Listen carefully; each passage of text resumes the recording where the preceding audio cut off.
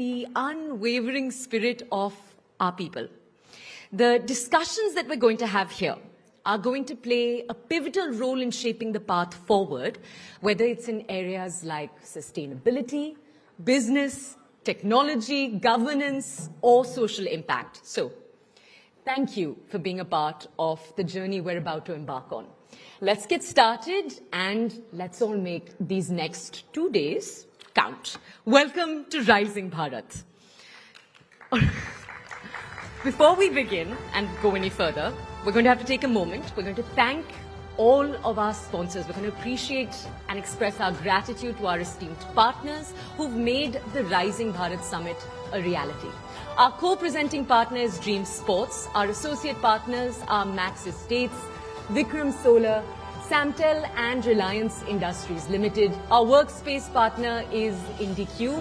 Our exchange partner is National Stock Exchange. Our logistics partner is DTDC. Our energy partner is Crown LNG. Our insurance partner is Insurance Dekho. And the state partners we have today are Uttar Pradesh and Madhya Pradesh. Partners, your collaboration, your cooperation is crucial to the success of this event over the next 2 days. So, first up, what do we have? We have an exciting and a thought-provoking, hopefully, session lined up for you. We're all aware that AI, artificial intelligence, has been rapidly transforming the way that we live, the way that we work, and even the way that we think. Right from self-driving cars to smart assistants, the rise of AI is undeniably already shaping our future. But the real question is, are we ready for the change that's going to be coming? So, let's get ready in the next few minutes to engage, to think critically, and maybe even challenge some of our pre-existing assumptions around this. The future's here, and it's powered already by artificial intelligence. Let's see if we're ready for what's next. Joining us for this discussion that we're going to have in a few seconds from now is Rajan Anandan. He's the MD of Peak XP Partners. We're also going to have with us on stage Satya Chakravarti. He's the founder, the CEO and CTO of the ePlane Co. He's also a professor of aerospace engineering at IIT Madras. They're going to be joining us in a second, and with them on stage is going to be Chandra Srikanth. Chandra, the floor is all yours.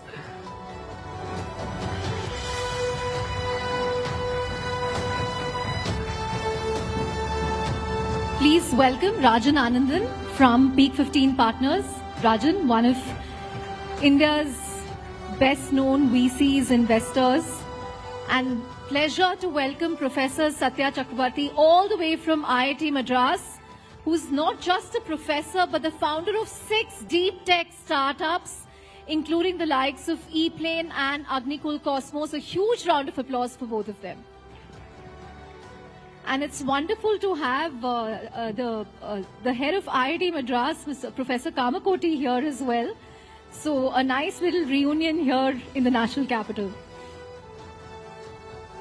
Right, thank you so much, Rajan and Professor Satya. You know, just a few days ago, Minister Piyush Goyal made this comment about India's deep tech ecosystem, how we're spending entrepreneurial energy on building hyperlocal apps, fancy ice creams and cookies. But Professor Chakravarti here is an example that we also have very good deep tech entrepreneurship in India. So huge round of applause for that. So don't get disheartened that there's no deep tech innovation happening. It's very much happening. But before I get to that, I want to get both your thoughts, Rajan and Professor Satya.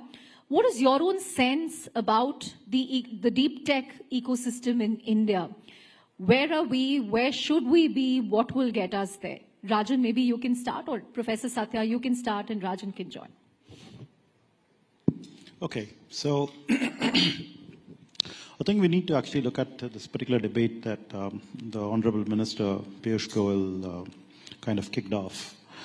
2 things. One, I think, judging by just the number of messages that I get on my LinkedIn asking me to mentor students in different colleges to do their deep tech entrepreneurship, which I used to actually very effectively do earlier. And in fact, at the NCCRD, the National Center for Combustion R&D that we have at IIT Madras, we have harbored, for example, Nutrace, which was actually a LinkedIn Connect, and we got them to do the hydrogen evolution experiments before they could get funded, and I then positioned them to, I think peak 15, right, as well as other investors and so on.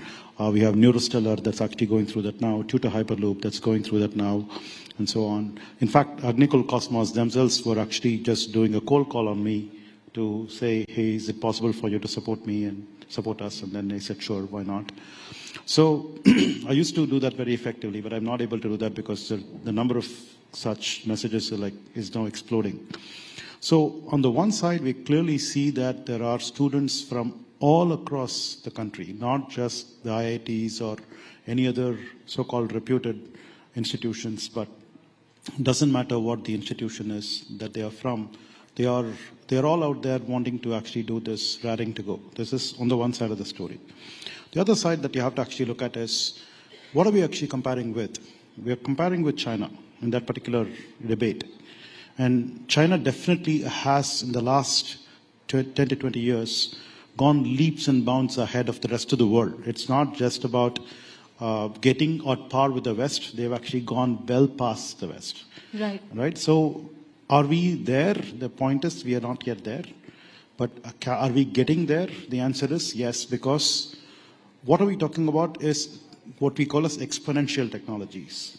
So in exponential technologies, we are actually at the lower end of this bend, right? I am particularly optimistic that by the end of this decade, we will actually see for sure that there will be a huge amount of work that happens in deep tech that's a lot more visible, and we will not really have this debate anymore, and we will know that it's actually a matter of time, and it's actually about when rather than if. And I seriously think that that's going to happen in the next 5 to 6 years. That's good to hear that we will get there, and end of this decade is not too far away. It's 5 years, give or take. But Rajan, give us your perspective as an investor. I remember asking Vinod Khosla, who backed OpenAI, about this a couple of years ago. Why are we not seeing so much action around deep tech in India? And he said investors in India have been very cautious because they prioritize revenues over asset creation. They are obsessed with returns and spreadsheets, rather than creating deep tech assets. Do you agree with that? Yeah, let me get to that in a second.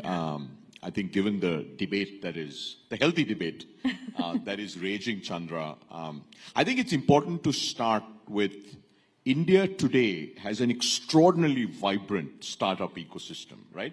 And I can confidently say we have the most broad-based innovation ecosystem in the world, right?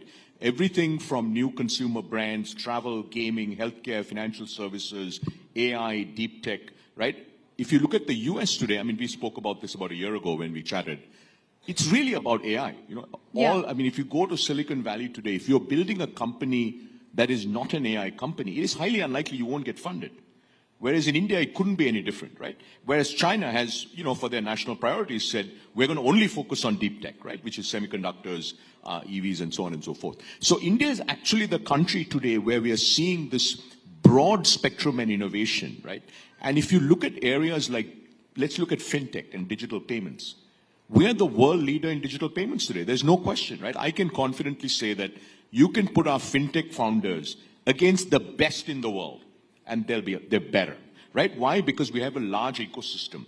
I remember 2015, looking at the top 100 countries on digital payments, India was not on the list.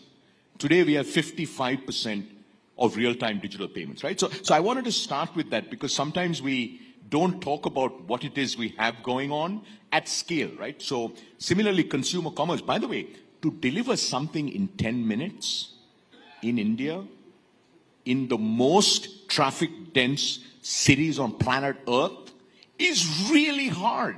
Anybody who says that that is not an innovation, please go try it. try to build the infrastructure, it's really hard, right? So I think we should acknowledge that we have this extraordinary innovation that's happening in every sector, right? Agri-tech, brands, financial services, travel is exploding. Now, moving to deep tech, I completely agree with Professor. Look, it's still very early days. Look, basically, Flipkart was founded in 2009. Yeah. It was about 2015 when e-commerce really began to happen, right? And it's now that we are seeing, really new to the world innovations, right? Quick commerce is an Indian innovation. Quick commerce doesn't exist anywhere else. And it hasn't worked in other parts has not of the worked world. anywhere else in the world, right? So that's pretty remarkable, right? To have a world-first innovation in e-commerce, which is quick commerce. So what we are seeing now is we are probably 5, 6, maybe 7 years into this journey, and Professor and IIT Madras team can talk more about that. But it's definitely happening, right? And I think just to give you a sense of our portfolio, we were actually very fortunate to invest in Nutrace, and it's a great story. They actually literally cold called him. Then they went there, they used their labs, they worked there for a while, then they came back to Bangalore. In fact, last year, was it last year or the year before, we invested in our first 2 semiconductor startups. Both came out of IIT Madras, Incor and Nutrace, right? So whether it's space, whether it's energy, whether it's renewables, whether it's semiconductors, in each of these areas. Actually, this morning I was with Pawan Goenka, who's now leading InSpace. InSpace. Pawan said that now we have over 200 space tech startups. IIT Madras Board of Governors. All roads lead to IIT Madras. Right? 7 years ago, Chandra, there were like 2 or 3 space tech startups. So we've gone from having 2 or 3 space tech startups to having over 200 space tech startups. So it is beginning to happen. I think it's very exciting. If you look at AI, for instance, I'm sure we'll talk about AI, right? Just in our firm, Peak 15, we have over 40 AI investments. I think last time when we spoke, I had half of that. Across right? the tech stack, yeah, across the tech stack, right? And we can talk about that. So look, it is happening, right? Whether it's AI, whether it's semiconductors, whether it's space, whether it's energy, whether it's transport, advanced manufacturing, and so on. Now to the question that you asked. Look, we as a firm, I'll give you just one firm, okay? And there are many very, very good firms in India, investing firms. We invest across. We invest from idea through IPO. At idea stage, when we invest, most times there's not even a line of code written, let alone like revenue, product. Look, I haven't looked at an Excel spreadsheet since I left McKinsey, and that was a really long time ago. Because then I went to Google and Microsoft and all these places. So look, basically, I think that is absolutely not correct. I think what India needs, and I'll wrap with this and we'll spend more about this, is we need a lot more resources going into R&D. Right? If you look at India's R&D as a percentage of GDP, we're at 0.65%. 0.5, yeah. US is at 3.5%, and China is at 2.5%. Israel, and by the way, both those economies are orders of magnitude larger, right? 17, 18 trillion, 2.5%, do the math. 27 trillion US GDP, 3.5%, do the math. I mean, you're talking about 20, 30, 50 times more resources being spent on R&D. And Israel, a country with 8 million people, spends more on R&D than India. Okay, so just to give you a context of how much more we need to do. So in terms of what needs to happen, many things need to happen. But one thing that needs to happen, we need to invest a lot more private sector R&D. We need to invest a lot more in academia. We need to invest a lot more in our research labs and so on. So that's one. And then second, of course, that will then lead to more ideas, more big ideas that come out. There'll be more capital that come out. I think the 1 lakh crore R&D, private sector R&D corpus that the government has set aside, 20,000 crores of that has been sanctioned to DST. I think these are really interesting moves. So what I would say with deep tech is, look, the train has left the station. For Indian startup ecosystem, this is the final frontier. And we are well on our way. So I'm totally with Professor that, look, over the next 5 years, we'll start seeing the first set of big companies come up. And much like, look, it took us a decade, okay, to go from, in fintech, Chandra, we should keep this in mind. Fintech is no small thing. It took us a decade to go from not being in the top 100 companies in the world to being the undisputed #1. Undisputed. And by the way, we did that. This is really important. We did that with real innovation. UPI is based on open source. There is no other country in the world that has a payment rails that has zero MDR. And by the way, what you will see in India is our innovators, our entities, right, whether it's large companies, small companies, governments, academia, really come up with very, very different ways to do things because we have to cater to population scale, right? I mean, you'll see this in industry after industry after industry. Right. Just a quick follow-up question, Rajan, and all points, I completely agree that we should kind of zoom out, take the glass half full view, because where we've come in fintech is incredible. We completely leapfrogged from cash to UPI. But, one will still ask, why don't we have a world-beating product or a tech platform from India? Earlier there was this notion that capital is a constraint, but then you have DeepSeek in China saying that they managed to build a foundational model at a fraction of what OpenAI spent, and they managed to give every single foundational model in the valley a run for their money. So when we have the tech talent, the ingredients, why are we not able to execute that? I mean, hopefully we will see that happen because the government is now serious about, picking and funding foundational models from India. Why can't we do that? And why can't we do what a BYD managed to do to Tesla? Again, there I agree, the government heavily supported them with subsidies and so on. But what is stopping us from creating these world-beating products? We often end up with mental models of the West, at least when it comes to consumer apps. No, but I think that is where, Chandra, that is such an outdated statement. Show me another payments company that looks like PhonePe. Show me another payments company in the world that looks like Paytm. There are none, because UPI doesn't exist anywhere in the world. But you're right. Why is PhonePe not gone global? Because UPI doesn't exist. As UPI travels around the world, I think we'll begin to see that, right? Show me another company that looks like Blinkit. There is none. So I think this thing about we're copycats, it's such an outdated idea. That was true a decade ago. Maybe it was true 4 or 5 years ago. But today I can point you to dozens of Indian consumer companies that are truly India-first innovations. A company called Srimandir. It's extraordinary. Nothing like this, I don't think, will ever exist anywhere else in the world, because it's building to India's unique needs, right? Now, in terms of why have we not had, let's say, a DeepSeek, right? Firstly, we should keep in mind we're still very early in the game, okay? IT services, Infosys was founded 1983. Yeah. Right? So we are what? 93, 2003. We're 42 years in. 42 years in after Infosys was founded, 2 of the top 5 IT services companies in the world are Indian, TCS and Infosys, and 5 out of the top 10. Okay, if you look at AI, the ChatGPT moment was 2.5 years ago. Yeah. Right? And we're already saying, how come we don't have the world's best? What I can tell you, by the way, all roads lead to IIT Madras. Sarvam, by the end of this year, or one of the other companies will have the best performant, lowest cost Indic language models by far. That's a guarantee. Because, we are on, so it just takes time, right? We can't wake up and say, hey, how come we haven't had it? China has, the amount of dollars that the Chinese government has invested in mobility, in solar. They are, as large as our economy, right? Over a period of 20 years, they have invested more dollars than the size of the Indian economy in some of these critical sectors. And they can do that because they have an economy that's 17 trillion and we're, soon going to be 4 trillion. So what I would say is, look, we should keep in mind that we have extraordinary talent. We have shown in sector after sector. By the way, I don't know how many of you tried to use a mobile phone in New York City. It's very hard to get data connections, right? Everybody has great mobile connections in India, right? So you can go on sector after sector. We are basically, I always have this saying, right? We won't be the first, we won't be the second, we may not be the third, but we will be the best. And that is New India. We will absolutely be the best. Right. Plays into the Rising Bharat theme that we have. But Professor Satya, what I want to know is, what is it about IIT Madras? Why are other educational institutions not able to replicate this at scale? And Aether has come out of IIT Madras. I think the Zetwork founders are from IIT Madras. And as Rajan mentioned, the Sarvam founders also have a big IIT Madras connection. I think one of them still teaches at IIT Madras.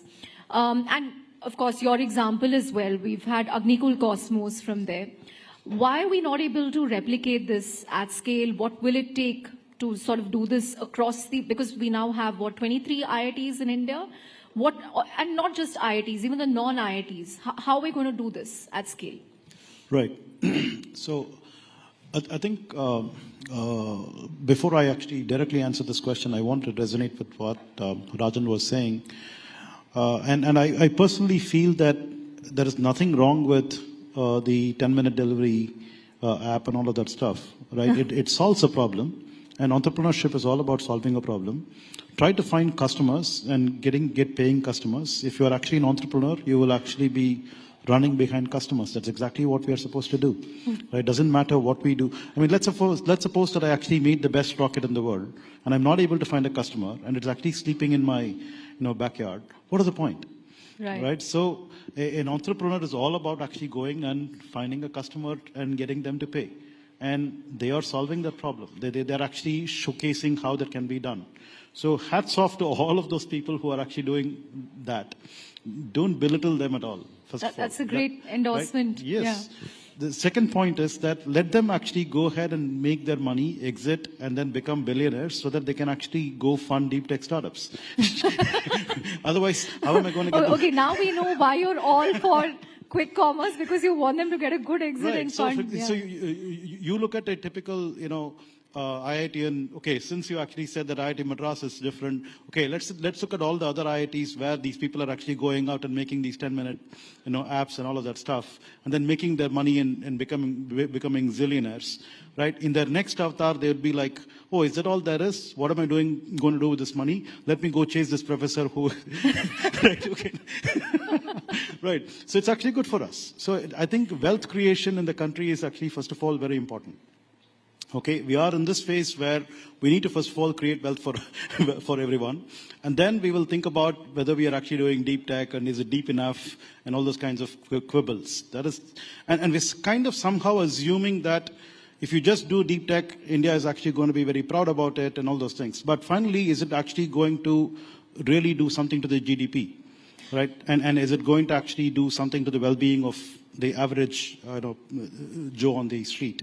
So we have to actually be very clear about all these things. It's one thing to be very elitist and then say that we have to be doing deep tech, right? But the other thing is, what is it actually going to translate in terms of, so we have to look at what's the value we are creating. So I'm not saying we are not creating value. In fact, I will vociferously talk about what we do as something that will create value for the country, the GDP for the country and so on, because like for example, 2 months ago, we had this deal that we struck at T-Plane with an air ambulance company that was saying that they will want to place an order for about 788 ambulances, which would actually fetch us a revenue of more than about $1 billion. And somebody was pointing out, wait a minute, Zoho actually took like so much time to actually get to $1 billion revenue, and you guys are just signing deals even before you make the plane. The answer is we are making a plane, right? So, so making a plane means that it will actually create value. So there is no doubting that deep tech will actually create value, but that is not to say that we have to actually belittle anything else that's going on that's already creating value by leaps and bounds, right? And then contributing to the economy. So that's the main point. Coming back to the question of why IIT Madras, I don't know. The answer, right? The answer is we just happen to be that kind of DNA. So we have a DNA at IIT Madras. So go back. I have to tell you this interesting anecdote. So I was speaking to a founder from IIT Madras who's, built a factory and he's manufacturing components for the aerospace industry. And I told him, so you never thought about doing a consumer app? He said, I'm from IIT Madras. I'm not going to build a delivery app. So he said it very matter of fact. So that's the kind of environment that we have, right? So let me actually flip the coin. For a long time at IIT Madras, we used to actually be wondering, why are we not actually getting the JEE #1 to actually come to IIT Madras? Why are they going to Bombay? So every opening ranker of every branch that at IIT Madras was actually less when compared to somebody who was going. And we used to say we have to actually do some more publicity. We have to figure out how to get them and all that stuff. Well, if you go to some other place, you're actually in an environment, you probably do something else. But no matter what's your rank, you actually come over here, you end up actually being in this particular DNA setting where you end up doing deep tech. Right? And I think there were students who used to say, oh, IIT Madras is so nerdy. They will actually make you do assignments. It's actually difficult to get grades and all that stuff. Yeah, look at what's happened. Right, yeah, so we need to, unless you actually study, right? So I mean, there's always some balance between perception and what actually finally you get. Yeah, so that's what we are. Right. On that note, when can we expect the e-planes to sort of, be commercialized? What kind of timelines are you working with? Oh, thanks for asking. The flying taxis. So we're expecting to have our first prototype out by June or July this year, in the next 2-3 months. That's what we are working hard on. And the next prototype at the end of this year, and the third prototype early next year. So with 3 prototypes, we want to actually go do testing and get ourselves certified to commercialize by the end of next year. So that's about 2 years from now. Great. Hopefully Rajan will write a bigger check for you then. Yeah, please. I'm going to use it in Delhi because today I was almost late, Professor, because there was a VIP movement all coming to this conference. You can give him one of your e-planes for our next event. So what we can do is to be fashionably late and say, look, that's why we need... He's converting everything to a pitch opportunity today.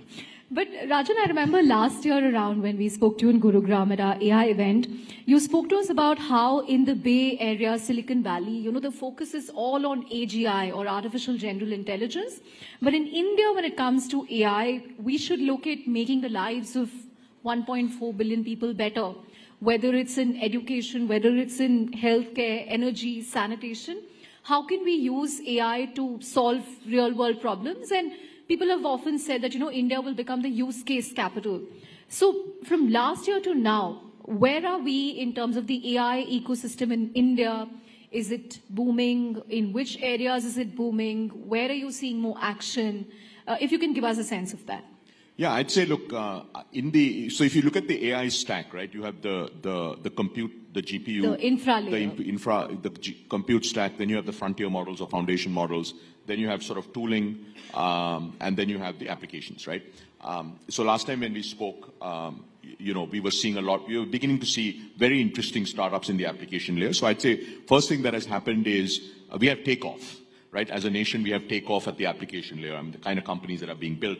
In fact, there's a company in Noida, I think I briefly mentioned to you last week. It's called Attentive. They're building these models, vertical models for construction, right? And then they kind of automate certain aspects of US construction, and companies really taking off. So we're seeing a lot of, across finance, retail, healthcare, and so on and so forth, as well as enterprise AI. So on the application stack, we have takeoff. We still don't have the number of companies, let's say, that the US has when it comes to application AI, but we feel very good about the kind of companies that we're seeing. We continue to see very exciting developments at the infra and the tooling layer, right? So these are companies that are actually making either agents interoperate better and so on and so forth. On frontier models, we are very, very excited about what the government is doing, right? Where they've set aside several thousand crores to they've fund. already procured, I think, 14,000. No, that's on the compute side, right? They also set aside 2,000 crores for foundation model companies, right? Models, that's right. So today, I mean, as you know, there are a handful of foundation model companies. We do think that a year from now, we'll have 4 or 5 labs, right? Like China probably has 10 world-class labs. We'll have 4 or 5 labs, maybe not at the same scale, but they'll be well-financed. They'll have great talent. They'll be off to the races. So if you had asked me a year ago, if you asked me what's different, we have takeoff at the application layer, and we're getting serious about the frontier models, right? Which is thanks to the government, actually. And then last thing I'd say is on compute, I would have never imagined we would have a play. But the reason I can't be here tonight is at the compute layer. That's all I'll say. I'm curious to know more about this investment. I know you're always curious, but I can't tell you anymore. Right. As we begin to wrap up, Rajan, so are you seeing a lot of supply to invest in? Because some VCs we speak to say, hey, all the actions happening in the US and they're investing billions of dollars. But in India, we're not seeing that supply of AI startups. Do you agree, disagree? Yeah, in the venture capital business, Chandra, it's nearly not about volume. It's about quality. Value. No, it's about quality, right? Like Google was one company, right? There are $5 trillion companies in the world, only 5. Humanity is thousands of years. We're thousands of years into humanity. So what we're really looking for, very high quality founders who are solving problems where AI can help them build 10x better products or 10x better outcomes. And that we're seeing. Are we seeing thousands of these companies? Absolutely not, right? But are we seeing dozens or 50 or 100? Absolutely. So look, we are actually feeling much, much better about the application layer, as I said, in India today. Right. Professor Satya, one thing that we notice in, among deep tech startups is there's a lot of enthusiasm at the college level where students love to tinker with, all kinds of use cases, problems. Many of them take this till concept and, they manage to get seed funding in Series A. But, then they kind of tend to hit a wall. Either it doesn't scale or they're not able to find a market or the subsequent rounds of funding become difficult. What do you think can plug that gap? I mean, government R&D spending obviously has to go up. We are at a tiny fraction of what the US and China spends. But even corporate R&D budgets, a lot of people are asking, what are IT companies doing with all the cash balances they have? Yes, I believe, for example, we have this thing called the Center for Innovation. And Center for Innovation actually is the one that spawned Aether. So we had this race car team called Raftar, of which the Aether founders were there. And then they got this inspiration from working in that as students, tinkering with race cars. And that's how Aether was born. Galaxy, for example, was born from Avishkar Hyperloop, which I am the faculty advisor of. And I'm now a co-founder of Galaxy as well, and so on. So we can clearly see lots of such examples of how founders get inspired to do things from the tinkering labs that they have in their institutions. So it's very important for us to be able to allow students to tinker with things. That's number one. And then there must be a funding that goes with it, which typically alumni does a good job on. But more importantly, I think when they step out of these places with ideas that they want to scale and commercialize, can we actually sort of intoxicate them with a seed funding, right? So funding is not, I seriously believe that funding is something that should not be easily available. We need to actually get the founders know the value of what they're getting. But seed funding is actually a very good intoxicant, right? So it kind of hooks you. So once you actually get seed funded, then you're kind of like holding the tiger by the tail and you want to run with it. And many times, these founders, when they are so young, they have the appetite to build stuff, but they don't have the appetite to chase investors and, get funding and all of that stuff. So let's say, for example, if you had this government's fund of funds that actually is set up at these institutions and then looks for these ideas to fund right as they are coming out of the labs and these places like these tinkering labs and so on, I think that will actually go a long way to spawn a much larger ecosystem than what we have today. Great. On that note, we're out of time, but thank you, Rajan. Thank you, Professor Satya, for an absolutely scintillating session. And I think, it leaves us with a lot of optimism on India's deep tech and AI future. Thank you very much for that. A huge round of applause for Rajan and Professor Satya.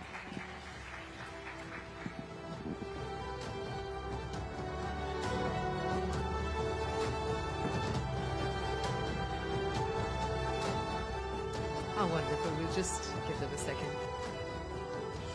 Yeah, of course. Thank you. All right. That was so insightful, but I know everyone, we could see everyone looking, just clued on to every word. We're going to move on, though, now to something slightly different. I think we can all agree that that conversation was incredibly timely, and the next thing we're going to be discussing is actually very, very closely related. We're going to continue to keep our focus on artificial intelligence, but let's dive a little deeper with this next discussion. Let's dissect a topic that holds immense potential to shape the future of education. What we're going to be taking a look at in a second is making education possible for all using artificial intelligence. So, in an era where technology is transforming every facet of our lives, education remains one of the most powerful tools for social change and individual empowerment across the entire world. But despite the transformative power of tech, education is still not universally accessible, particularly in underprivileged and remote communities. So, in just a few seconds from now, we're honored to have on this stage a team from IIT Madras. They're going to be presenting a white paper, and this paper aims to bridge the gaps in access, in affordability and quality, ensuring that education is not just a right, It is a right, rather, and not just a privilege that some can access across the entire country. So, we're going to introduce each of the members who are going to be coming onto the stage in just a second. The professors, I'd just like to encourage them to come to the stage, and they're led right now by the director of IIT Madras, P. Kamakoti. Do come on stage, sir.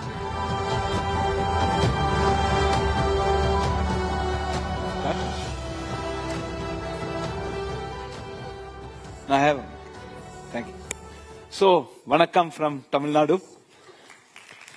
So we start off with, of course, had my colleague here. I'm very happy to tell you all that in the deep tech, the last financial year, closing on March 31st, IIT Madras has incubated 103 companies in one financial year. So with that note, let me just go to the other end of the spectrum, where we are talking. Can I get the slides up? I also need the flipper. Excuse me.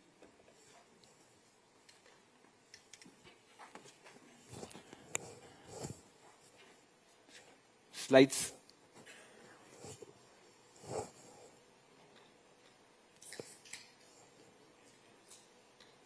Is that? Oh. So this is an effort taken by IIT Madras. The prime motivation comes from Swami Vivekananda, who mentioned that if the poor boy cannot come to education, education must go to him. And this is the prime motivation for this project named Vidya Shakti. Why Vidya Shakti?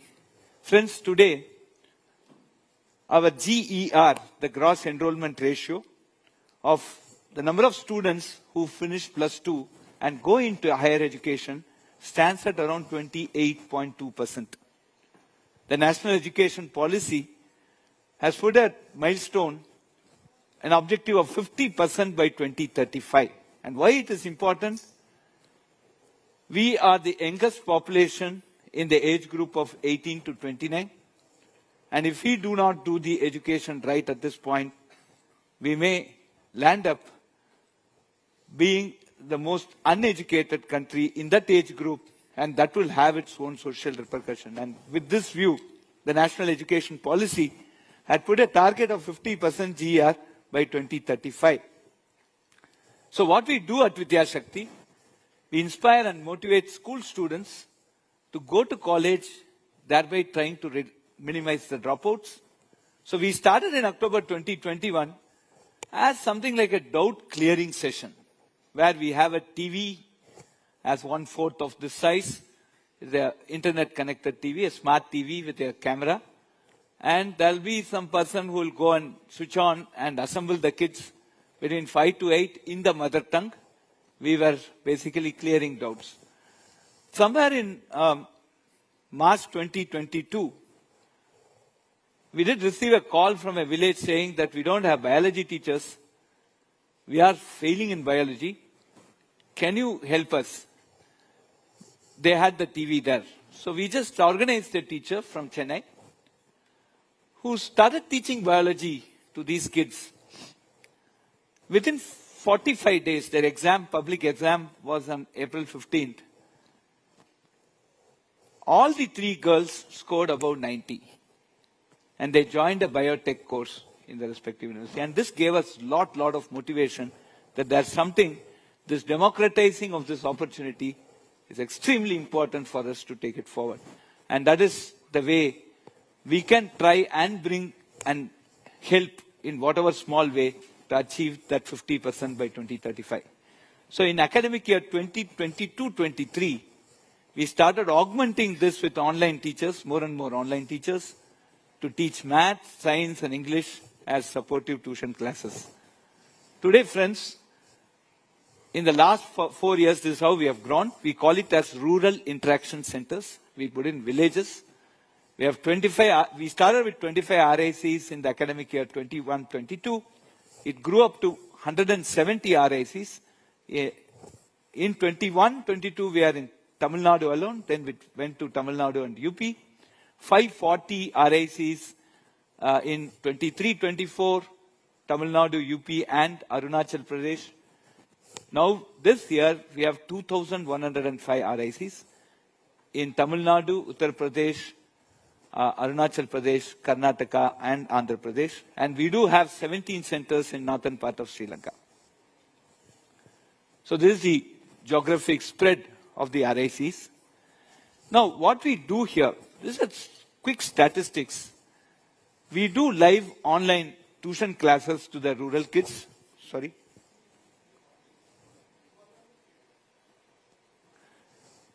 In the 3rd to 12th grade, we have 4 lakh students who have benefited so far from this. And we use the digital medium to create live science experiments and simulation labs. And we have seen a lot more kids getting more inspired to study more using these virtual reality sessions. And we have a continuous engagement through micro-assessment. And then we also do rural women empowerment program to train women in data entry, spoken English and software testing. We have 220 digital DDs already trained, and we have 2 of them here. Can you please stand up? They are from Uttar Pradesh. And one of them is actually a Lakpati DD. So can you just, Nagarajan, I have Nagarajan and Shiva who are doing the grassroots level work. Can you just describe this? Please come on stage and please describe.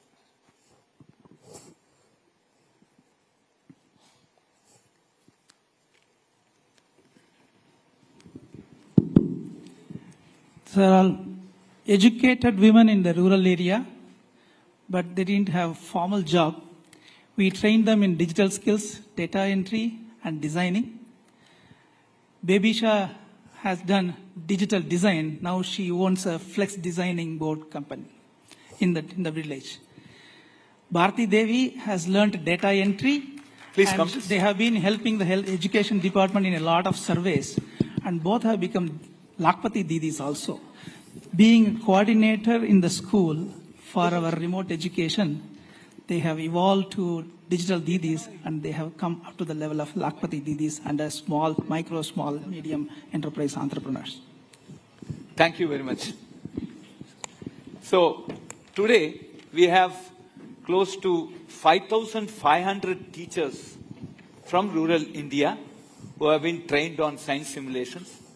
We have created around 553 jobs within the last 2 academic years. And one of the interesting feedback that we get, impressive feedback, is there is a drastic improvement in the attention span of young children and also the retention capacity. Very quickly, we will tell what is this. So what do you mean by onboarding a particular rural interaction center into our system and what we do there. And this is not a parallel system to school. We are basically supportive wing to the schools. So we identify schools which have smart TV, panel, and an internet. If not, we have CSR grants, and if there are people who can give us CSR grants, we again welcome. We identify digital DDs like them and train the school teachers in simulation gamification. The digital DDs are responsible to run the center and collect the students, arrange the programs and coordinate. And then we conduct live online classes. We take attendance daily and conduct micro assessments every week. And based on that, we keep improving the way we interact, the way we deliver the lectures, etc. Now, we have a mobile app that is given to all the digital DDs and all the RIC coordinators.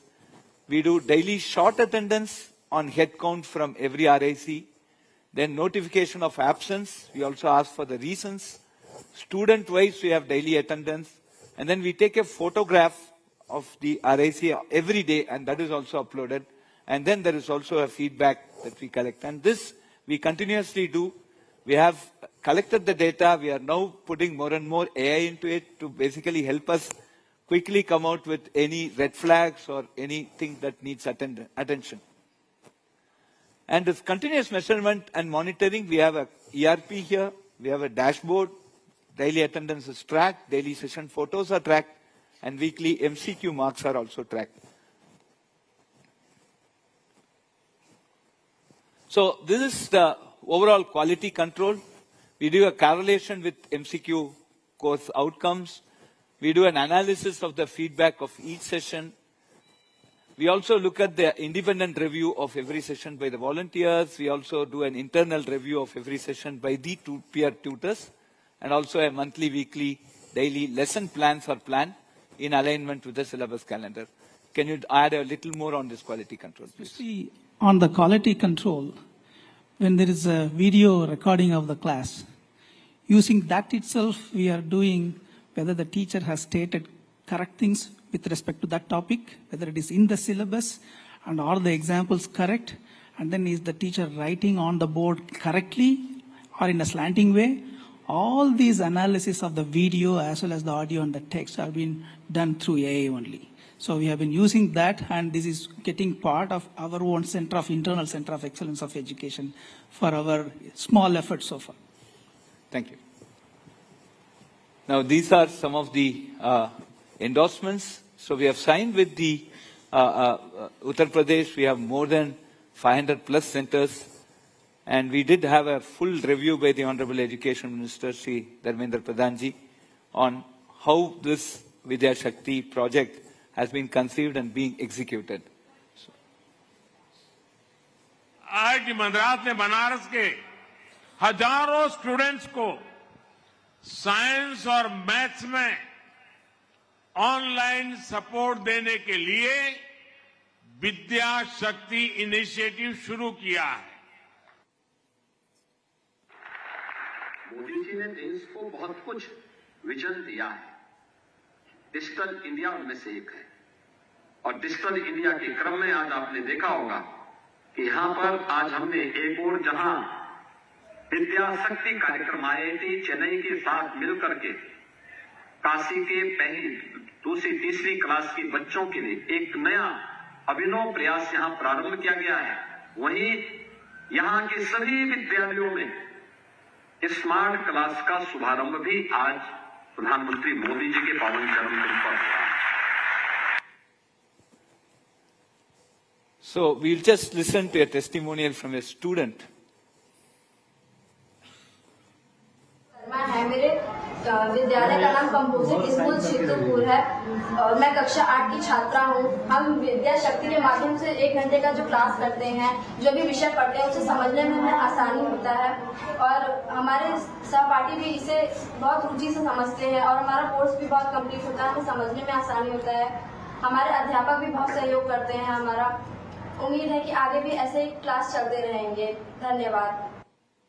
मेरा नाम आशीष कुमार है, sir actually हमने जो आज देखा ना sir, virtual lab के बारे में हमने सुना बहुत था सर कि वर्चुअल लैब आज इसलिए एक्सेसिबल है सर, लेकिन आज पता किया कि हाँ ये वास्तव में अच्छी चीज है सर। और जो एजुकेशन है सर, ये कहीं ना कहीं एक बर्डन बनता जा रहा है। मतलब बच्चे प्रैक्टिकलिटी से दूर हैं, लेकिन यहाँ ना हम पढ़ाई के साथ साथ प्रैक्टिकल भी ले रहे हैं सर। और मैंने खुद ये जो गेम खेला है बड़ा अच्छा लगा सर। तो सर ये बहुत अच्छी पहल है sir, and will definitely support it.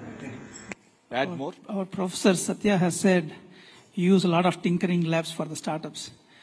Before going to the actual labs, we train all the teachers as well as the students in virtual labs, because using OLabs or FED, they can go a long way in understanding the concepts, because in our new education policy, you have factual, conceptual, and application. This conceptual and application will easily come through virtual labs. So far, we have trained more than 5,000 teachers. Our mission is to train more than 1 lakh teachers this year.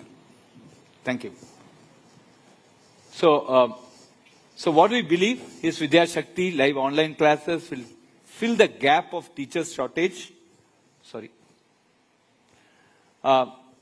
Teacher shortage and enable activity-based learning, and the virtual reality sessions, specifically the 3D VR sessions, have drastically improved the understanding, the retention capacity, and the attention span of the kids.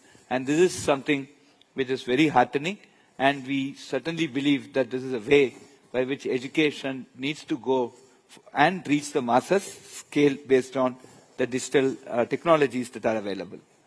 So this is our roadmap for academic year 2025-26. We are targeting 40,000 villages and 1 crore students. So we are leveraging existing school in village level infrastructure. We are training state-run school teachers in simulation software, collaborate with the higher education institutions across the country. This is not a car which a single driver can drive. It is a temple car which the whole city should pull. So we are roping in more higher education institutions other than IIT Madras to basically take up and work with us. So we are looking at a hub-spoke model for this. And importantly, we are also training students with push for English and analytical reasoning. So we have a campus in Africa. We are now trying to introduce this model to other G20 nations, Bharat to truly become a Vishwaguru as envisaged in the National Education Policy. Friends, these are something that we need to understand about rural India.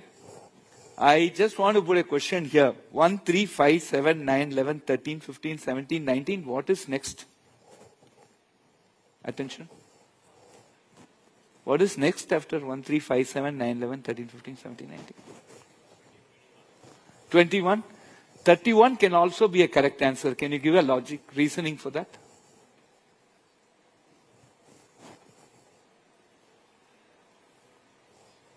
Right? This question had been putting forward in many of the urban schools. I go for many of the school annual days. I do go for the rural schools. The first kid to answer this question was from a rural school. And the answer he came out was, you start making your integer digits using just odd numbers. So 1, 3, 5, 7, 9, 11, 13, 15, 17, 19. You have left out all the other numbers that are made out of even digits. After 19, the next number, integer, that you can make only out of odd digits is 31. So 31 can also be a correct answer, right? So this was done by a kid in a rural school. So friends, we are, by not democratizing this opportunity to rural India, we are missing that part, and I think that is what we are trying to address, and that's what you see here. Out of 10, majority of the students are getting more than 5. In maths, in science, and in English. We have just did a profile in UP for the 6th, 7th, and 8th standard. And this is something which we need to note. And a bit of training, we are very confident to push the bars much higher and much towards your right. And this is something which Vidya Shakti has an objective. And if we get it beyond 8, I'm sure all of them can clear JEE mains for sure. So these are the feedback dashboards we are getting. They asked me to stop, so I'll go very fast now. These are some of the feedbacks, and you see that the feedbacks, the students are now encouraged to tell about the standard of the class, how the class is going on, whether they are able to follow, whether they have understood the session, etc. Now, what works well for us? We try, we fail, we resolve and pass. So spoken English has been amazing. It has been, we have done it for 200 residential schools in Karnataka, and we are going to expand it to all.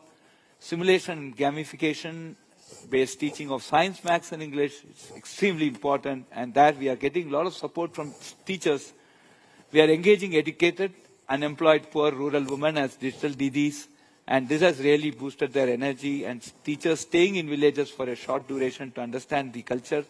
And we are also collaborating with Samagra Shiksha team and the Department of Education of the states to give a scale to reach and implement this technique. So this is all that we do. So we have a Zoom connectivity. There are smart TVs installed at all the rural interaction centers. We do the classes here. It is monitored through the apps. There can be, we also put it on the YouTube digital library, and people can watch. We have a portal for online examinations and MCQs. So this is completely automated, a lot of data collected, a lot of AI put in, a lot of things to analyze how the whole effort is progressing. These are the key responsibilities. The state governments and the sponsors look at infrastructure, identify classroom, identify coordinators, meet local villagers, motivate them. From the Vidya Shakti team, we recruit teachers, we train the coordinators, we schedule classes, conduct classes, we teach, inspire, motivate, and our focus will be on analytical reasoning and spoken English. The key stakeholders, IIT Madras is the academic partner. We are the think tank. IIT Pravatak is a Section 8 company. Does the program management. We have the Ministry of Education supporting us and the education departments of the different states. We have Open Mentor from which Nagarajan and Shiva are there. They are the implementation partner. And IIT Madras, Open Mentor and IIT Pravatak are the founding members of this project with Vidya Shakti. So we are also tying up with other institutions like N18 Varangal, IIIT Dharwad, N18 Trichy. They go to the alumni, they identify alumni, they go to the villages around them and basically try to see that more RICs are set up. And we have a very scalable systems. We have scaled from 5 to 2,000 and we'll be very confident to scale it up to 40,000 this academic year. So these are some of the operational challenges which hopefully will get resolved. We have power cuts, internet disruptions. These are some things that we are facing and we are trying to address that in many remote areas. And currently we do not have a structured campaign to get more enrollment at the state level. And now we are also trying our best to train more digital DTs and Shiksha Mitras in data entry and PC operations. Take time as they do not have laptops, we are trying to provide laptops. So anything in this direction that any one of you can help us it will go in a big way for this program. Thank you very much. Last but not the least, we have come in dhoti, kurta and angavastram. This is IIT Madras convocation dress code. Thank you. Jai Hind, Jai Bharat. Yes.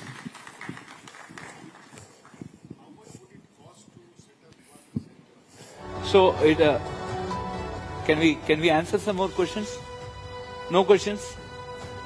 So, we'll talk to you later. But it's 35,000 rupees and 5,000 rupees operational expenditure per month. Thank you.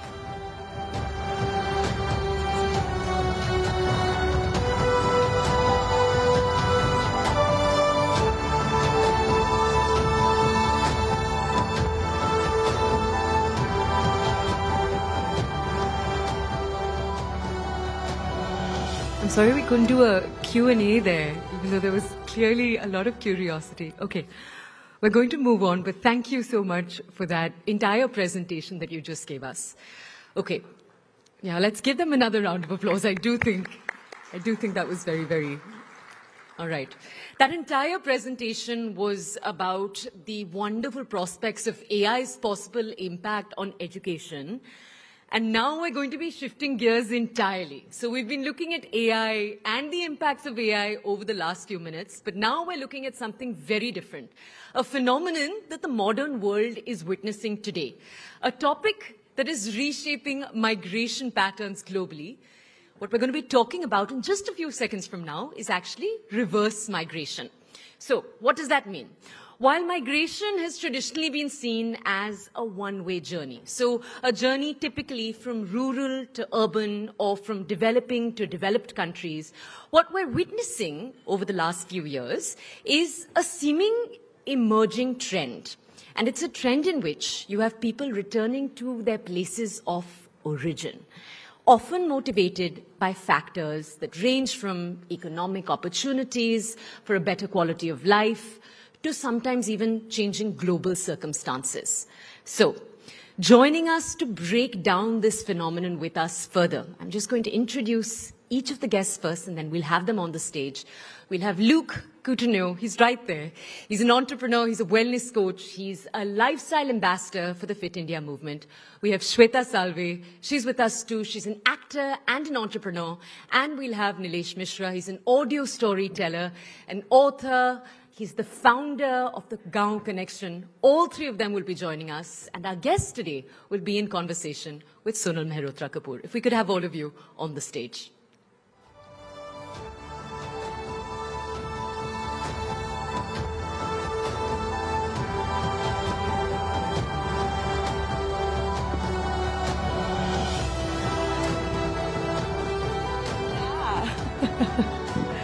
Well, thank you. Thank you, everybody, for being here. Thank you for listening in to these very engaging conversations that we are having. Please sit down, Luke. Thank you so much. All right. Thank you, Toya, for that introduction as well. Now, You know, for years we have spoken about how Delhi is the land of dreams. Mumbai is the place where we will go and change our life. But of late, a very quiet, different kind of migration is taking place. It's a reverse migration of sorts. These are people who are saying, I don't want to be in a traffic jam for 2 hours of my day. I want to be surrounded by trees. These are people who are saying, I don't want 10-minute delivery food orders. I rather cook my food myself. And these are people who are saying, hello, hustle culture. We are going to say bye-bye to you. So I'm very excited to have 3 people over here who are going to sort of share with us what exactly does it take to live that life, not just for themselves, financially, and for their family. So I'm quite kicked about this. Let me first go straight away to Nilesh Mishra. इनसे बात करने के पहले I have to sort of get that voice. Thankfully, my throat is sort of helping in that one, but goes down slow a little bit. Nilesh started Gaon Connection and wanted to sort of go back and leave the city life, leave a very, very thriving career to get a more quiet environment around him. I really want to understand what made you make that move. Was it a burnout point? Or was there a moment when you said, ab bahut ho gaya? As a journalist, I had extensively covered rural India with both its challenges and its achievement, and I always used to wonder why isn't this documented. And my parents had already spent close to 40 years then running a school in a village, so my Gaon connection had been there since a very early childhood. And when I started Gaon Connection, I used to live in Bombay, and my team, the word startup was not in vogue in India at that time. This was 2009-10. I didn't know how to raise funds, so I sold my house. I'm still as foolish about these things. But I realized that it was a farce, that I would be living in Bombay and trying to create a voice for rural India. And one day I asked my wife, my wife asked me, where is home? And I still tell her, like, tum bhai ek sentence mat bola karo, duniya ulat palat ho jati hai. And that really led to us taking this decision that, okay, if that is where work is, then that is where home is. And then in 2018, of course, well into the Gaon Connection journey, we created a home there in our village, and my daughter, who was then 3 years old, and my wife asked me, signboard kya lagana hai?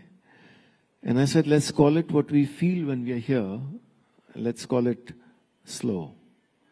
So my home is called Slow. And then the slow interview started, and then this whole conversation around a slow life started, in my life. And then I realized that when I left Bombay, I thought that I've been content. I've never sought fame. I never thought I would get fame, but it happened, and then I was fairly content going back. And I thought कि एक highway है और वहां से एक पगडंडी जा रही है और मैं. But ये कैसे हो जाता है नीलेश? कैसे आप content हो जाते हैं अपनी life से? I really want to understand the magic behind it. I really want to understand how do you sort of take that turn? Which is why I see Luke also smiling there, because Luke and I have had so many conversations earlier where I've asked him, is it even possible, the philosophy, Luke, that you talk about all the time, of living intentionally, living slow, as what Nilesh calls it, is it even possible in today's day and age, in, say, in a place like Delhi? It's possible, and it's also mandatory. Because today most of my patients are sick because of chronic stress, sleep deprivation. So if we're not going to slow down, our bodies are going to slow us down. Disease is going to slow us down. Now, while it may be absolutely fantastic to move back to the village life, better air, connected to nature, which is what most people need, which is why we find ourselves running away from cities, weekend breaks, holidays. It's a natural sign that as human beings, we want to be connected deeper with nature. The moment we start separating ourselves from nature, that's what you term as disease. That's what you term as mental health issues and emotional health issues. People struggle to fall asleep in a city. But you go back to a village, you sleep automatically, you wake up in fewer hours, more fresher. So it is possible. It depends on our choices. And like you beautifully started off with dreams. What are our dreams? Are our dreams fueled by what we see on Instagram, venture capitalists, the world out there? Or is it really fueled on what we really want as individuals? And all of us go through that. I moved out of Goa, a village, to the city to chase a dream, which were other people's dreams. But eventually you find out that we all have to go back to nature, and the sooner that we do, the better it is. Some people manage within a city life beautifully. They learn to relax, they learn to de-stress, they learn to calm down. But we can't separate ourselves from nature. We can't and we shouldn't. I think that's rightly put. But Shweta, how did you do this? So Shweta, for everybody who doesn't know already, I don't think it needs an introduction, has a thriving career. I'm trying to imagine your life in Bombay, surrounded, being in the spotlight, projects after projects, and one day you say, "Bas ho gaya. I want to go to Goa." And this, mind you, was before the pandemic. So again, tipping point. So like we were having a conversation some time back that we now, when we live in Goa, we have this little term called the pre-pandemic immigrants and the post-pandemic immigrants. And we joke about it. So yes, I am one of the pre's. Well, I've spent most of my life in Mumbai, yes. I came from the film entertainment industry where everything revolved around that chaos and the thriving energy of the big city, you know, going to auditions and screen tests and the anxiety of whether did I book the job or did I not book the job. So all that kind of was something that I lived with. And something in me about 10 years ago shifted. And to be honest, I think it was very natural and organic. I was becoming a mom. And I wanted to choose a different kind of life, you know, a life which had more space, a life with more pauses, and possibilities to redefine success on my own terms, you know. So Goa happened, and it was wonderful. You know, from literally, this was supposed to be a sabbatical, which very quickly turned into reinvention. You know, being in front of the camera all the time, I started building things literally from ground up. And I'm very lucky to have a wonderful husband who supported. And with my business partner, we started a restaurant. I started a salon, curated a couple of pop-up markets, turned my creative energy towards being a creator on social media, where that became a voice. So basically experimented with new ideas just so that this could bloom into a more quieter, intentional setting. So, you know, it wasn't easy, but I felt it just came very organically. And I guess that shift was, जब आप माँ बनते हो, आप सोचना शुरू करते कि अच्छा ये आपकी जिंदगी थी, क्या आपको आपके बच्चे को भी यही जिंदगी देनी है? So you want to do those little changes, and hopefully things turn different. You know, in that quiet, I feel I found a louder voice. I feel. Yeah, I think it's absolutely true. When you're bringing up a child, it sort of has a different threshold. I think more and more doctors and people in Delhi today will know this, are recommending that you leave the capital. If you want your kid to have better lungs, I can give prescription today. I can tell you to put air purifiers in your room or wear a 3M mask if required, but that's not life. If you want it to get better, leave. More and more doctors are saying this, but how many of us actually manage to do that? And, you know, something beautiful about what Shweta said and what Luke was also pointing out, that moving back, or this reverse migration in a way, makes you reset your mind about what success is, about what happiness means to you. If today I were to ask you about a change, Nilesh, कि पहले आप क्या सोचते थे और अब आपके ज़हन में क्या जाता है, the idea of success, how has that changed, staying in a remote village where you get to drop Vedahi to school every day without traffic jams? I don't have Blinkit. I didn't have Amazon. By force, the footprint expanded to me, but I'm very happy I don't have any of those. No, I think that this is absolutely a personality type. But this is not a fringe personality type, let me tell you. So what I was saying earlier, when I moved back and when I started talking about it on social media, I used to use a hashtag life at slow, because slow घर का नाम था. मुझे लग रहा था कि एक हाईवे पे हूँ और मैं उतर गया, एक पगडंडी पे चला गया, and I'm making a lonely journey. But as it were, I turned around and there were thousands and thousands of people coming on that path. Because now there were people saying, sir, हमारी भी ज़मीन है गांव में, हम भी आपकी तरह रहना चाहते हैं. सर, हम भी move back कर गए. सर, जैसा चूल्हा आपका है, वैसा चूल्हा हमें भी चाहिए. Suddenly in 2018, when the pandemic had not happened, when this was considered foolhardy, a lot of people started telling me that this was very aspirational actually. A lot of my creative colleagues started saying, Sanjay Mishra आए slow interview में, बोले यार अगली बार मैंने अपना slow बना लिया है. कुमार विश्वास के मैंने अपना स्लो बना लिया है. So suddenly it started becoming doable that if this guy is managing here, and also absolutely. I'm sure there are challenges, Nilesh. I'm sure there are challenges. I'm sure you're making choices and you're saying ये नहीं कर पाएंगे. These are things that cannot happen. You said Blinkit nahi hai, Amazon nahi hai. Keep that aside as well.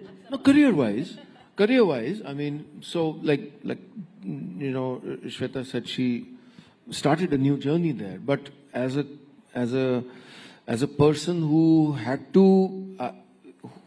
plucked himself out of say Mumbai, where I was writing songs for 50 Bollywood films or the world of storytelling, it could have be seen as harakiri. But I think I use two words about our work. One is humble audacity, and one is a graceful confidence. I feel that when I chose that life, and then we put 4 cameras out there and started having conversations with film actors and sports persons, and suddenly millions of people we realized that, hey, there are millions of people for whom this is aspirational, because we were talking about that life. We were not talking about what is your next film, hey, tell me some good gossip. Those were not the conversations. The conversations were around parenting, around agriculture, around being rooted.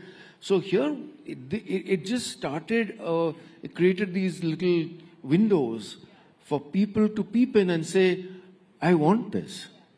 You talk about this being doable. Can I get a quick sort of show of hands on how many people sitting here in this audience actually think they can let go of their life in cities, in metros, to go back and stay in their village? Wow, I'm seeing more and more numbers go up. Wow. So you people, if you had a choice, you would let go and you would go back. Yeah? So what's holding them back is a lot of stuff. Is perhaps not knowing where my child will go to school, is perhaps not knowing what my source of income will be, is perhaps having to wait, not get 5G network maybe, and perhaps having to not, get like instant deliveries and all of that. But look, why is it so important? What I'm hearing from this is that there is a craving, but it is so hard to let go. See, I think there are 2 kinds of cravings. Cravings by our conscious mind, like material things that we want in the world. And then there's an unconscious craving which our soul has. And if you look, everyone's gravitating more towards nature. Most people they crave nature because we're part of it. We're not separate from nature, like I said. So most people have that idea that they want to go back. A lot of people say, like I think in Mumbai, they have this saying that I'm resilient. I love Mumbai, which is great. But you have the same amount of people complaining about the quality of air and infrastructure and everything else. So somewhere we like to fool ourselves as human beings. To Delhi. Whoever is complaining about Mumbai, we're a little bit better right now. So, we'll keep Mumbai right now. No, but I want to go back to the point that you actually spoke about. Of late, our lung patients have increased 3-fold. And we actually prescribe people to change where they live. Because there is no solution. The steroids don't work anymore. And we are actually prescribing that people, if they have the ability to move out, they move out. And a lot of our lung cancer patients in Delhi and Mumbai actually move to hill stations, they move to Goa, and their recovery is so much better because they have the right environment. So it's extremely important for us to understand that most of us are craving nature in different ways. That's why we're constantly looking at holidays, and that's why you can go to New York, you can go to Paris, you can go for a city holiday, and people come back and say, oh, I need a holiday to recover from this holiday. But you go to a place where there's nature, and you just want to keep going back there over and over again. So, is this a cyclical sort of a trend? We did see this happen during the pandemic, right? Everybody not able to pay rents, etc., went back, but so many of them did come back to the city. So what happened? I think some companies wanted people to come back. A lot of people quit their jobs and stayed on. Because as our tech infrastructure improves in villages, like when I had to move back for the pandemic, I couldn't see patients face to face.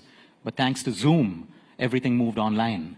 So you could have almost everything continue. And it's a choice. Some people love the city life. And I think at different ages, you have those different feelings. But I see a lot of the youth now growing up and they crave nature and they don't want to come to cities. And that's why I hope the infrastructure improves so people have the ability to create the same success within cities from their villages as well. Where I'm coming at also from why this is cyclical in nature and why a lot of people perhaps had to come back is that many find this conversation, I don't know if there's a nice way of saying it, a little privileged. Many would say that only those who are privileged enough to work from, say, a remote area can do so. So how does one tackle that? Shweta, I'll come to you. Well, before that, I want to say that the fact that you say why people are coming back to cities, I feel sometimes, and especially out of friends that I know who've come, tried, and living in a smaller town, but then going back home, I guess it's that fear of being irrelevant or that fear of falling behind.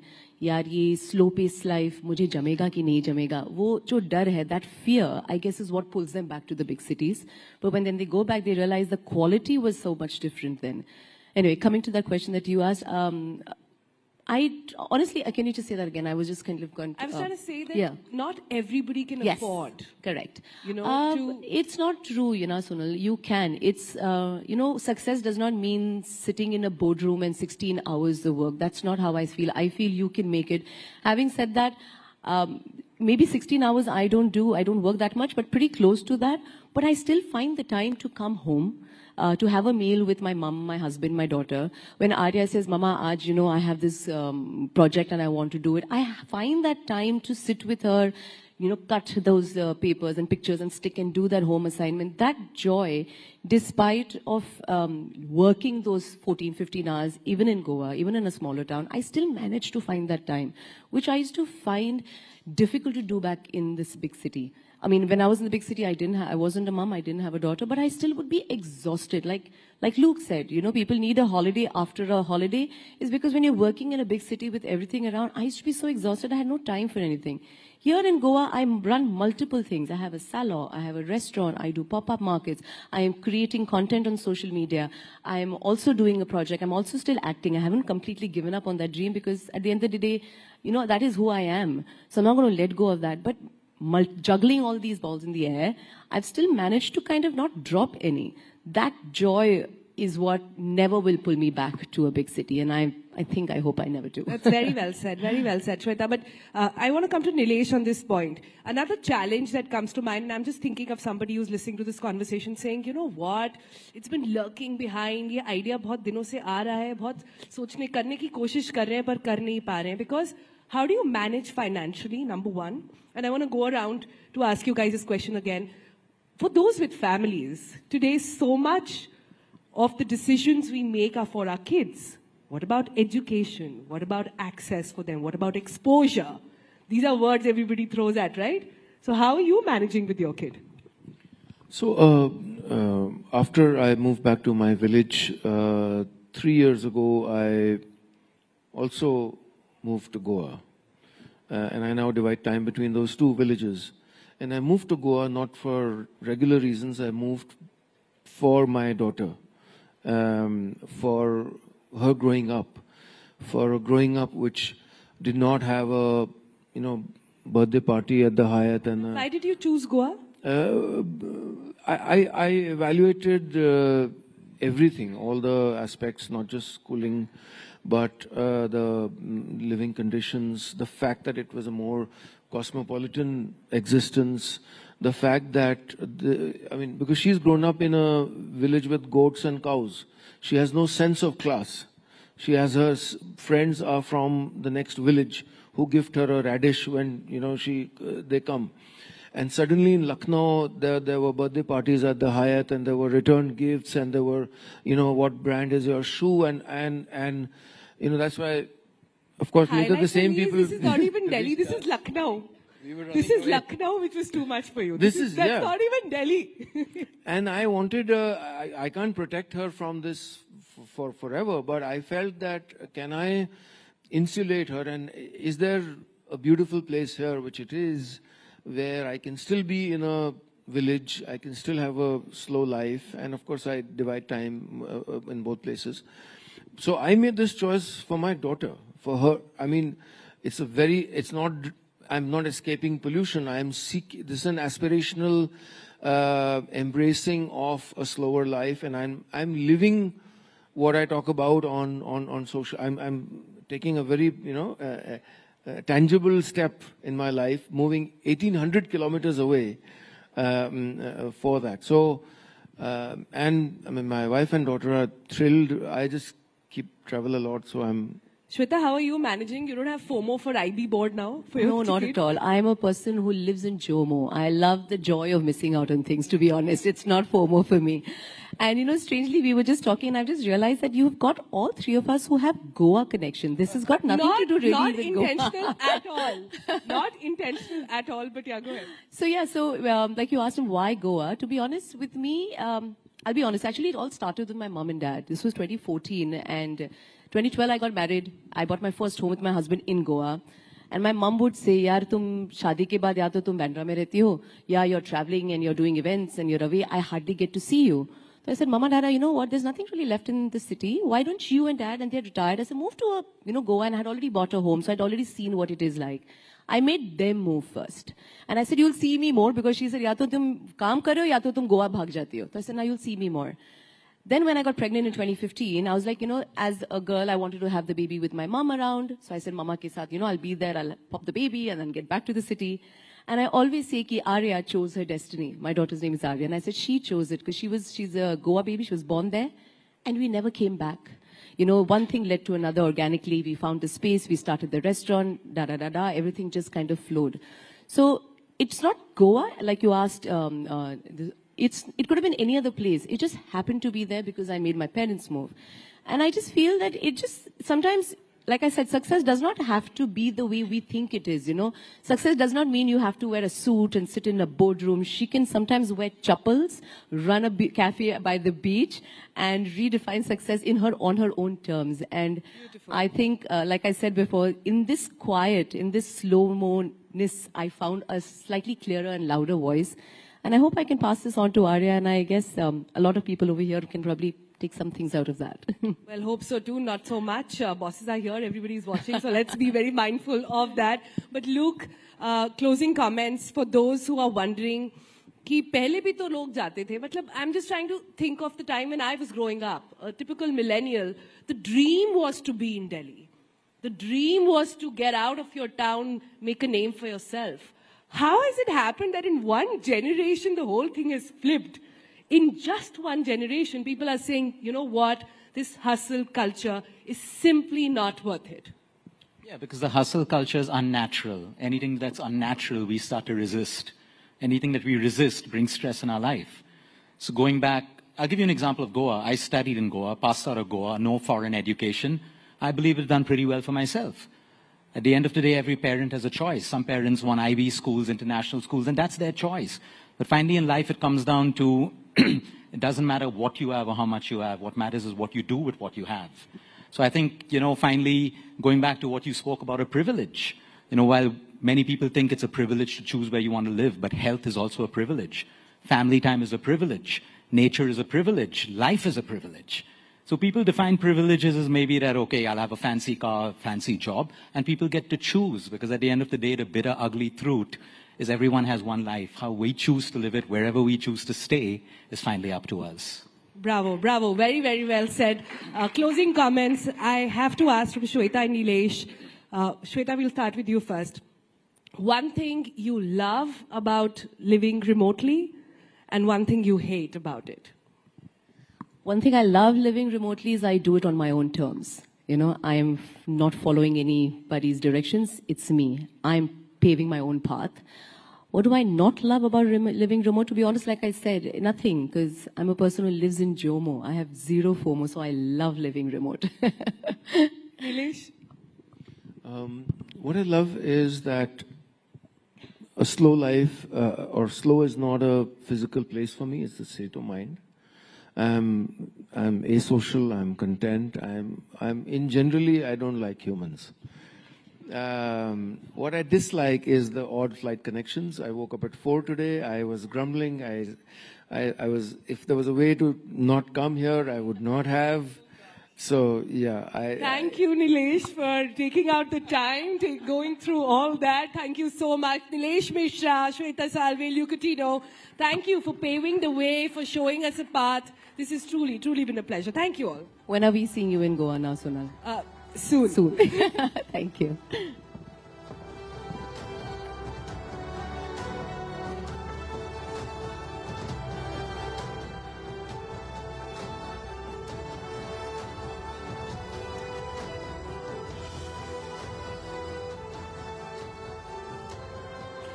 Thank you. All right, we're going to move now on from the beautiful beaches of Goa to a very, very different discussion. But we'd like to thank everyone who just joined us on stage. We're shifting focus entirely now from this to something different.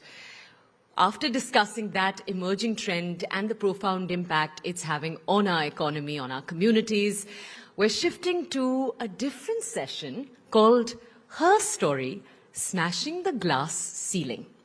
So we're going to have with us on stage incredible women who've defied expectations, shattered barriers, and redefined success in a few different fields.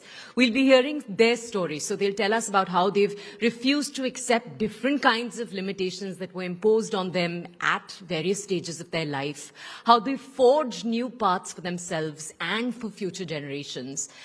Just in a few moments, we're going to have the voices of trailblazers who've smashed that ever-present glass ceiling that we talk about. And they're going to share their stories about how they continue to inspire the women around them in their lives to reach higher, push harder, and break through every boundary. Let's give a huge round of applause. I'm just going to introduce our next guests first before we do that, and then we'll have them on the stage. We have Dr. Sangeeta Reddy. She's the Joint MD of Apollo Hospitals Group. She's also the chair of G20 Empower India. We'll have them on in a second. Right after that, we'll also have Devjani Ghosh, the Distinguished Fellow of the Niti Aayog. And we're also going to have Sindhu Gangadharan. She's the Chairperson of NASSCOM and the MD of SAP Labs India. And taking this conversation forward over the next few moments is Shireen Bhan. If we could now have you all onto the stage, please. Let's give them a warm round of applause.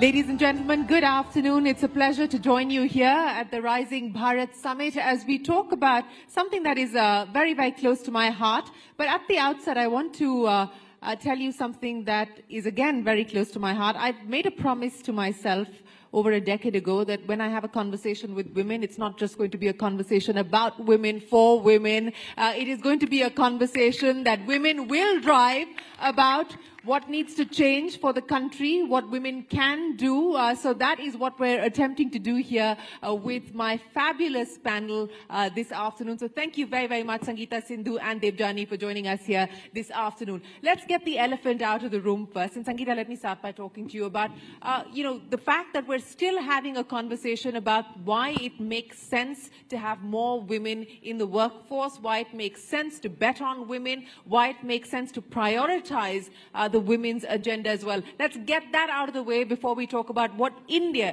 needs to do and get the women's perspective on that. So, good afternoon and thank you, Shireen. Why it makes sense? I think the main question is, everybody knows it makes sense. Why are we taking so long to get it done? Yeah. So I think that's really the reality of the issue. But if you take the numbers, this is an economic channel. It is, world. 483 million women in the working age group. Their contribution to GDP is about 18%. Are they sitting at home? Are they having a good time? Are they relaxing while the husband goes to work? No, they're not. 343 million women are actually working, but in the unorganized sector, significant one of them. So I think the first and important thing is that we do not recognize and acknowledge the care economy, the work that women do at home, and therefore we've created these numbers which say 18% of GDP comes from women. What if you just quantified that and said if they had a nanny, what would they pay? And if they had a cook, what would they pay? So that's point number one. The second thing is that it is clearly identified that if these women had equal opportunity, equal pay, and an equal ability, the contribution to GDP would be over 770 billion.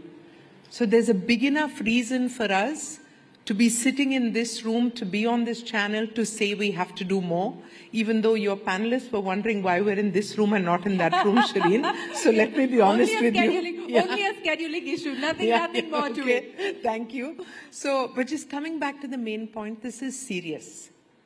I've sat across the table, kitchen table from housewives who make household snacks, but didn't get a bank loan to take their business over 5 lakhs. Yeah. I've spoken to women, who have done garment businesses and grocery businesses and, so the entrepreneurial spirit, the need to make money, the need to be relevant is all translating now into this. It is this beautiful moment in time when we can take it to the next level.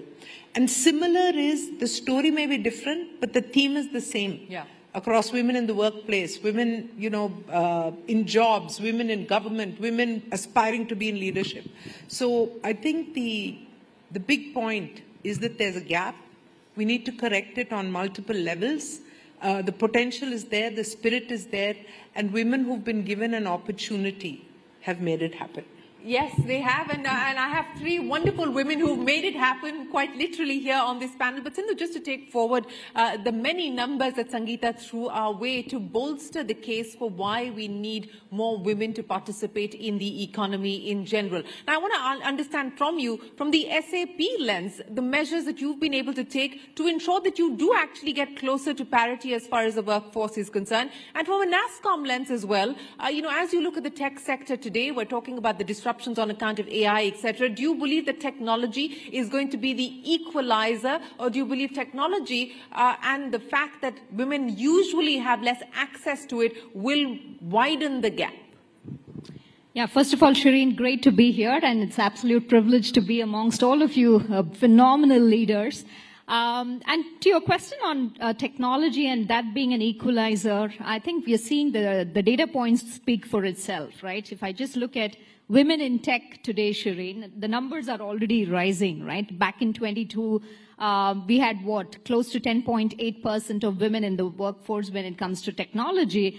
And now if I look at the numbers, that's already moving up to close to 15%, right? So there's a significant rise in that. And you might think it's not too much, but it's getting there, right? But it's a different story at the leadership level. Yeah, and I'm coming to that. I think on the entry level, we are doing great. Also, India, from a demographic dividend as well, we have 35% of women in tech as of today. And that number is only growing. And also from a STEM numbers, right? Today, India is the largest when it comes to tech graduates, women coming out in STEM. But you're absolutely right. As these numbers go up, as these people move up the ladder, you see that what I call as a drip effect, right? People start dropping off, and women, particularly in their mid-level career points, you see a drop off, and that even more moving forward to the C-suite, you see a significant drop. And the reason being also multifaceted, right? It's not just one size fits all, but it's really about family pressures that come up at that point in time. It's also about an absence of role models to a great extent. It's also many times organizations not having flexible policies, work culture. And lastly, I would also attribute it to women to a certain extent, because there's a lot of self-doubt as well in women, particularly when they reach specific levels, right? And this is also backed up by data. I call it the perfection penalty. Yeah, no, and that perfection penalty, it's proven with data, because men tend to apply to roles when they meet like 60% of the criteria, whereas women only apply to roles when they meet 200% of the criteria, right? And LinkedIn behavioral data also states that women tend to kind of not apply to roles and kind of skip out of 20% of the roles just because they don't meet some of the criteria. So a lot of things. And coming to SAP, Shireen, I mean, we also looked at data quite intensely, right? And we also saw that some years back that women, particularly in the midpoint of their careers, were dropping off. And one of the reasons, like I said, was also the young parents, right? They need to take care of their kids, and most of that pressure many times fall on the women.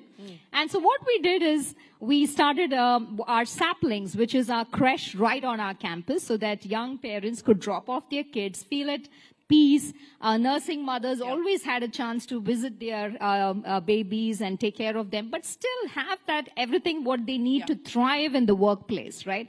And this is one of the many things that we did. And today, if you just look at our numbers as well, we are shining through in terms of getting to that 50% target of women in the workforce. That's something that we are very much focused on. Also, if you look at our accelerator programs with startups, it's not just about our own women in our workforce. We're also making sure we have dedicated programs where we bring in women entrepreneurs, give them access to our technology, give them access to leaders whom they can emulate, role model. And we have a very intentional focus on also calling out and talking about women leaders in the organization. Because on one hand, you can have the greatest of policies, but if people don't have role models to look up to, that also has a challenge, right? So quite some things happening to get there, and technology, no doubt, is an equalizer. Is an equalizer. But, you know, that's such an important point that you made there, Sindhu, about showcasing role models.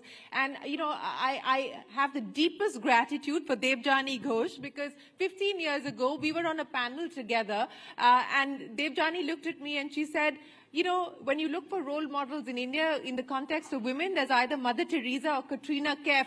We have nothing in the middle. And that set me on a path to actually find women, showcase women across different sectors, across different industries. And that resulted in our first show called What Women Really Want. And that resulted in our big campaign, Future Female Forward. So Debjani, eternally grateful for you know, really showing us the mirror.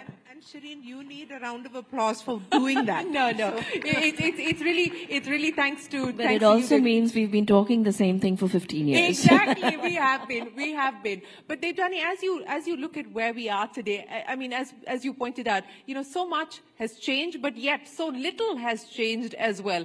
From a point of view of where India finds itself in the world, from a point of view of this backlash globally against now what is being sort of, you know, thrown under the bus as diversity and inclusion, do you worry that there is going to be a further setback to the cause of more women participating in the workforce? No. And that's completely my personal point of view. But I honestly think diversity and the whole focus on diversity didn't do much for the cause of women. I think if anything, it will start beginning to hurt the cause of women. We were almost being treated as someone who deserves that seat because of our gender and not because of our capabilities. And I've always fought against that. I've always stood against that. I think having a more inclusive charter to say that talent will thrive. Yeah. And if you have the talent, you have the capabilities, then we are not going to look at anything else. It's the best thing that can happen for women. Because what I'm convinced about is, given the opportunity to the right quality education, women will thrive. women have the mindset, they have the hunger, and the hunger is just growing. The next generations don't even need support. They are hungry, they want to make a point. Yeah. The hunger is growing. So I think we have to figure out how to move the blinkers, how to move those filters, that legacy, you know, the baggage of legacy that we carry, that mindset of judging someone based on, are you, especially at a leadership level. The reason why we don't have a lot of leaders in leadership positions is because the CEOs are all men, or mostly men, with a few exceptions that we have. And when they hire, they want to hire people who are just like them. Exactly. So immediately gender filter comes up. So these are real problems that need to be looked at. But I have never been a big fan of the whole diversity agenda. I've been a much bigger fan of inclusion. No, you're absolutely right. And I'm glad that you point that out. And I think that once you start to create a culture of inclusion, and that includes much more than just gender, it truly talks about diversity in the workforce, you can achieve many of the outcomes that we are discussing. But I want to talk about where India finds... Just one thing I want to add to that, it should be merit-based inclusion. Yes, of course, of course. I want to now talk about where India finds itself, and I want to get the women's perspective and the leaders' perspective on this. It's a tumultuous world. It's a volatile world where every minute there's a tweet or there's a comment that is shaking global markets. It's changing business confidence and investor sentiment. Within this milieu, you know, the opportunities that you believe India enjoys, the advantages that India should leverage on. Sangeeta, I want to start by talking to you about that. What do you believe India can do? What do you believe India should do? How should we position ourselves in this global environment? So I think as an opening, I would say we need to continue on some of the good things we've been doing. On the women agenda, just the phrasing of the terminology of women-led development versus just women development itself was a game changer, because it showcased the ideology that women can lead society. But going on to a broader canvas, I think, like you rightly said, all of us are seeing from stock market to tariffs to a changing impact of AI, the world changing. It's very critical for us to really start thinking about what is the world we want to shape in the next 3 to 5 years. India's been playing a catch-up game. We need highways like this, we need technology like China, we need manufacturing like here, we need jobs like this.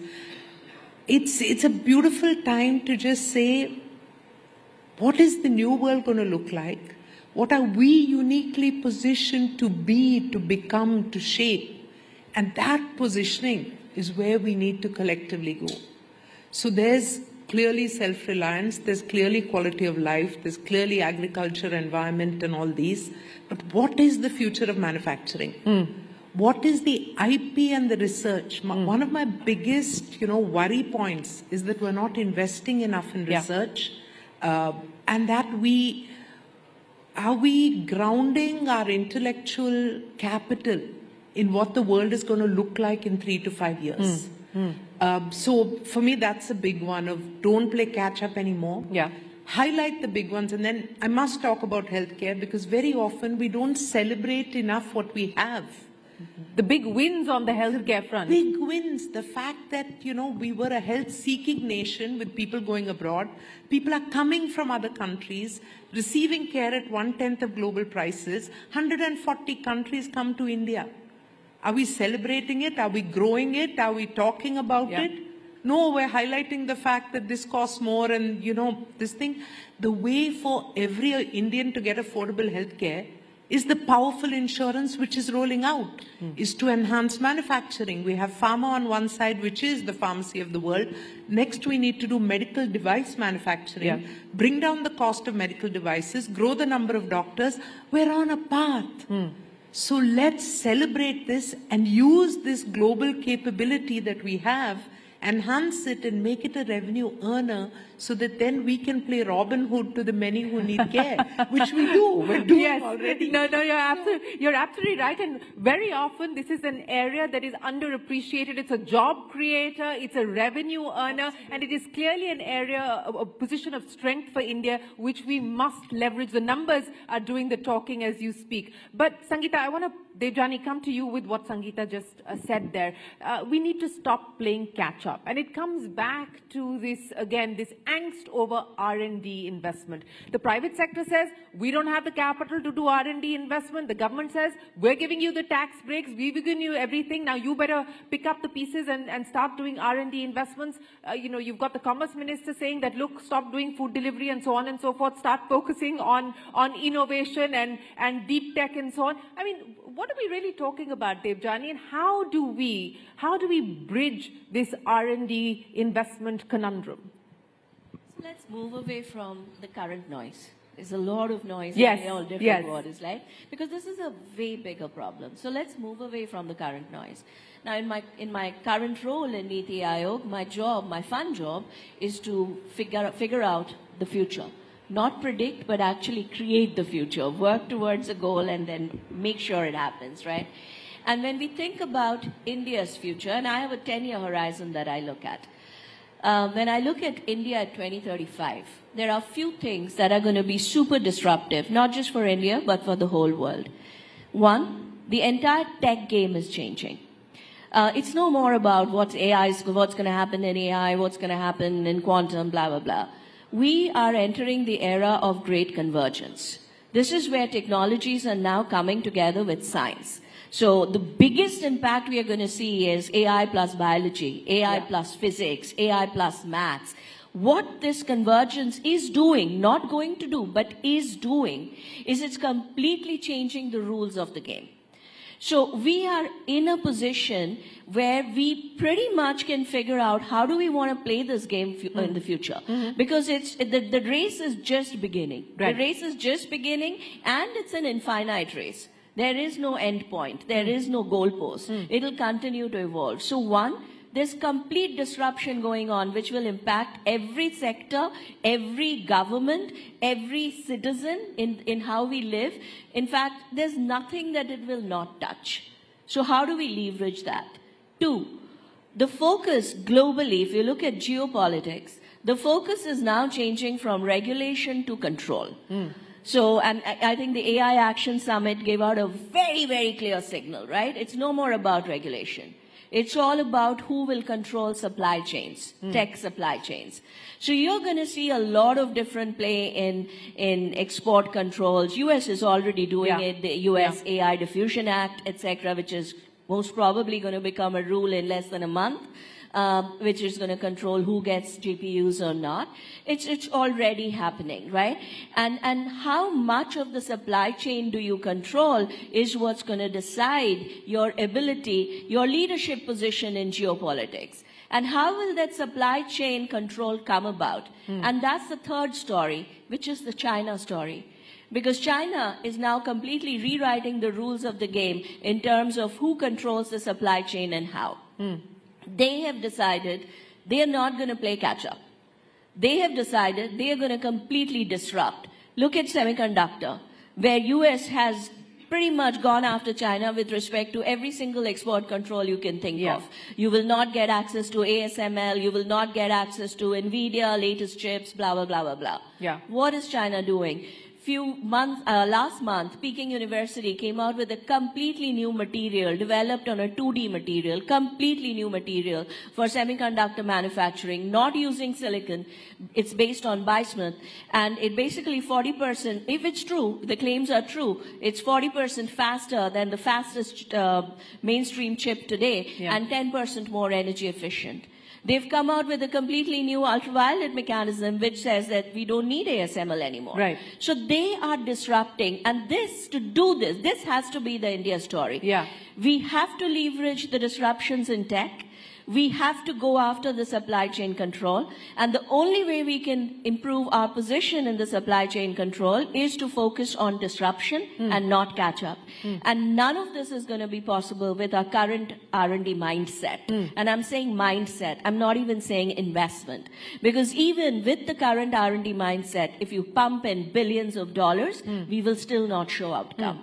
No, so this is what I want to get into, this R&D mindset that you speak of. And Sindhu, let me bring you into the conversation as well. Because, you know, one of the big positives of the India story over the last decade has been the global capability centers, the GCCs, everybody's talking about them, whether it's Microsoft or any company at this point in time. You know, the largest base outside of their home bases are sitting here in India, and it's actually IP that is being done here in India, so it is being developed in India. So there's not an intellectual capital perspective. Then what is the issue? If we seem to have the R&D mindset to do GCCs, why don't we have the R&D mindset to do India-driven IP? Yeah, I think I love what Debjani said, right, in terms of focus. But I think the thought process, Shireen, is how do we bring this mindset right into education systems? Because yes, we are all able to do it. I mean, just take SAP as an example. 25% of the patents that come out of SAP globally come out of India, right?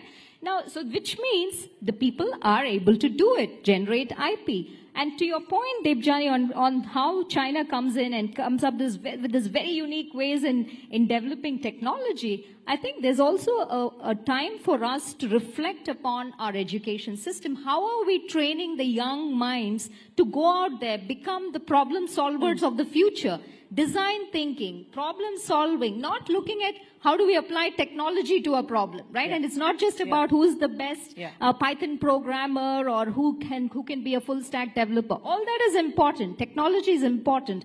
But how do you step back, look at problems? How do you design for scale? And this is the mindset that we are trying to change, and we have to change if we get to solve all, if we want to drive that kind of IP creation at scale, not just for the world, but for solving the problems in India. And this is also why that strong collaboration between the industry, between the government, between the education needs to be fostered much, much more. We need to go to the schools, look at how are we applying technology for real world problems and make them understand what it is when we talk about business problems.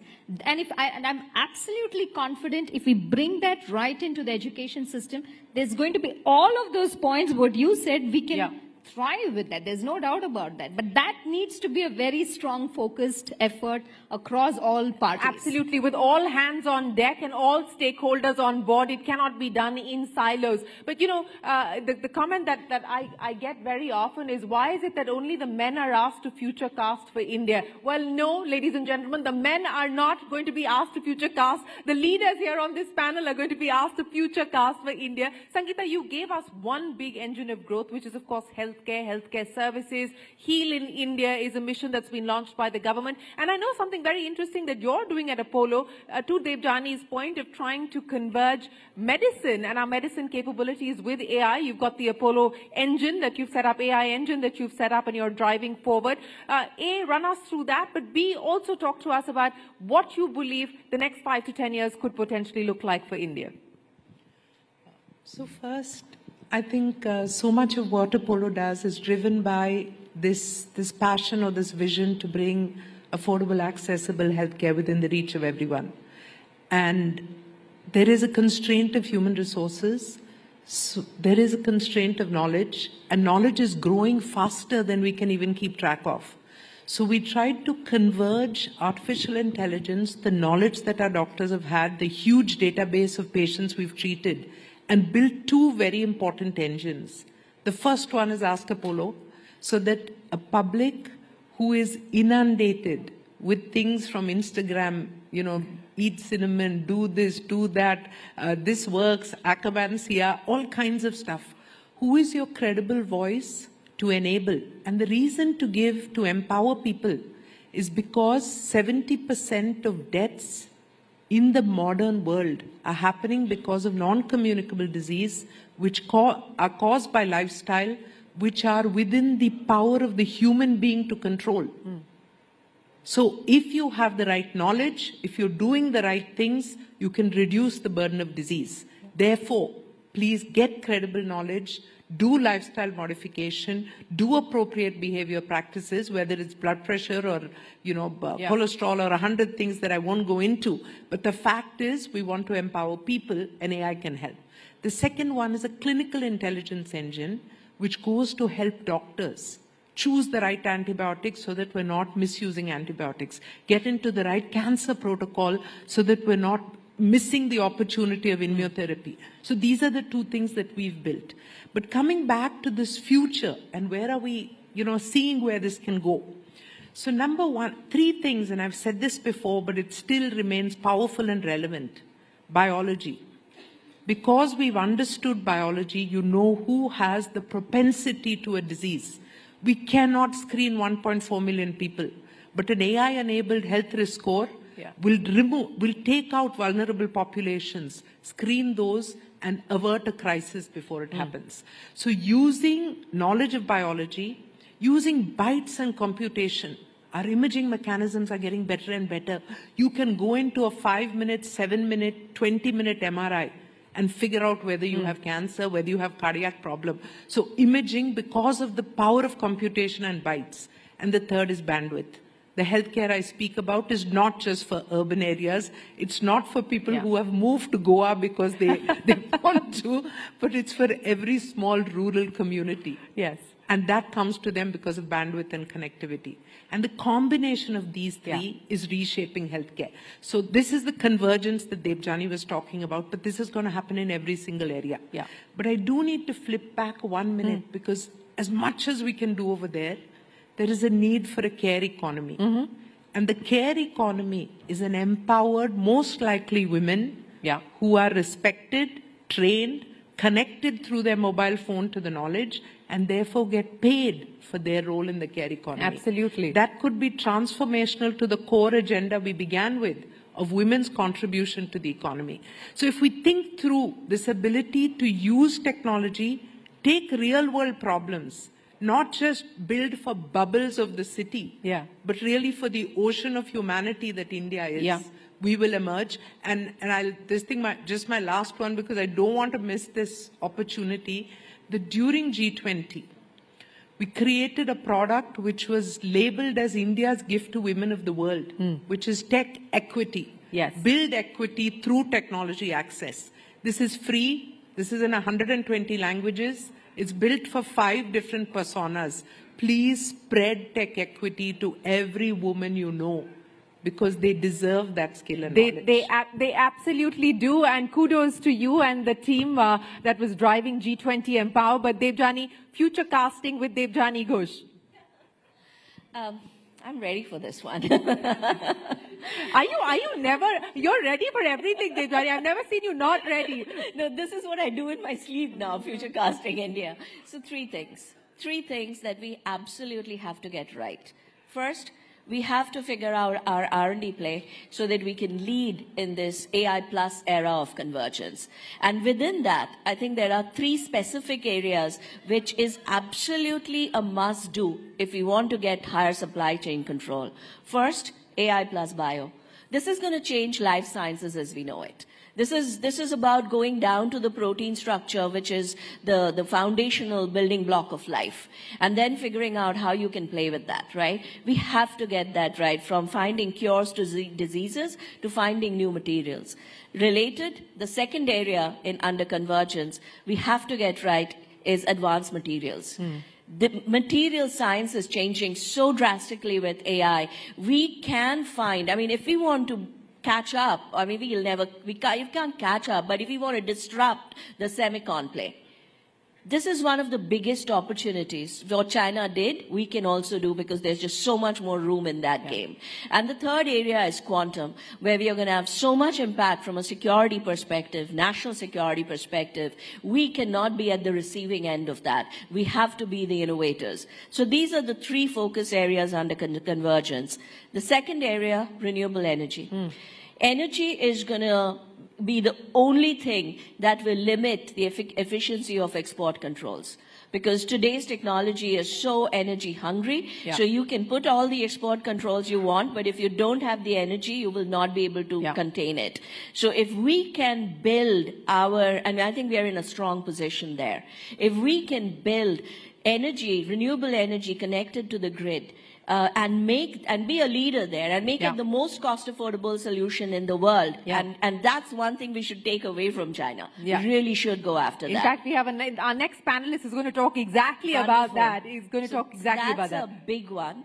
And the third one is a little different. But I do believe that the current tech model is majorly messed up. What we've done is, within the tech framework, we've put AI or technology at the center of the framework.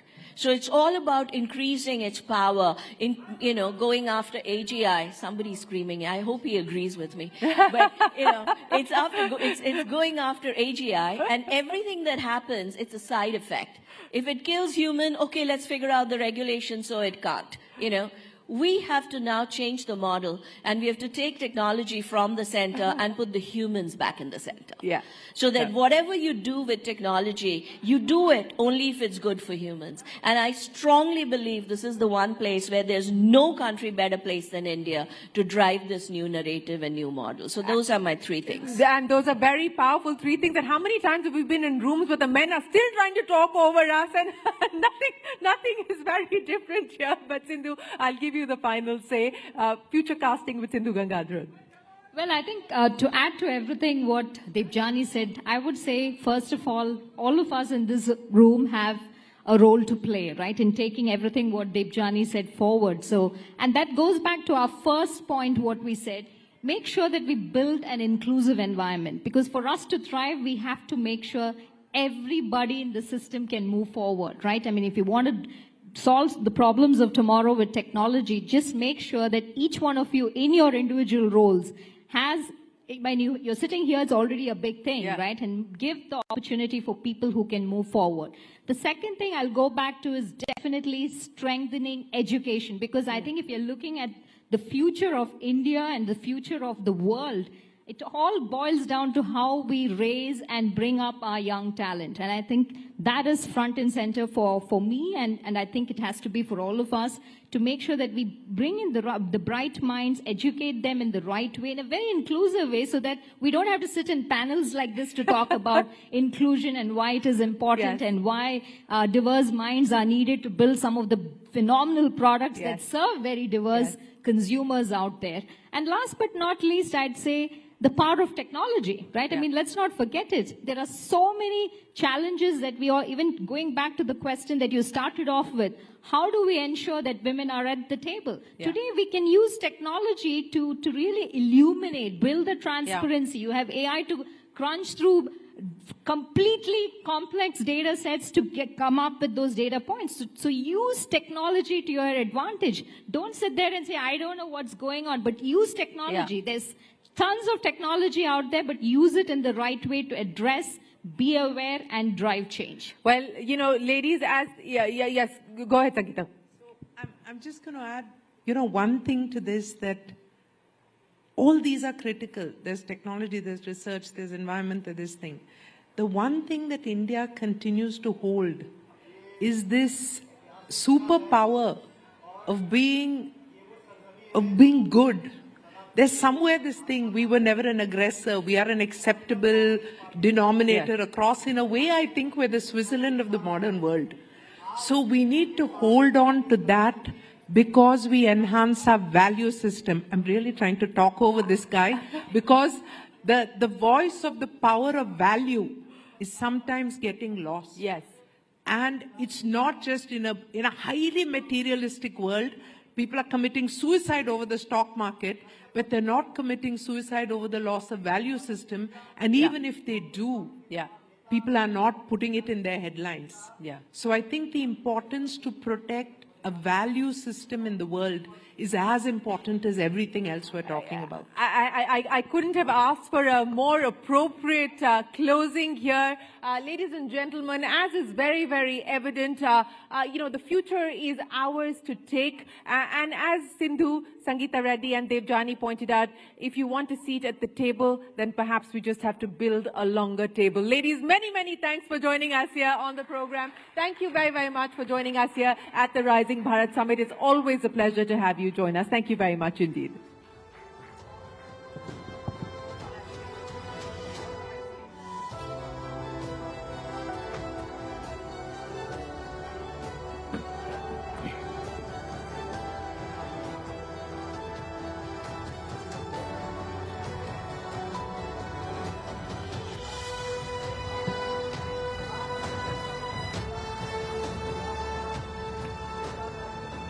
वाकई में नारी शक्ति का ये सबसे powerful session था। एक बार फिर से जोरदार तालियां इस बेहतरीन सेशन के लिए। वैसे कहते हैं कि नारी शक्ति सिर्फ एक विचार नहीं है, एक क्रांति है, और इस मंच पर आज यही क्रांति हमने देखी है। मूविंग फॉरवर्ड, आगे बढ़ते हैं और अब हम फोकस करते हैं एक ऐसे मुद्दे पर जो हमसे और आपसे जुड़ा हुआ है। जैसे जैसे दुनिया क्लीन और ग्रीन एनर्जी की तरफ पिवट कर रही है, वैसे ही कुछ कंपनियां हैं जो इस ट्रांजिशन के फोर फ्रंट पर खड़ी हैं। उनमें से एक है विक्रम सोलर। जी हां, उनका सफर और इनोवेटिव अप्रोच रीन्यूएबल एनर्जी की फील्ड में सिर्फ सोलर पैनल्स बनाने तक सीमित नहीं है। यह है ग्लोबल एनर्जी फ्यूचर को शेप करने का मिशन। और इस सेशन के जरिए हम जानेंगे कि कैसे, जी हां, कैसे विक्रम सोलर कंट्रीब्यूट कर रहे हैं ग्लोबल क्लीन एनर्जी ट्रांजिशन में, क्लाइमेट चेंज के खिलाफ मिशन का हिस्सा बनकर और एक sustainable low carbon future create करने में मदद करने, not just for us but for generations to come. तो चलिए एक बार जोरदार तालियों के साथ स्वागत कीजिए, वेलकम करते हैं mister Gyanesh Chaudhary, chairman and MD Vikram Solar. May I also invite Sonal Mehrotra Kapoor on stage to take the conversation forward. Welcome, thank you.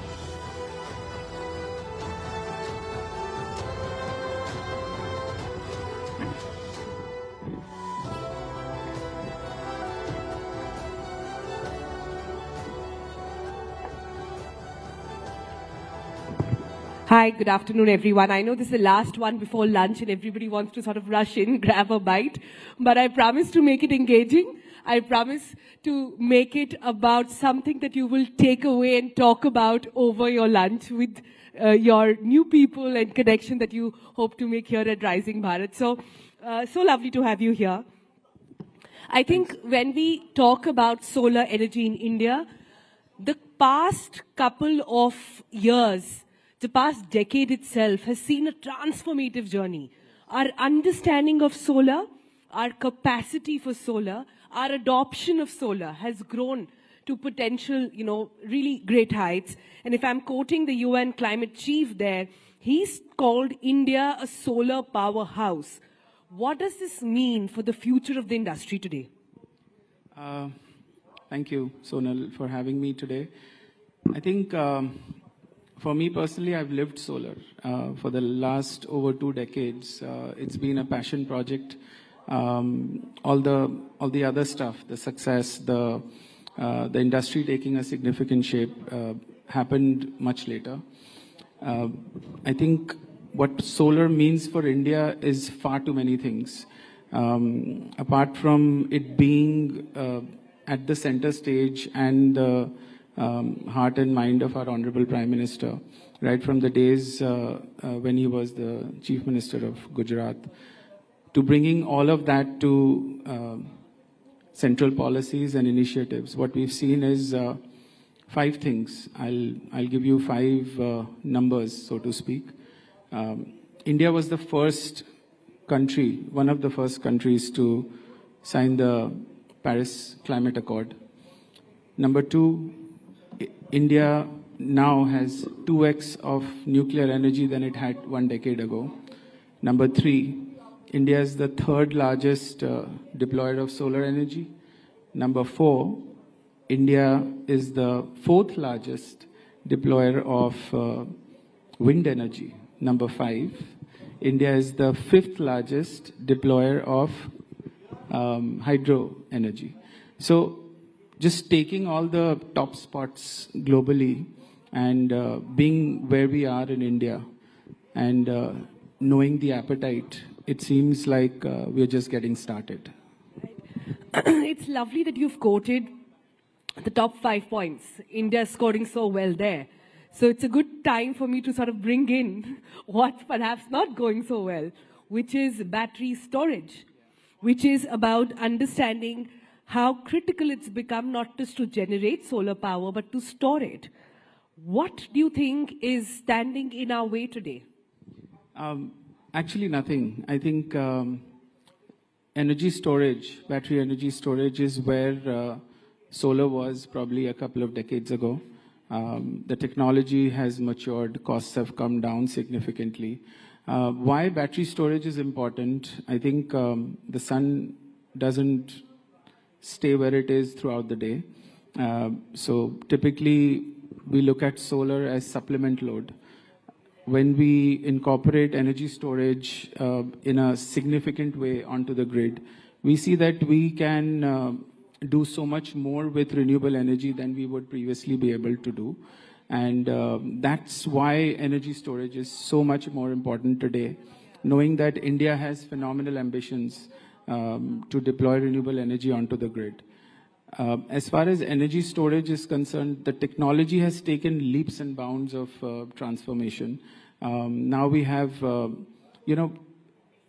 generally, I apologize for that disruption. That's okay. I think there's a leak that's happening on stage. If I can request the production queue to sort of fix that, please. I think there's a leak of audio happening right on top of where we are sitting. So if you can just take care of that, that would be really lovely. Yeah? If the power-packed women on the stage earlier could not handle this, I certainly can't do it. Let's shut that power off then, huh? Yes, Just power it off. We need more power, not less.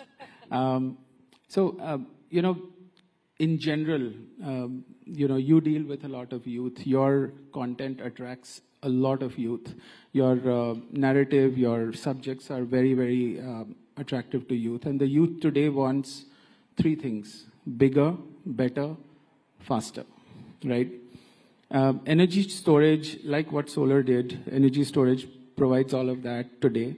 There is better storage, there is more condensed, more energy out of smaller form factors.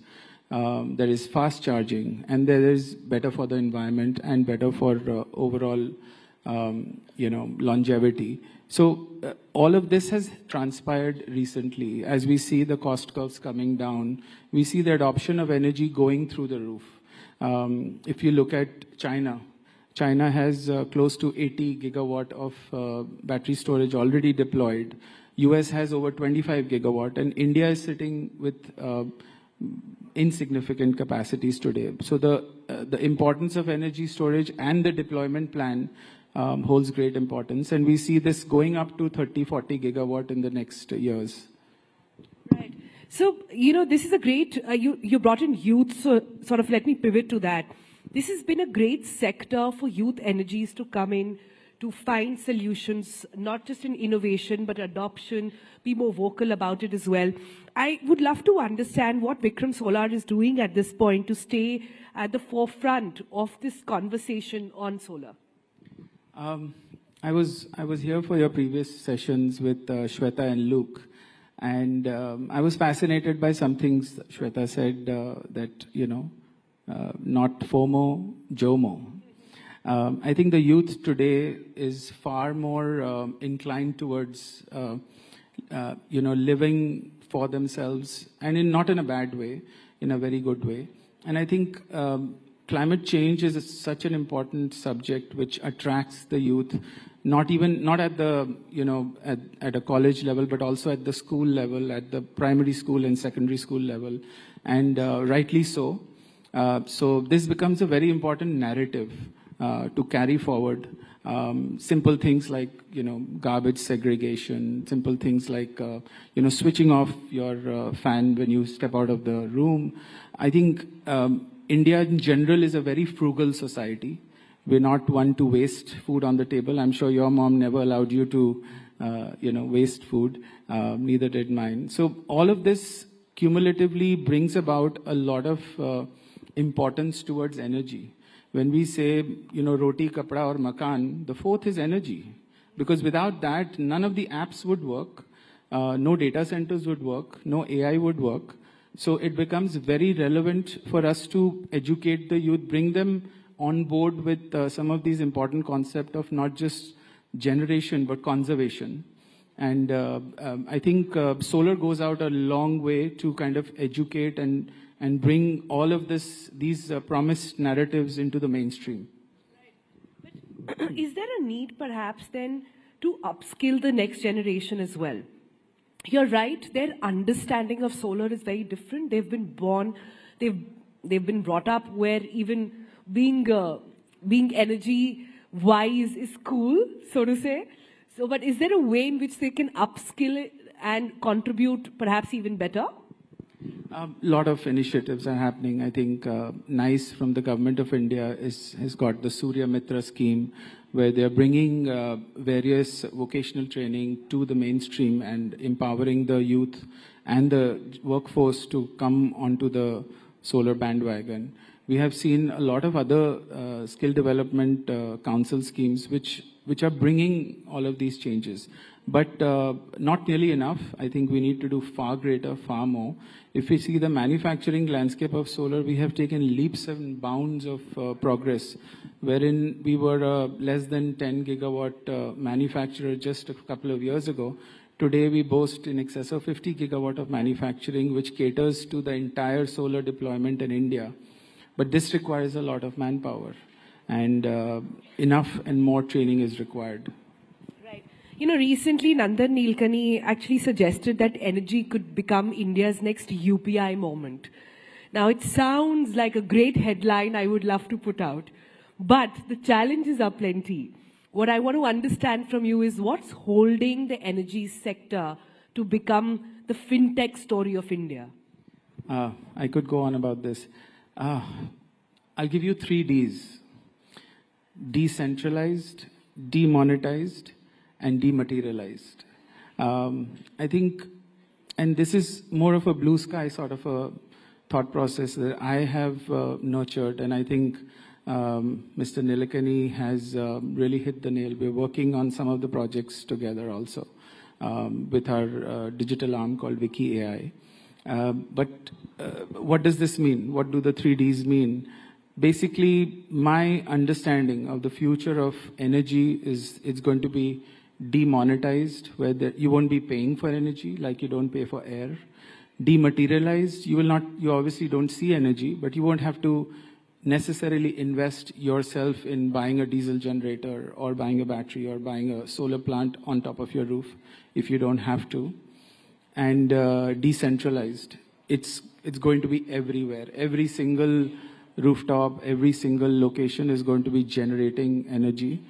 And all of this will be transactional through the way we see UPI.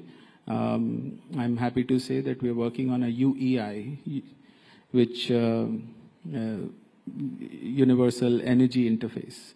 So a lot of things are happening, which... You mean like an interface where energy can be traded? Exactly. Yeah. Exactly. And wouldn't that be amazing? Like you have a party, Sonal, in your house and you need more energy. I have extra and I transfer that to you through the UEI interface. Wouldn't that be amazing? Wouldn't that make for a really beautiful world? I actually will have to be really nice to my neighbor and vice versa. Always be nice to thy neighbor. Yeah, but I'm trying to understand how can companies like yours, how can Vikram Solar actually help in ensuring that this sort of fintech dream is realized sooner rather than later? We were talking earlier and you started well, ahead of the curve. 2005, there was very little knowledge, let alone advocacy or even acknowledgement, adoption of solar.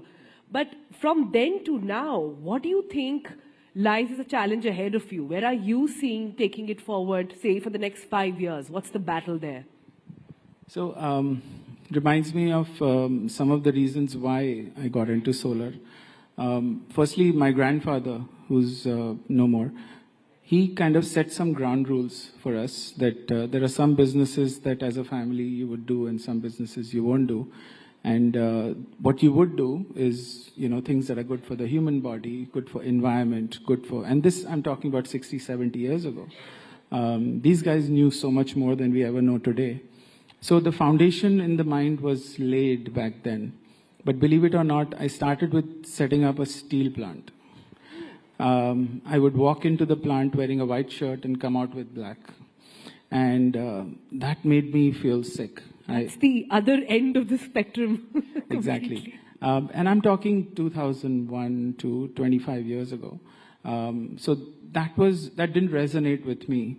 And soon I started researching and figuring out. And my father was a very big driver for this to be much ahead of the times. And stumbled upon solar technology and decided to get started with it. This is back early in 2005-06. And it was tough. Nobody knew what solar was. In general, the basic explanations had to be, okay, this is the sun and this is the solar panel and this is how energy translates. But from that journey, from then to now, the conversations have far, far improved. Solar energy is mainstream. Everyone knows about it. Everyone wants to invest in it. And as I said, because India is a frugal economy, the cost curves have come down by 85%, which makes it affordable also. Yeah, it does make it affordable. How convenient is perhaps the question. But you did bring up the issue in your 3 Ds earlier of decentralized, which is often a cause of debate in the sector as well. We have seen that large-scale grid-connected plants versus the decentralized rooftop solar solution. There is a massive divide between which side to really sort of proceed with. What is your view? I think we need both. For India, which is on a fast pace of growth and development, we see 3 to 4% of additional energy plugging into the grid needed by the consumers every year. I don't see these numbers anywhere else in the world. And that goes out to say that India is a fast-paced growing nation which needs all this energy. To expect all of it to come from solar or purely renewable sources would not be possible, not at the moment. But certainly we are aiming to be at least 50% of the overall India energy requirement. Right, so you're saying somewhere of a balance is what is required. Before I wrap this up, I have to ask you, I think the problem at a macro level with India at the moment, and since Rising Bharat this year is about youthful aspirations, let me sort of plug that in. Everybody wants to do right. Everybody wants to ensure that they have that solar power. They are conscious about the environment, want to do the right thing. It's a question of not what they want to do, but how. Is there a tip that you can share with industry leaders, people, etc., on how to actually bridge that gap? Today, I believe that if you were to, that's why UPI is such an exciting example, because if you did give people that tool in their hand, they would use it. But what's keeping us from that, and perhaps what can be done to ensure that that gap is bridged? I think a lot of it has to do with choices we make. Every day we're making choices: what to wear, what to eat, where to go, which friends to make, what car to drive. I think this is also a choice, and if we choose to be on the right side of history, where we are a part of this movement called climate change and climate action, or we want to be on the other side where we are okay with whatever's going on. If you see, the most talked about subject the day after a natural calamity is climate change. But the day after that, it's probably Kim Kardashian or something else. So people move on. I think that needs to change. We need to be more conscientious of what we receive from the environment, and at least if we don't give back, we don't pollute it for the next generation. And I think I, being a climate enthusiast for as long as I can think of, I dream, sleep, eat this. Great. Here's hoping that your dreaming, sleeping, and eating of all this enthusiasm has sort of percolated down through your work as well. Thank you so much for being here with us and sharing your story. Yeah, thank you.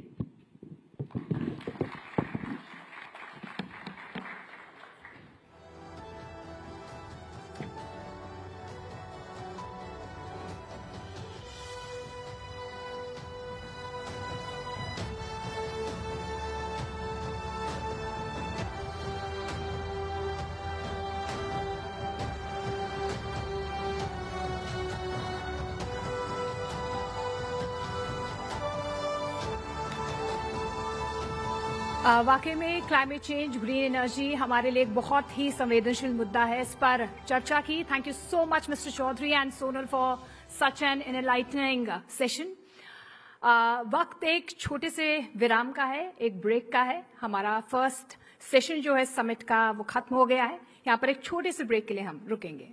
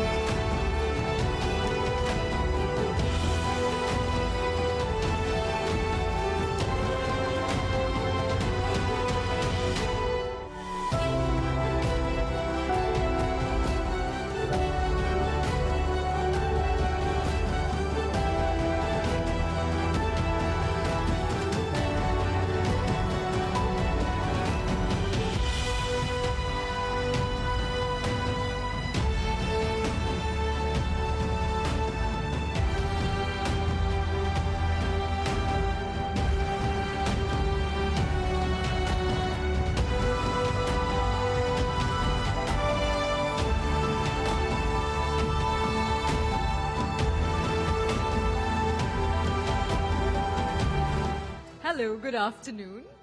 A very, very warm welcome to all of you at Rising Bharat this afternoon. Rising Bharat is a two-day summit that promises to be nothing short of transformative.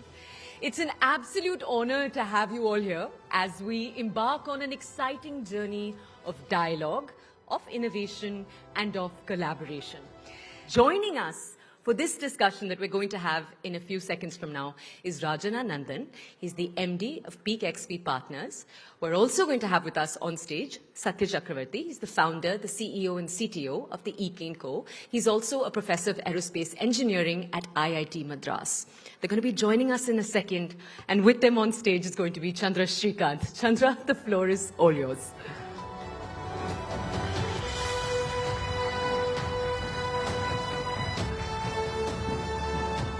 Please welcome Rajan Anandan from Peak 15 Partners. Rajan, one of India's best-known VCs, investors. And pleasure to welcome Professor Satya Chakravarti all the way from IIT Madras, who's not just a professor but the founder of 6 deep tech startups, including the likes of E-Plane and Agnikul Cosmos. A huge round of applause for both of them. And it's wonderful to have the head of IIT Madras, Mr. Professor Kamakoti, here as well. So a nice little reunion here in the national capital. Right. Thank you so much, Rajan and Professor Satya.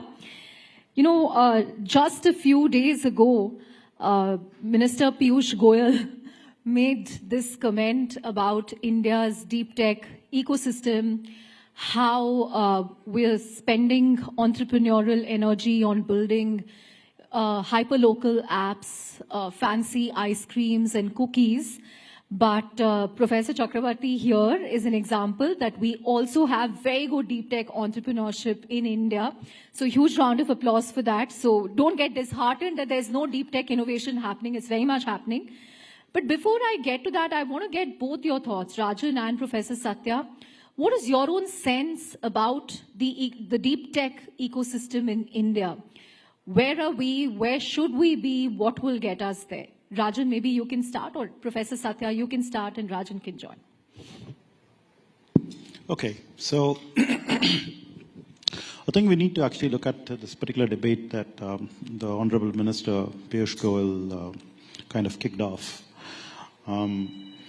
Two things. One, I think, judging by just the number of messages that I get on my LinkedIn asking me to mentor students in different colleges to do their deep tech entrepreneurship, which I used to actually very effectively do earlier. And in fact, at the NCCRD, the National Center for Combustion R&D that we have at IIT Madras, we have harbored, for example, Nutrace, which was actually a LinkedIn Connect, and we got them to do the hydrogen evolution experiments before they could get funded. And I then positioned them to, I think Peak 15, right, as well as other investors and so on. We have Neurostellar that's actually going through that now, Tutor Hyperloop that's going through that now, and so on. In fact, Agnikul Cosmos themselves were actually just doing a cold call on me to say, hey, is it possible for you to support me and support us? And then they said, sure, why not? So I used to do that very effectively, but I'm not able to do that because the number of such messages is now exploding. So on the one side, we clearly see that there are students from all across the country, not just the IITs or any other so-called reputed institutions, but it doesn't matter what the institution is that they are from. They are all out there wanting to actually do this, raring to go. This is on the one side of the story. The other side that you have to actually look at is, what are we actually comparing with? We are comparing with China in that particular debate. And China definitely has, in the last 10 to 20 years, gone leaps and bounds ahead of the rest of the world. It's not just about getting on par with the West. They've actually gone well past the West. Right. Right? So are we there? The point is we are not yet there. But are we getting there? The answer is yes, because what are we talking about is what we call as exponential technologies. So in exponential technologies, we are actually at the lower end of this bend, right? I am particularly optimistic that by the end of this decade, we will actually see for sure that there will be a huge amount of work that happens in deep tech that's a lot more visible, and we will not really have this debate anymore. And we will know that it's actually a matter of time, and it's actually about when rather than if. And I seriously think that that's going to happen in the next 5 to 6 years. That's good to hear that we will get there, and end of this decade is not too far away. It's, 5 years, give or take. But, Rajan, give us your perspective as an investor. I remember asking Vinod Khosla, who backed OpenAI, about this a couple of years ago. Why are we not seeing so much action around deep tech in India? And he said investors in India have been very cautious because they prioritize revenues over asset creation. They are obsessed with returns and spreadsheets, rather than creating deep tech assets. Do you agree with that? Yeah, let me get to that in a second. I think given the debate the healthy debate that is raging, Chandra, I think it's important to start with India today has an extraordinarily vibrant startup ecosystem, right? And I can confidently say we have the most broad-based innovation ecosystem in the world, right? Everything from new consumer brands, travel, gaming, healthcare, financial services, AI, deep tech, right? If you look at the US today, I mean, we spoke about this about a year ago when we chatted. It's really about AI. I mean, if you go to Silicon Valley today, if you're building a company that is not an AI company, it is highly unlikely you won't get funded. Whereas in India, it couldn't be any different, right? Whereas China has, for their national priorities said, we're going to only focus on deep tech, right? Which is semiconductors, EVs, and so on and so forth. So India is actually the country today where we are seeing this broad spectrum and innovation, right? And if you look at areas like, let's look at fintech and digital payments. We're the world leader in digital payments today. There's no question, right? I can confidently say that you can put our fintech founders against the best in the world, and they're better, right? Why? Because we have a large ecosystem. I remember 2015, looking at the top 100 countries on digital payments, India was not on the list. Today, we have 55% of real-time digital payments, right? So I wanted to start with that because sometimes we don't talk about what it is we have going on at scale, right? So similarly, consumer commerce. By the way, to deliver something in 10 minutes in India, in the most traffic-dense cities on planet Earth, is really hard. Anybody who says that that is not an innovation, please go try it. Try to build the infrastructure. It's really hard, right? So I think we should acknowledge that we have this extraordinary innovation that's happening in every sector, right? Agri-tech, brands, financial services, travel is exploding. Now, moving to deep tech, I completely agree with Professor. Look, it's still very early days. Look, basically, Flipkart was founded in 2009. Yeah. It was about 2015 when e-commerce really began to happen, right? And it's now that we are seeing, really new to the world innovations, right? Quick commerce is an Indian innovation. Quick commerce doesn't exist anywhere else. And it hasn't worked in other parts of the world. Has not worked anywhere else in the world, right? So that's pretty remarkable, right? To have a world-first innovation in e-commerce, which is quick commerce. So what we are seeing now is we are probably 5, 6, maybe 7 years into this journey, and Professor and IIT Madras team can talk more about that. But it's definitely happening, right? And I think just give you a sense of our portfolio, we were actually very fortunate to invest in Nutrace, and it's a great story. They actually literally cold called him. Then they went there, they used their labs, they worked there for a while, then they came back to Bangalore. In fact, last year, was it last year or the year before, we invested in our first two semiconductor startups, both came out of IIT Madras, Incor and Nutrace, right? So whether it's space, whether it's energy, whether it's renewables, whether it's semiconductors, in each of these areas. Actually, this morning I was with Pawan Goenka, who's now leading InSpace. InSpace. Pawan said that now we have over 200 space tech startups. IIT Madras Board of Governors. All roads lead to IIT Madras.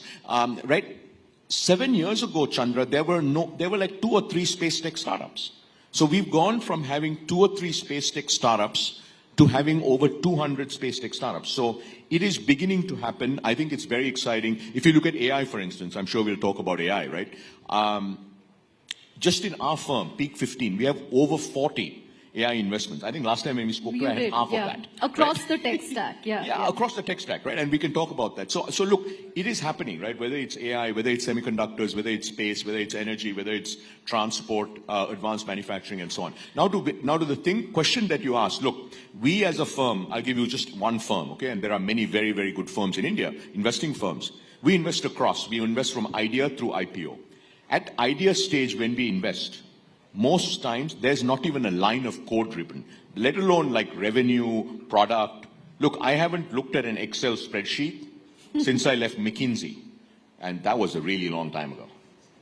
You know, because then I went to Google and Microsoft and all these places. So look, basically, I think that is absolutely not correct. I think what India needs, and I'll wrap with this and we'll spend more about this, is we need a lot more resources going into R&D. Right? If you look at India's R&D as a percentage of GDP, we're at 0.65%. 0.5, yeah. US is at 3.5%, and China is at 2.5%. Israel, and by the way, both those economies are orders of magnitude larger, right? 17, 18 trillion, 2.5%, do the math. 27 trillion US GDP, 3.5%, do the math. I mean, you're talking about 20, 30, 50 times more resources being spent on R&D. And Israel, a country with 8 million people, spends more on R&D than India. Okay, so just to give you a context of how much more we need to do. So in terms of what needs to happen, many things need to happen.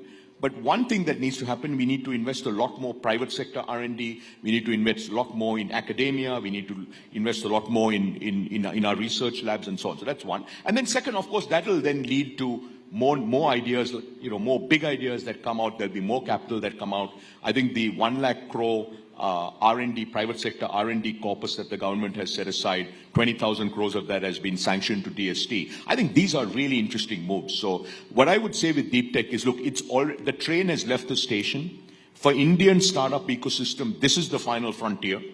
And we are well on our way. So I'm totally with Professor that, look, over the next 5 years, we'll start seeing the first set of big companies come up. And much like, look, it took us a decade, okay, to go from, in fintech, Chandra, we should keep this in mind. Fintech is no small thing. It took us a decade to go from not being in the top 100 companies in the world to being the undisputed number one. Undisputed. And by the way, we did that. This is really important. We did that with real innovation. UPI is based on open source. There is no other country in the world that has a payment rails, that has zero MDR.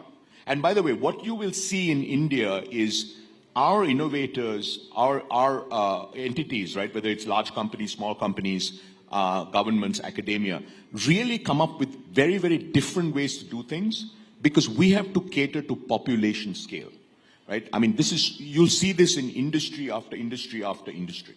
Right.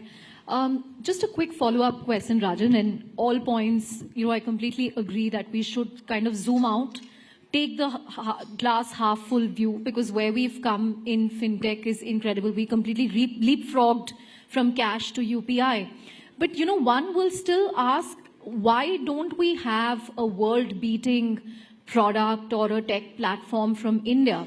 Earlier there was this notion that capital is a constraint, but then you have DeepSeek in China saying that they managed to build a foundational model at a fraction of what OpenAI spent, and they managed to give every single foundational model in the valley a run for their money. So when we have the tech talent, the ingredients, why are we not able to execute that? I mean, hopefully we will see that happen because the government is now serious about, picking and funding foundational models from India. Why can't we do that? And why can't we do what a BYD managed to do to Tesla? Again, there I agree, the government heavily supported them with subsidies and so on. But what is stopping us from creating these world-beating products? We often end up with mental models of the West, at least when it comes to consumer apps. No, but I think that is where, Chandra, that is such an outdated statement. Show me another payments company that looks like PhonePe. Show me another payments company in the world that looks like Paytm. There are none, because UPI doesn't exist anywhere in the world. But you're right. Why is PhonePe not gone global? Because UPI doesn't exist. As UPI travels around the world, I think we'll begin to see that, right? Show me another company that looks like Blinkit. There is none. So I think this thing about we're copycats, it's such an outdated idea. That was true a decade ago. Maybe it was true 4 or 5 years ago. But today I can point you to dozens of Indian consumer companies that are truly India-first innovations. A company called Sri Mandar. It's extraordinary. Nothing like this, I don't think, will ever exist anywhere else in the world because it's building to India's unique needs, right? Now, in terms of why have we not had, let's say, a deep seek, right? Firstly, we should keep in mind we're still very early in the game, okay? IT services, Infosys was founded 1983. Yeah. Right? So we are what? 93, 2003. We're 42 years in. 42 years in after Infosys was founded, 2 of the top 5 IT services companies in the world are Indian, TCS and Infosys, and 5 out of the top 10. Okay? If you look at AI, the ChatGPT moment was 2.5 years ago. Yeah. Right? And we're already saying, how come we don't have the world's best? What I can tell you, by the way, all roads lead to IIT Madras. Sarvam, by the end of this year, or one of the other companies will have the best performant, lowest cost Indic language models by far. That's a guarantee. Because, you know, we are on, you know, so it just takes time, right? We can't wake up and say, hey, how come we haven't had it? You know, China has, I mean, you know, the amount of dollars that the Chinese government has invested in mobility, in solar. I mean, they are, you know, as large as our economy, right? Over a period of 20 years, they have invested more dollars than the size of the Indian economy in some of these critical sectors. And they can do that because they have an economy that's 17 trillion and we're, you know, soon going to be 4 trillion. So what I would say is, look, we should keep in mind that we have extraordinary talent. We have shown in sector after sector. By the way, I don't know how many of you tried to use a mobile phone in New York City. It's very hard to get data connections, right? Everybody has great mobile connections in India, right? So I mean, you can go on sector after sector.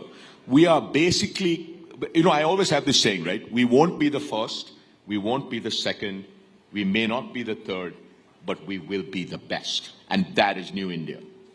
We will absolutely be the best. Right. Plays into the Rising Bharat theme that we have. But Professor Satya, what I want to know is, what is it about IIT Madras? Why are other educational institutions not able to replicate this at scale?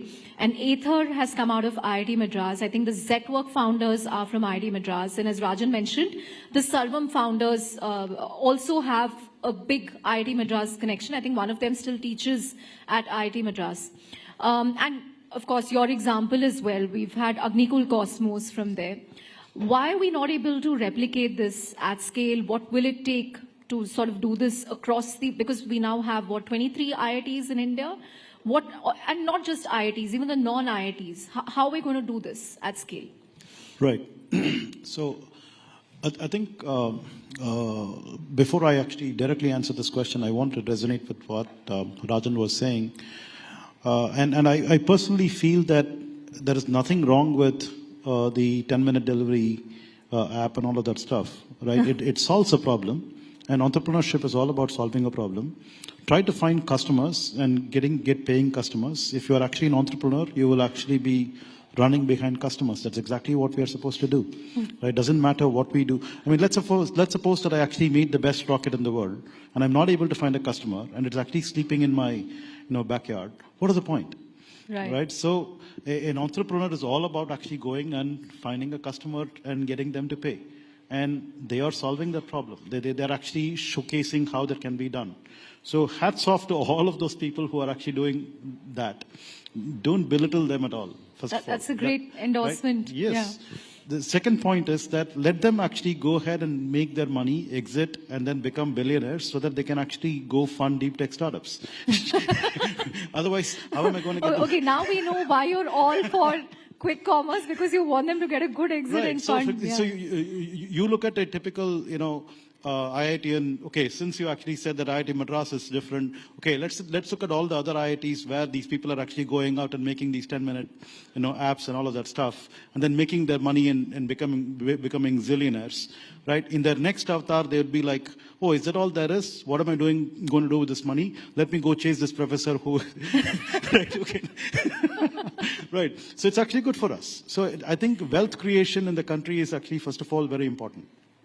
Okay, we are in this phase where we need to first of all create wealth for, for everyone.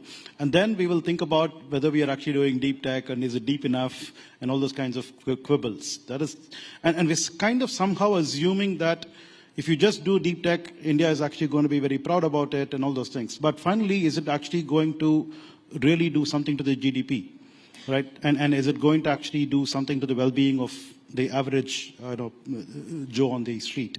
So we have to actually be very clear about all these things. It's one thing to be very elitist and then say that we have to be doing deep tech, right? But the other thing is, what is it actually going to translate in terms of, so we have to look at what's the value we are creating. So I'm not saying we are not creating value. In fact, I will vociferously talk about what we do as something that will create value for the country, the GDP for the country and so on, because like for example, 2 months ago, we had this deal that we struck at E-Plane with an ambulance company that was saying that they will want to place an order for about 788 ambulances, which would actually fetch us a revenue of more than about $1 billion. And somebody was pointing out, wait a minute, Zoho actually took like so much time to actually get to $1 billion revenue, and you guys are just signing deals even before you make the plane. The answer is we are making a plane, right? So, so making a plane means that it will actually create value. So there is no doubting that deep tech will actually create value, but that is not to say that we have to actually belittle anything else that's going on that's already creating value by leaps and bounds, right? And then contributing to the economy. So that's the main point. Coming back to the question of why IIT Madras, I don't know. The answer, right? The answer is we just happen to be that kind of DNA. So we have a DNA at IIT Madras. So go back. I have to tell you this interesting anecdote. So I was speaking to a founder from IIT Madras who's, built a factory and he's manufacturing components for the aerospace industry. And I told him, so you never thought about doing a consumer app? He said, I'm from IIT Madras. I'm not going to build a delivery app. So he said it very matter of fact. So that's the kind of environment that we have, right? So let me actually flip the coin. For a long time at IIT Madras, we used to actually be wondering, why are we not actually getting the JEE #1 to actually come to IIT Madras? Why are they going to Bombay? So every opening ranker of every branch that at IIT Madras was actually less when compared to somebody who was going. And we used to say we have to actually do some more publicity. We have to figure out how to get them, and all that stuff.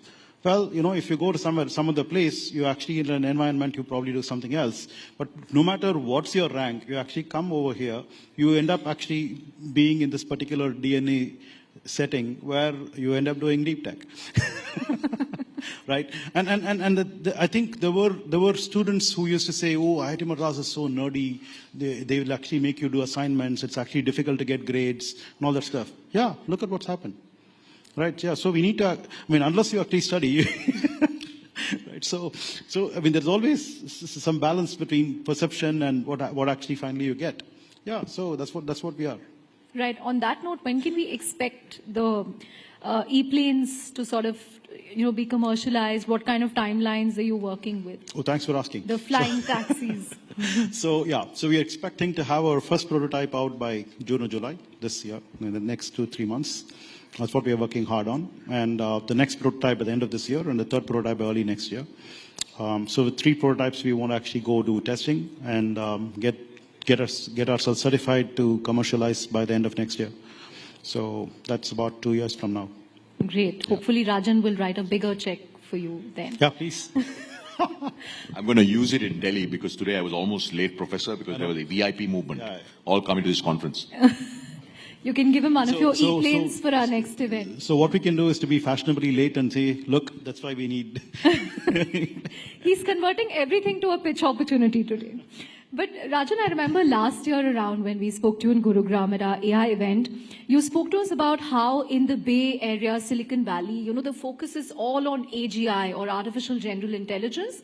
But in India, when it comes to AI, we should look at making the lives of 1.4 billion people better. Whether it's in education, whether it's in healthcare, energy, sanitation, how can we use AI to solve real-world problems? And people have often said that, India will become the use case capital. So from last year to now, where are we in terms of the AI ecosystem in India, Is it booming? In which areas is it booming? Where are you seeing more action? If you can give us a sense of that. Yeah, I'd say, look, so if you look at the AI stack, right, you have the compute, the GPU, the infra layer. the compute stack, then you have the frontier models or foundation models, then you have sort of tooling, and then you have the applications, right? So last time when we spoke, we were seeing we were beginning to see very interesting startups in the application layer. So I'd say first thing that has happened is we have takeoff. Right, as a nation, we have takeoff at the application layer. I mean, the kind of companies that are being built.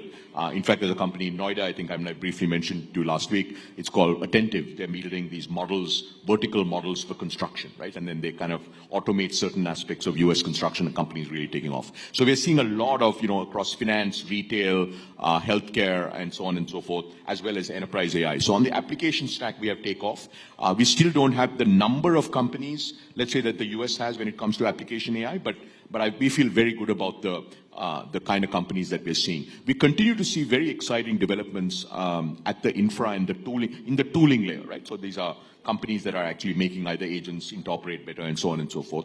On frontier models, we are very, very excited about what the government is doing, right? Where they've set aside several thousand crores to They've fund. already procured, I think, 14,000. No, that's on the compute side, right? They also set aside 2,000 crores for foundation model companies, right? Models, that's right. So today, I mean, as you know, there are a handful of foundation model companies. We do think that a year from now, we'll have 4 or 5 labs, right? Like China probably has 10 world-class labs. We'll have 4 or 5 labs, maybe not at the same scale, but they'll be well-financed. They'll have great talent. They'll be off to the races. So so if you had asked me a year ago, if you asked me what's different, we have takeoff at the application layer, and we're getting serious about the frontier models, right? Which is thanks to the government, actually. And then last thing I'd say is on compute, I would have never imagined we would have a play.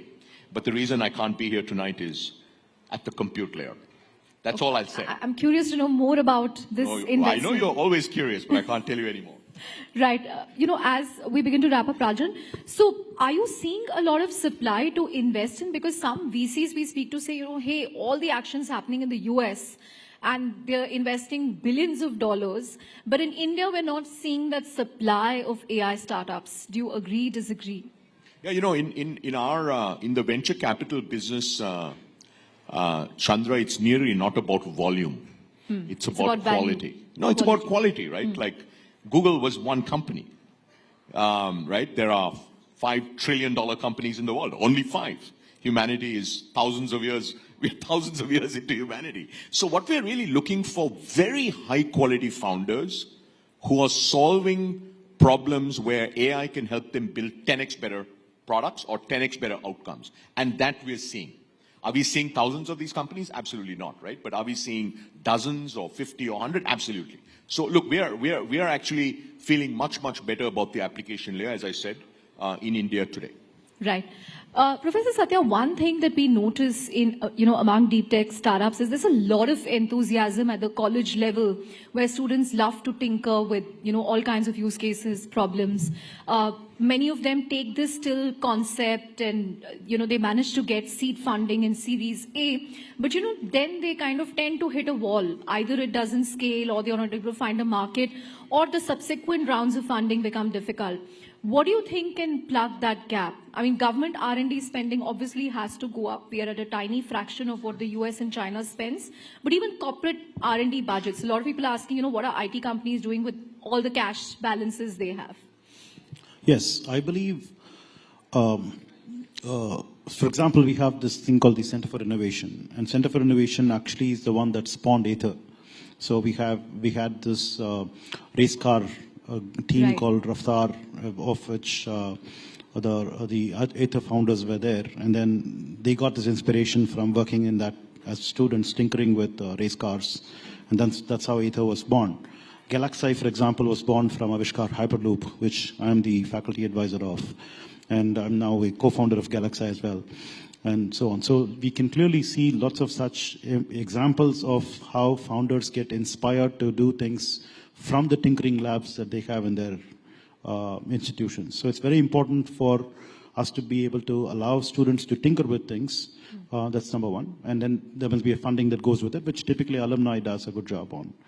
But more importantly, I think when they step out of these places with ideas that they want to scale and commercialize, can we actually sort of intoxicate them with a seed funding, right? So funding is not, I seriously believe that funding is something that should not be easily available. We need to actually get the founders know the value of what they're getting. But seed funding is actually a very good intoxicant, right? So it kind of hooks you. So once you actually get seed funded, then you're kind of like holding the tiger by the tail and you want to run with it. And many times, these founders, when they are so young, they have the appetite to build stuff, but they don't have the appetite to chase investors and get funding and all of that stuff. So let's say, for example, if you had this government's fund of funds that actually is set up at these institutions and then looks for these ideas to fund right as they are coming out of the labs and these places like these tinkering labs and so on, I think that will actually go a long way to spawn a much larger ecosystem than what we have today. Great. On that note, we're out of time, but thank you, Rajan. Thank you, Professor Satya, for an absolutely scintillating session. And I think, it leaves us with a lot of optimism on India's deep tech and AI future. Thank you very much for that. A huge round of applause for Rajan and Professor Satya.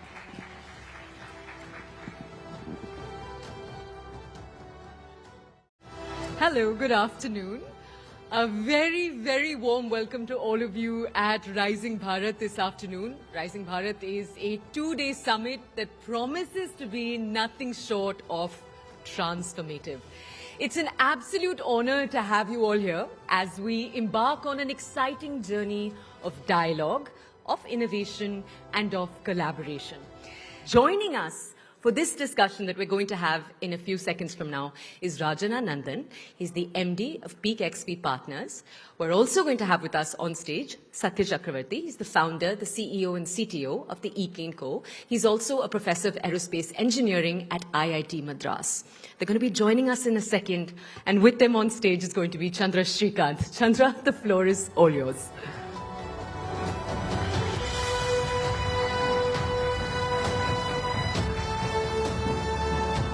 Please welcome Rajan Anandan from Peak 15 Partners. Rajan, one of India's best-known VCs, investors. And pleasure to welcome Professor Satya Chakravarti all the way from IIT Madras, who's not just a professor, but the founder of 6 deep tech startups, including the likes of E-Plane and Agnikul Cosmos. A huge round of applause for both of them. And it's wonderful to have the head of IIT Madras, Mr. Professor Kamakoti, here as well. So a nice little reunion here in the national capital. Right. Thank you so much, Rajan and Professor Satya. Just a few days ago, Minister Piyush Goyal made this comment about India's deep tech ecosystem, how we're spending entrepreneurial energy on building hyperlocal apps, fancy ice creams and cookies. But Professor Chakravarti here is an example that we also have very good deep tech entrepreneurship in India. So huge round of applause for that. So don't get disheartened that there's no deep tech innovation happening. It's very much happening. But before I get to that, I want to get both your thoughts, Rajan and Professor Satya. What is your own sense about the deep tech ecosystem in India? Where are we? Where should we be? What will get us there? Rajan, maybe you can start, or Professor Satya, you can start and Rajan can join. Okay, so I think we need to actually look at this particular debate that the Honorable Minister Piyush Goyal kind of kicked off. 2 things. One, I think, judging by just the number of messages that I get on my LinkedIn asking me to mentor students in different colleges to do their deep tech entrepreneurship, which I used to actually very effectively do earlier. And in fact, at the NCCRD, the National Center for Combustion R&D that we have at IIT Madras, we have harbored, for example, Nutrace, which was actually a LinkedIn Connect, and we got them to do the hydrogen evolution experiments before they could get funded. And I then positioned them to I think peak 15, right? As well as other investors and so on. We have Neurostellar that's actually going through that now, Tutor Hyperloop that's going through that now, and so on. In fact, Agnikul Cosmos themselves were actually just doing a cold call on me to say, hey, is it possible for you to support me and support us? And then they said, sure, why not? So I used to do that very effectively, but I'm not able to do that because the number of such messages is now exploding. So on the one side, we clearly see that there are students from all across the country, not just the IITs or any other so-called reputed institutions, but it doesn't matter what the institution is that they are from. They are all out there wanting to actually do this, raring to go. This is on the one side of the story. The other side that you have to actually look at is, what are we actually comparing with? We are comparing with China in that particular debate. And China definitely has, in the last 10 to 20 years, gone leaps and bounds ahead of the rest of the world. It's not just about getting on par with the West. They've actually gone well past the West. Right. Right? So are we there? The point is, we are not yet there. But are we getting there? The answer is yes, because what are we talking about is what we call as exponential technologies. So in exponential technologies, we are actually at the lower end of this bend, right? I am particularly optimistic that by the end of this decade, we will actually see for sure that there will be a huge amount of work that happens in deep tech that's a lot more visible, and we will not really have this debate anymore. And we will know that it's actually a matter of time, and it's actually about when rather than if.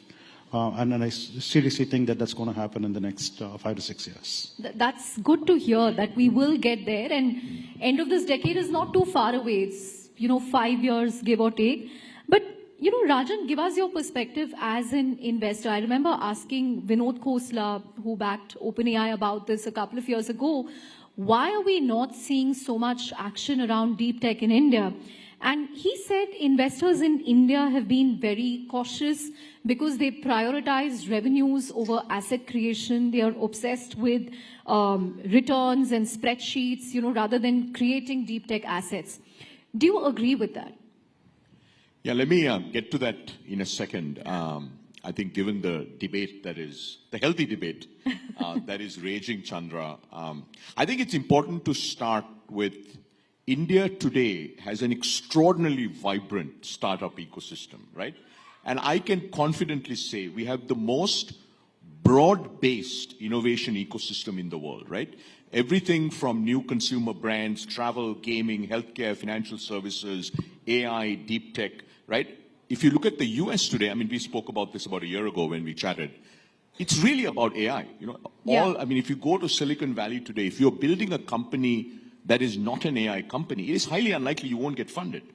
Whereas in India, it couldn't be any different, right? Whereas China has, for their national priorities said, we're going to only focus on deep tech, right? Which is semiconductors, EVs, and so on and so forth. So India is actually the country today where we are seeing this broad spectrum and innovation, right?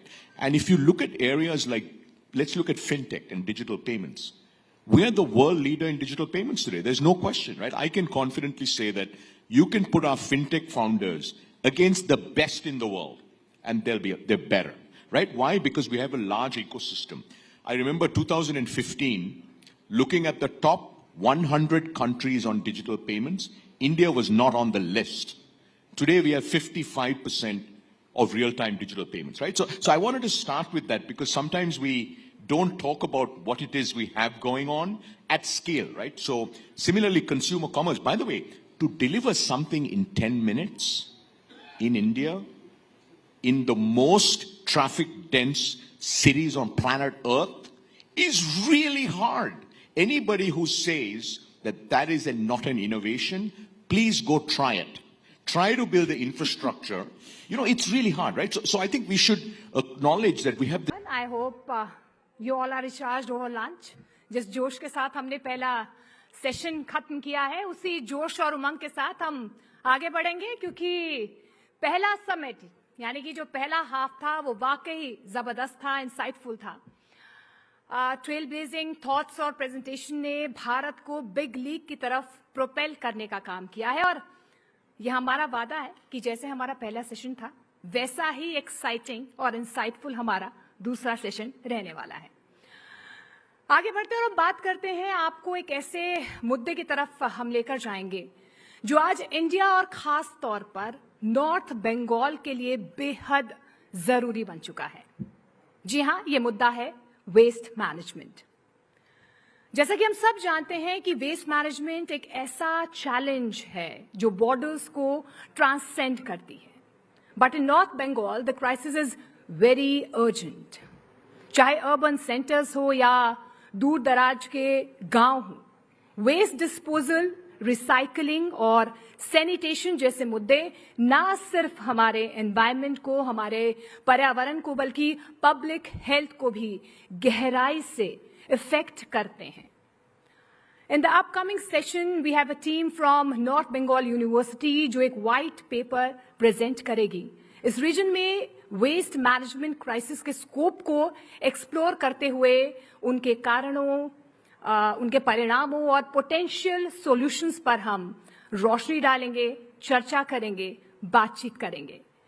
इस presentation का main focus और उद्देश्य यही है, एक ऐसा collective action inspire करना जो वेस्ट मैनेजमेंट क्राइसिस को एड्रेस करे एंड ऑल्सो, जी हां, also to improve the quality of life for the people of North Bengal.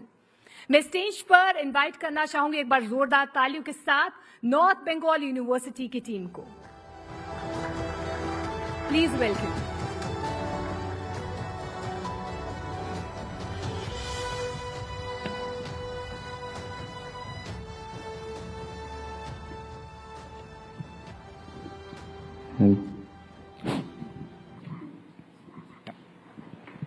A very good afternoon to one and all present here. My name is Gayatri Rai and I am representing University of North Bengal in this Zero Waste Andolan. Good afternoon everyone. My name is Manav Rai and today I am representing Sonada Degree College in this Zero Waste Andolan. Namaste everyone. My name is Utsav and I am representing TD in this Zero Waste Andolan.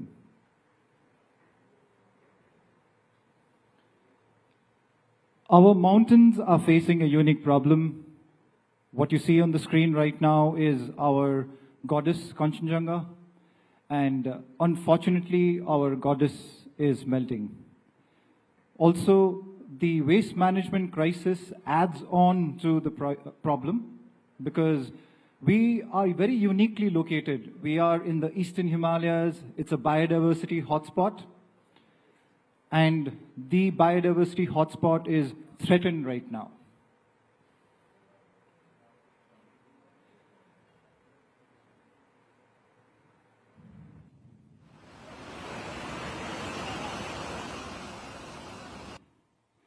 What you just saw on the screen was a very unique, non-natural phenomenon. It's called GLOF. Not many of you would have heard the term even. It got reported as a cloud burst when it happened. But it's called a glacial lake outburst flood. And when Kanchenjunga is melting, these are the kind of situations that we are facing. The mountain region also has a very unique topography. So with that, what you see on the screen right now, what might look like those long winding roads, that's why we say the mountains are calling. And it also poses a unique challenge for us. Like when you talk about waste, the transportation of waste is a big problem in this kind of topography.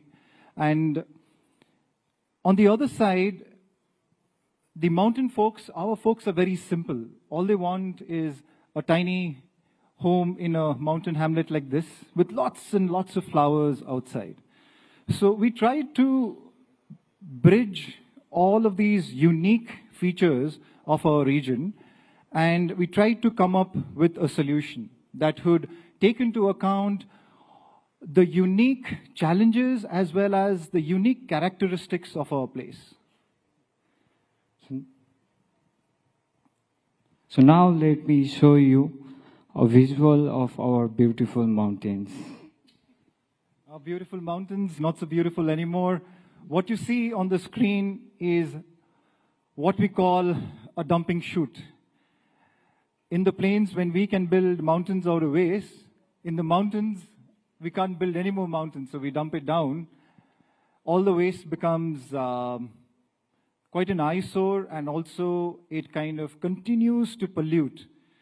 These are visuals that you might not notice because it's not probably Instagram worthy, not reel worthy, but I think these are visuals that we need to know because unless and until we address the problem, honestly, we don't have much time.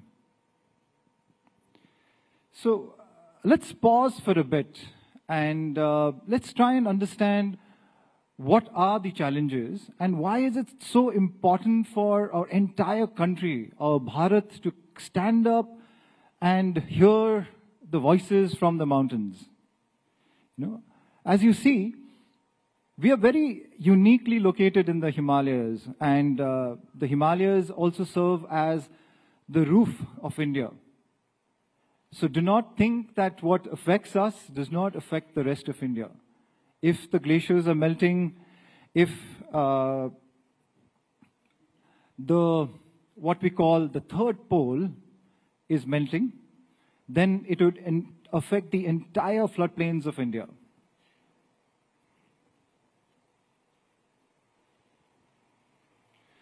So having now listed the problem statement, let's try and understand how do we overcome this challenge of lack of awareness that is so rampant, actually, not just in the mountains, but almost everywhere when you look at waste. Right? We tend to think that replacing, let's say, certain options would give us better options, but it is not so. You cannot replace, let's say, a plastic bottle with an aluminum can and think it's eco-friendly. It's not. You know, that complicates it even more. And also, there is this challenge of the transportation that is very unique to us because the costs of transportation are so high that it makes it very difficult for the waste management economy to be circular as it's happening in the cities. And also, the other challenge that we face is the challenge of having these kind of voices heard out because yes, we are remote and you get to hear the calling when you see the mountains in all its glory, but please hear our voices also. So, I was able to make 5 households zero waste, and not only me, there are 10 of us, and we were able to make 50 households zero waste in the last 2 months, and also our college into a zero waste campus. Okay, so let's see how did Manav make 5 households zero waste in the last 2 months. Okay, that's his run rate. And how did his group of friends make 50 households zero waste, his college zero waste in such a short period of time. So what you see on the screen is on the top right, so very colorful. So those are what we call indigenous microorganisms. So those are the local, you can say, the Spartans of the forest, okay, that we harvest, or rather, we make an offering to the gods of the forest, and then they come and help us resolve the problem in every household. So we make a catalyst out of this, a very potent catalyst that goes to every household that is going zero waste. And what you see on the screen is 3 of them. So there is Jia also, who is here with us today. And they are making a composting unit out of those recycled plastic buckets. Very simple DIY, okay, non-expensive, something that can be done anywhere. And also what they have done, Manav and team, they have handheld every household. You know, so in India, especially, the waste management problem is slightly, I wouldn't say slightly, but actually quite complicated because of the caste and religion angle. Right? So people do not want to talk with the waste workers for multiple reasons. But when it is a student coming and talking to you, and he's willing to spend time with you, trying to bring in awareness, trying to teach you how to segregate, trying to teach you how to compost at home, the game changes. So this, we've realized, is a game changer when the students take ownership of the household in their local region and say, hey, I want to make 10 households zero waste. And while doing that, we were just doing a basic calculation in the morning, saying that if India has around 30 million households that needs to go zero waste, and if there are about 5 million students, they would be able to solve the problem in 6 months, given that all the infrastructure, everything is in place. So that is how revolutionary the solution is with regards to this zero waste Andolan. And we call it an Andolan because that's the kind of movement that is required, a youth-led revolutionary movement to overcome this challenge of waste.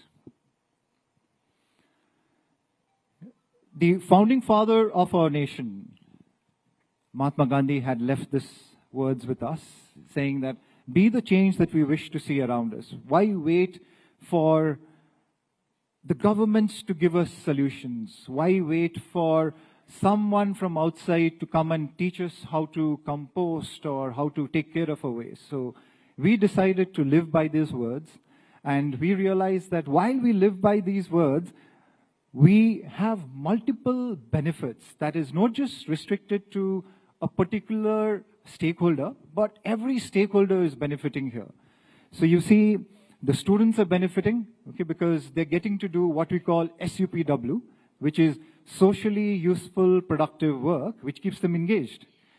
The community is benefiting. So what you see in the screen is one of our community members, he's signing a pledge. And the pledge says, I am going to go zero waste from this village. I promise to abide by all the terms and conditions that the students are asking me to abide by. I promise not to burn my waste. I promise not to dump my waste. And also, I think the benefit, the biggest benefit is of Mother Nature. I'm not sure how many of us are aware that we are going through a major crisis, and the crisis is known as the 6th mass extinction. We are losing out species, mind you, not just life forms, species, at a very, very rapid rate. The last mass extinction was 65 million years ago when we lost the dinosaurs. But we are going through this very alarming time right now where we are losing out species at a very rapid rate. And waste management adds to the crisis. So here, if we are able to somehow increase the biodiversity by ensuring that great black gold is created out of waste, which is 60% out of every household, is something that has a potential to become black gold through composting. And if we are able to accordingly segregate and recycle the dry waste, it's much, much easier to solve the problem. I like shooting videos, and one important thing that I realized is like tripod is very important to shoot any video. We can see here also there are lots of tripods, like those 3 stand that holds on to the camera. A tripod model of development. Okay, so Gayatri's come up with a unique term. Okay, why do we call it a tripod? So we need those support systems to ensure that a project is successful and the development is not just short-term, but is long-term, it is sustainable, and more importantly, it is a regenerative model. In this model, one of the legs of the tripod is a bottom-up, community-led grassroots movement that these students are doing in their community. The second leg to support this movement would be a top-down policy support, which we are working closely with the local governments to ensure that bylaws are made, to ensure that no one is burning their waste out, no one is dumping their waste out. So if these policies support the bottom-up movement, and it meets somewhere in midway, and in that midway journey, there is support through CSR, there is support through partnerships between various organizations. like we represent an environment conservation organization called TED. We've been supported by DCB Bank and now Tetra Pak through CSR projects to make all of this happen. So this model, this tripod model, like Gayatri said, is great for shooting for the moon. Let's look at some of the outcomes. So when we make household go zero waste, there are benefits. We are not only solving the problem of waste, but we are also uplifting the community. Like they start to grow their own food by the compost manure. And on the second one, on the top of the pickup, that is me, where me and my friends are collecting waste from college to get it to TD. And we also sell zero waste products, 2 tons of the tap. So here are some zero waste products. This is a bamboo toothbrush, which is very, like it can be very soft to your gum. It is very healthy to your gum. And I've also got this one.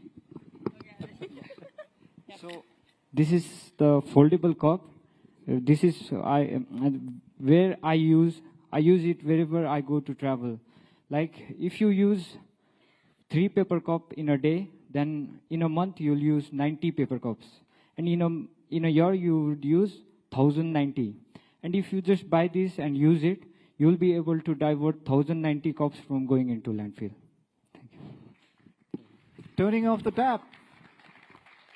So honestly, I feel the students should not be managing the waste. Come on, they should be out playing the guitar, like Manav loves playing the guitar, or they should be out doing other things. Right now, they are managing the waste, yes, because it's a problem that is there, but we would want to reach a space where we make this entire project that we want to do as redundant by turning off the tap. So, like Manav just mentioned, what if waste is not generated? What if waste, if it is generated, is biodegradable and can become soil? So what he just demonstrated to you are things that we can carry. Like my team here is carrying their own water bottles. They're going out, filling their water bottles, coming in, ensuring that they're not generating any waste. And I'm very proud that even in the hotel that they're staying, they're carrying on even their airport baggage tags, and they're going to take it back to a materials recovery facility that we run because we're confident that we will manage or recycle that particular waste.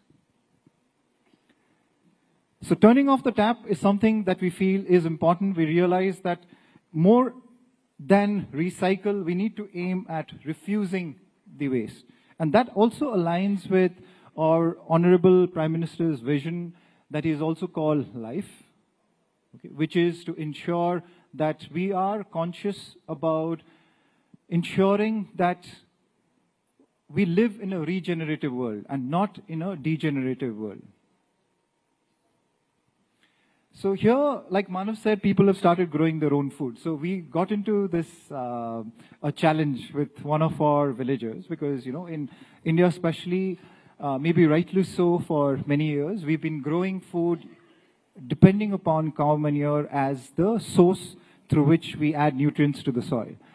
But what if we said, you don't need cow manure? What if you can grow out of waste? And we gave them some of a compost that we created.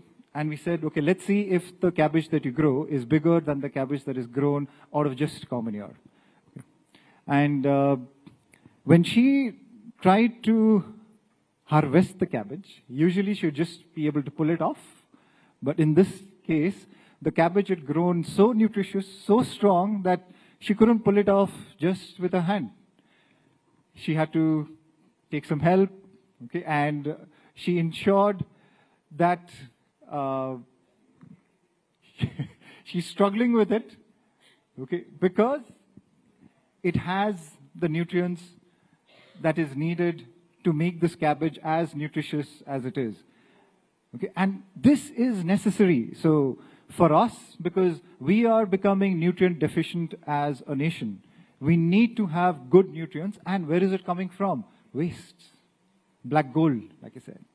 So another multiple benefits that we see here.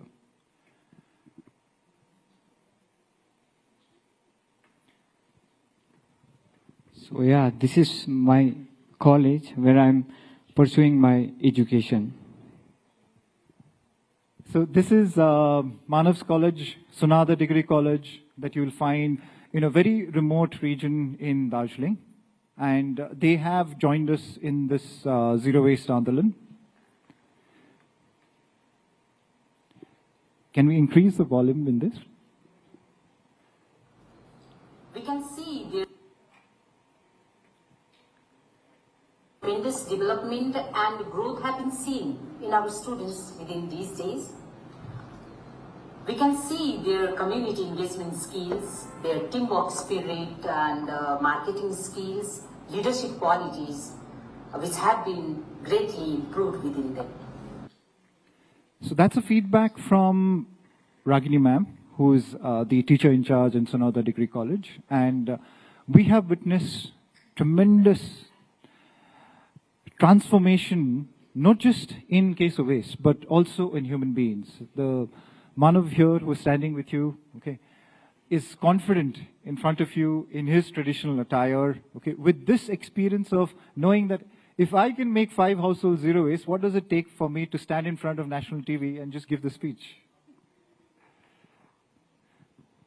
Yeah, so this is my university where I studied for 2 years, and I recently passed out from this university and I have joined TD. So we have tied up with North Bengal University, and the larger goal is to make the campus itself zero waste. There are 53 colleges associated with North Bengal University, and if one college, Sonada Degree College, can go zero waste, why not all the other colleges?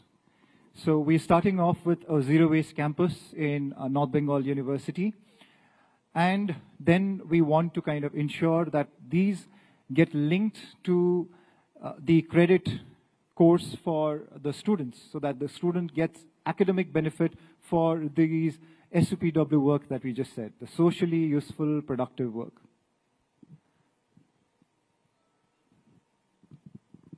Yeah, so he's my professor, Dr. Vinayak Sundas.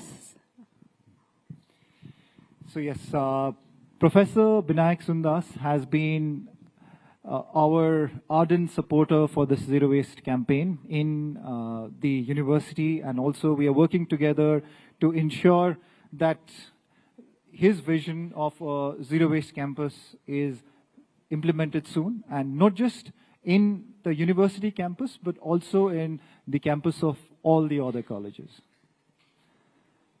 Now, if you can read on the screen, so this was a message that was sent to us a few days ago by one of the school principals, who is our partner and who has worked with us to make this her school zero waste. It's a Montessori school to 50 students. And if the school, any education institution goes zero waste, and they've started to practice what they preach in the school, now imagine the ripple effect that is created, where she's saying that the school is now taking responsibility for making 300 more homes zero waste. One school. So these are the kind of ripple effects that we are talking about when we involve the youth in overcoming the problem and the challenges of waste. So to conclude, I would say that if we are able to link this with the NAC accreditation that is already there as a policy of the government, and the new education policy, and then we would be able to accelerate the kind of transformational change that we are looking forward to. Because, you know, the biggest problem I think is that we think that we have time to solve the problem of waste. Honestly, we don't. Especially in the mountains, we don't.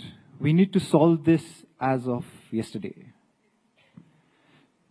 So to know more about Zero Waste Andolan, to join us in this movement, we are leaving some of our information here. You can get in touch with us. We would like we'd like to get all kinds of help if possible. You can come in and join as a volunteer, or there are various ways that you can explore partnerships with us. Like I said, either CSR, EPR, or any kind of contribution that can be done towards these campaigns. So, Thank you very much. Thank you all. Thank you.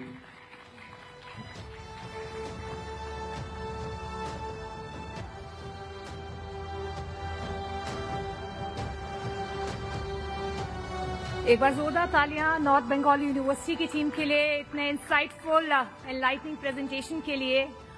Zero waste आंदोलन सिर्फ पहाड़ों की जिम्मेदारी नहीं है, हम सबकी जिम्मेदारी है और कलेक्टिवली अगर हम इस पर काम करेंगे तो I believe that we see the light at the end of the tunnel. एक बार जोरदार तालियां हमारी टीम के लिए।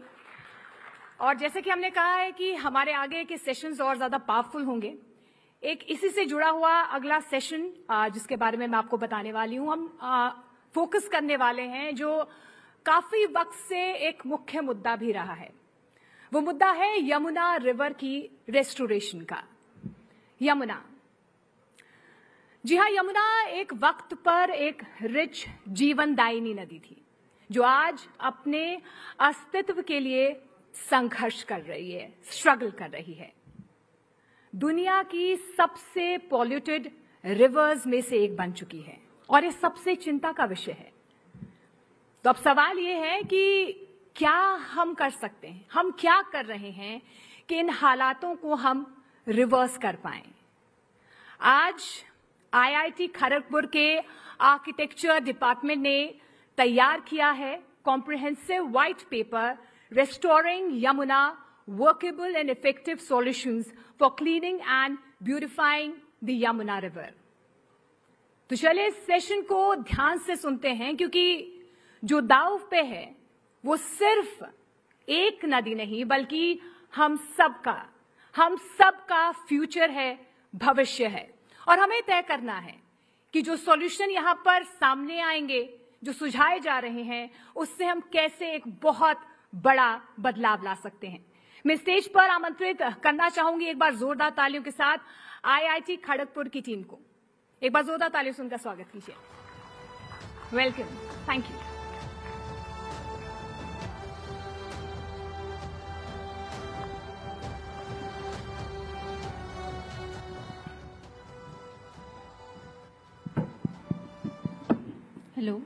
Hello. Good afternoon, everyone present here. I am Gandhali Dikshit. I am a first-year student of Masters in City Planning from the Architecture and Regional Planning Department, Indian Institute of Technology, Kharagpur. And today we are here to present our proposal for the problem statement, which is a workable and effective solution for cleaning and beautifying the Yamuna River. So here we see this is an image of the Yamuna River near its source, which is at the Yamunotri Glacier. We can see the pristine and the clear nature of its waters. But what happens to the same river after a few hundred kilometers? It turns to this. This is a picture of the same river in one of our biggest urban centers, which is in Delhi near the Okhla Barrage. The same river now is covered with a thick layer of white foam and is heavily polluted. What is the reason for the Yamuna to be so heavily polluted as it reaches urban areas? So the major causes of the pollution of the river Yamuna are human activities, which include untreated sewage, which is let onto the river, industrial effluents which contain toxic chemicals, then agricultural runoff with inorganic pesticides and fertilizers, and also solid waste which is being dumped into the river. So we had like multiple brainstorming and discussions with all faculty from different departments as well as my colleagues, my classmates at college. And we came to the conclusion that cleaning the river is the bigger problem at hand before its beautification. Because no matter how much external beautification we do along the river, it won't be as impactful as it would be if the river would be in itself cleaner, which we could see in the first image of the river, where we would say that it is beautiful because it is clean. So we came across different solutions, different ideas, different case studies during our project, and this was one of the case studies which was quite impactful. We can see one of the most striking images from the case study report, where we see a very distinct visual difference in the water quality before and after the solution application. So what was this solution such that it led to such a significant improvement in the river water? This was the river Ram Nadi, which is a tributary of the Mula river in Pune. This river has been heavily polluted, and this solution was applied as a pilot project in one of its stretches.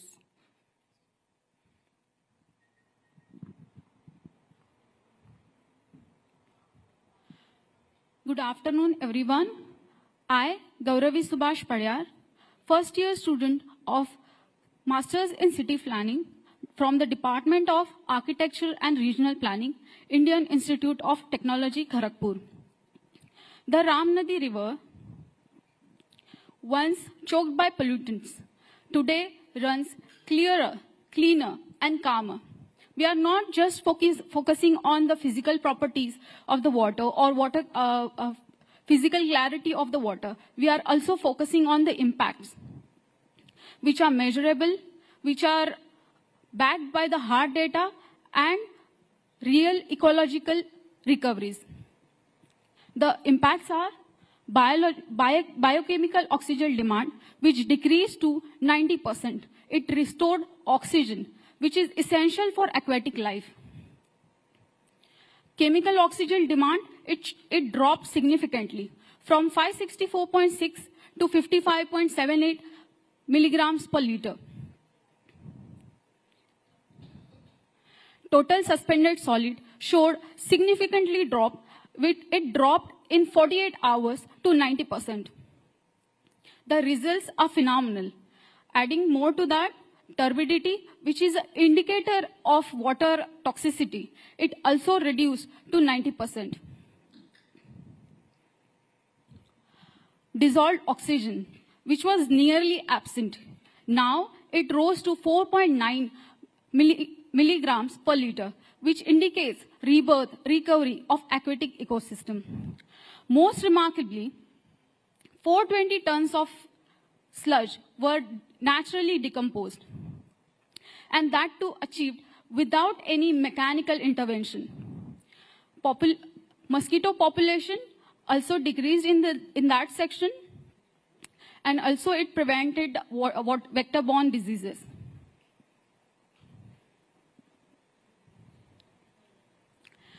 Beyond the water, air quality also improved. Carcinogenic organic pollutants like benzene and benzoapyrene also decreased their levels within below detectable limits. Inorganic pollutants like carbon monoxide, ammonia, and hydrogen sulfide, their also limits dropped below safer limits. All this, from the results, we understand one thing, is that river cleaning is not just about the water, it's also about the air, health, and life. If Ram Nadi could heal, if Ram Nadi could begin to heal in 21 days, then just imagine what's possible for Yamuna.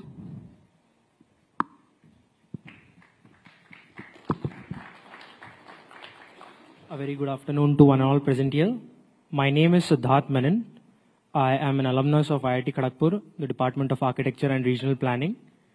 And the astonishing results that you just saw were made possible without using any heavy machinery, without massive investment costs for infrastructure. It was also done at significantly lower costs as compared to that of setting up conventional sewage treatment plants. And most importantly, it was done without the use of any synthetic chemicals involved in the entire process. Now, allow me to introduce you to that magical solution, or that miraculous solution, which not just cleaned the Ram Nadi, as you just saw, which will not just purify, restore, and rejuvenate the Yamuna, but which also holds the potential to position Bharat as the global leader for sustainable river restoration strategies. Introducing Kalki Bioculture. Kalki, this appetizing yellow drink that you see on the screen is going to be India's solution to not just clean rivers, but also to reverse the effects of climate change. This culture has been developed by architect Ajit Kumar Parab from Vengurla in Maharashtra. Kalki is a bioculture that works with nature and not against it. It is 100% organic and non-toxic bioculture. It is effectively purifying air, water, as well as soil in a fast and in situ cleaning process. By in situ, it essentially means you don't have to move the element that you're cleaning outside its actual container. You don't have to move it through a septic tank or through a sewage treatment plant. It can happen, the cleaning process can happen in the river itself. It happens at an extremely low cost compared to our traditional or conventional methods. And also, it is very quickly scalable. Where a traditional setup takes years to plan and build, a Kalki plant can be set up and running at its highest potential in less than a month's time. It also nullifies all organic and a few inorganic compounds. And it is constantly evolving, and we can go on introducing more and more inorganic compounds that it can gradually nullify.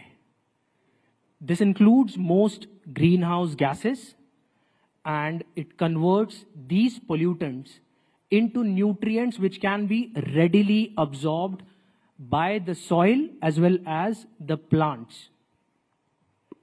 This is a 100% made in Bharat product, and it is a patent. We have applied for a patent for the same. And like I said, it is developed by architect Ajit Kumar Parab in India. Now, through this national platform, the students and the contingent of IIT Kharagpur wants to propose to the Honorable Prime Minister of Bharat, Shri Narendra Modi ji, to apply Kalki to the Yamuna as per the following roadmap. It will be done in a three-phased manner.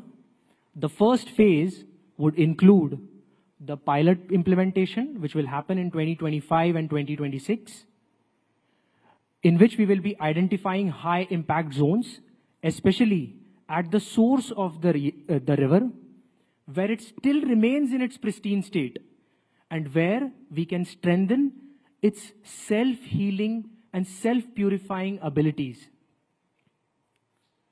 This will also be supported by artificial intelligence-based air, water, and soil quality monitoring. In the second phase, we will be scaling this process through 2027 and 2028 across other regions where the Yamuna flows through.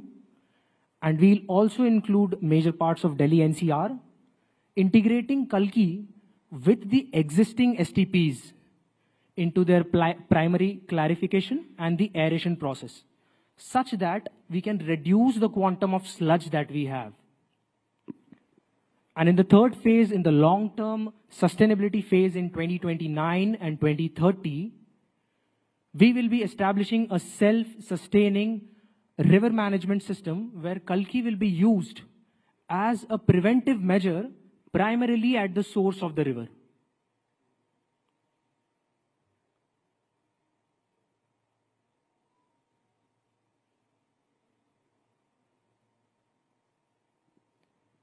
The most important benefit of using Kalki is that it seamlessly blends into the cultural and traditional ethos of this nation, Bharat. We plan to use the nature's inherent intelligence to guide us through its vision and use the strength of technology that IIT Kharagpur possesses to validate the results. Just last week, I was meeting some important people at Taj Sats in Mumbai, which is a subsidiary of the Tata Group of companies. And we were discussing using Kalki for their kitchen unit near the T2 terminal in Mumbai for managing the mosquito menace, because the Taj Sats unit sits in a position where it is on the 3 sides covered by, unfortunately, the polluted Meethi River.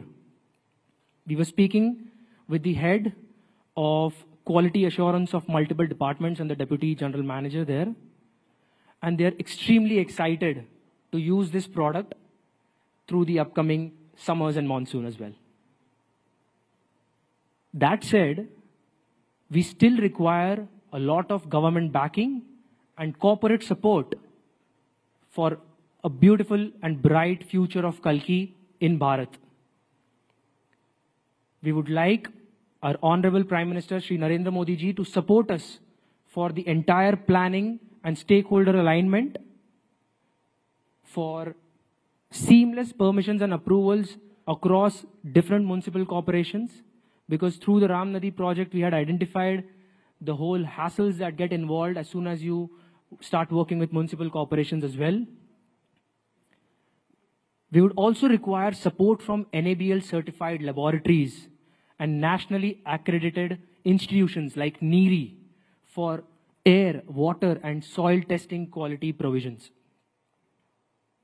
And finally, for full-scale implementation projects, not just on the Yamuna, but also in other rivers across our country.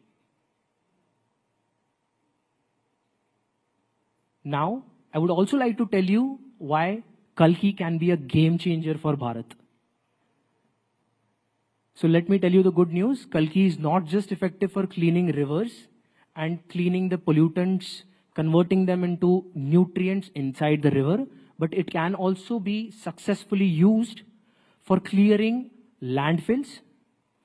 I understand that landfills also have a lot of inorganic waste, but a significant part of it is deeply entangled with organic wastes, which often go through the decaying process and not the decomposition process that it essentially should go through.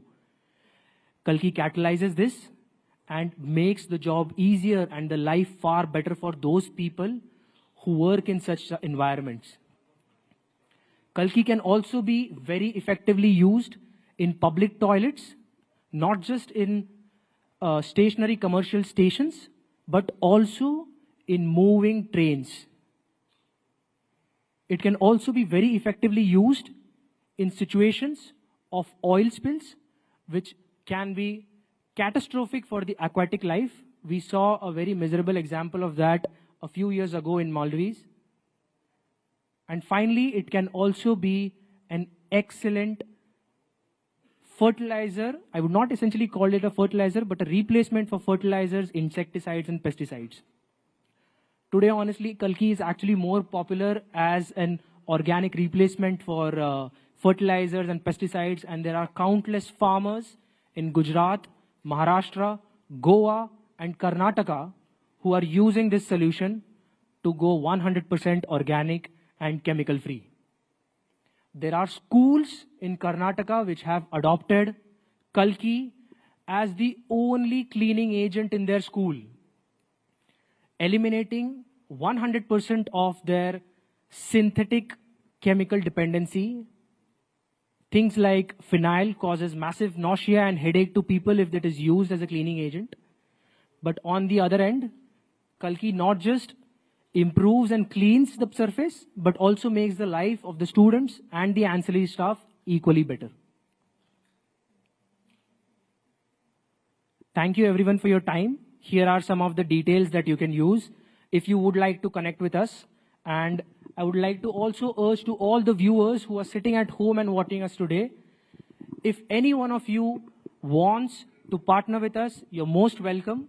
And like I said, this is a 100% organic and non-toxic products, I'm sure there will not be a single pest control individual or promoter in this company or in this country basically who will have the confidence of forget holding something like this close to his body, but also considering taking a sip of it. This is 100% non-toxic. You can trust it. So you don't need any other definition or any other proof to understand that this is an absolutely non-toxic product. Thank you so much for your time, everyone.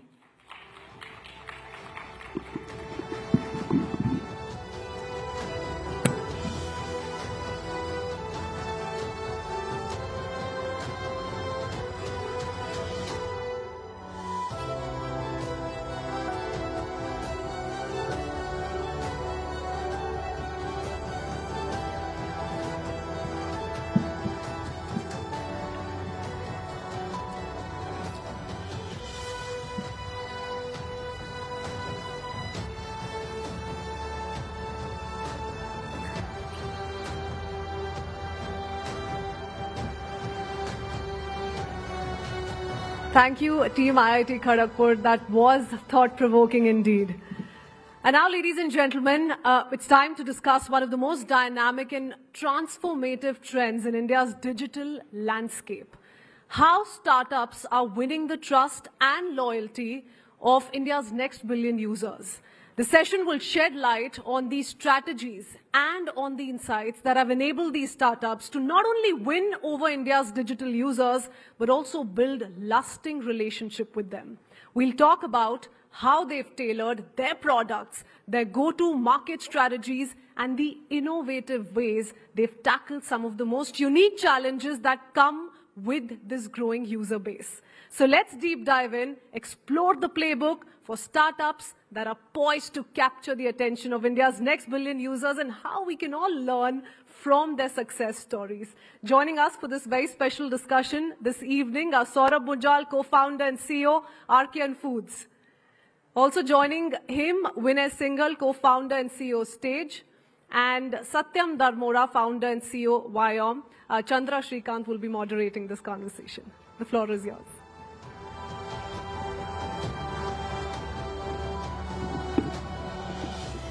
Thank you, everyone. Let's have a huge round of applause for all three founders on stage. The event is Rising Bharat, and we have three founders on stage who are literally building for Bharat. So, you know, Saurabh was introduced as a co-founder and CEO of RKN Foods. But what you don't know is he makes the brands Lahori, Jeera. How many of you have had Lahori, Jeera in the room? Lahori, Jeera, Lahori, Nimbu, Lahori, Shikanji. So you have a lot of buyers, Saurabh. Then Vinay has created a product that is an OTT for Bharat. So he has, I think you've now had what, Haryanvi, Rajasthani and Bhojpuri in your belt. And Satyam is solving an altogether different problem on how to make internet access more affordable for people in India. So thank you very much, Saurabh, Vinay and Satyam. Very fascinating startup ideas. And I think what strikes me about them is, you know, these are not ideas that originated elsewhere in the world or, you know, can be replicated elsewhere. They're uniquely Indian problems and Indian solutions. So let me start with you, Saurabh. How did a business idea around selling Jeera water become a 500 crore business in 7 years? That's incredible for a first-time entrepreneur. Thank you. First things first, thank you so much for having me. It's a privilege to be here. And second of all, I think a business solution, irrespective of where it is built, as long as it is built for India, it should make sense, it should work. For us, I think it was quite simple. In the carbonated space specifically, there has been literally no innovation. 82% market share is controlled by the giants, which is Coke and Pepsi in India. And if you actually do some analysis, we actually double-clicked and did a lot of research. We realized that in a lot of countries outside India, except India, where it has the maximum market share, in other countries, it's much lesser and it is reducing. The reason is that the local flavors were actually taking a large pie of these market shares in all the countries except India. It had to happen. It's just we did it first. People want newer experiences. These formulations are donkey years old, and there is no reason for them to innovate, as we spoke behind the stage. So I think because there's been no innovation and people want newer experiences, that is why people like us exist, where our right to win is pure innovation. Right, so I think you should thank PepsiCo and Coke every day that they are not so serious about innovating. They are happy with their dominance in And also for cola. creating the market. Right. Vinay, OTT for Bharat. Why? As simple as it doesn't exist. Like, And you know, you're from Haryana, so were you missing Haryanvi content? absolutely. So let me first tell what we do. We are OTT for Bharat has become an old introduction for us, by the way.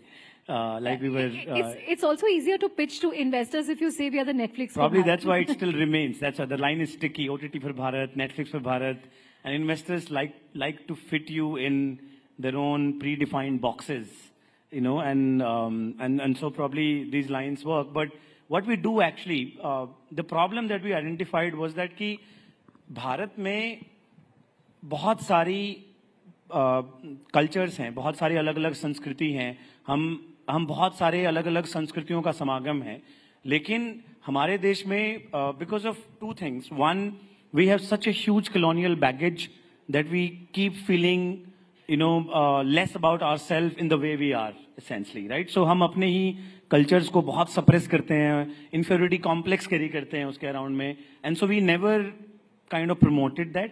And second, because of the informalness of how our cultures are, they never came out.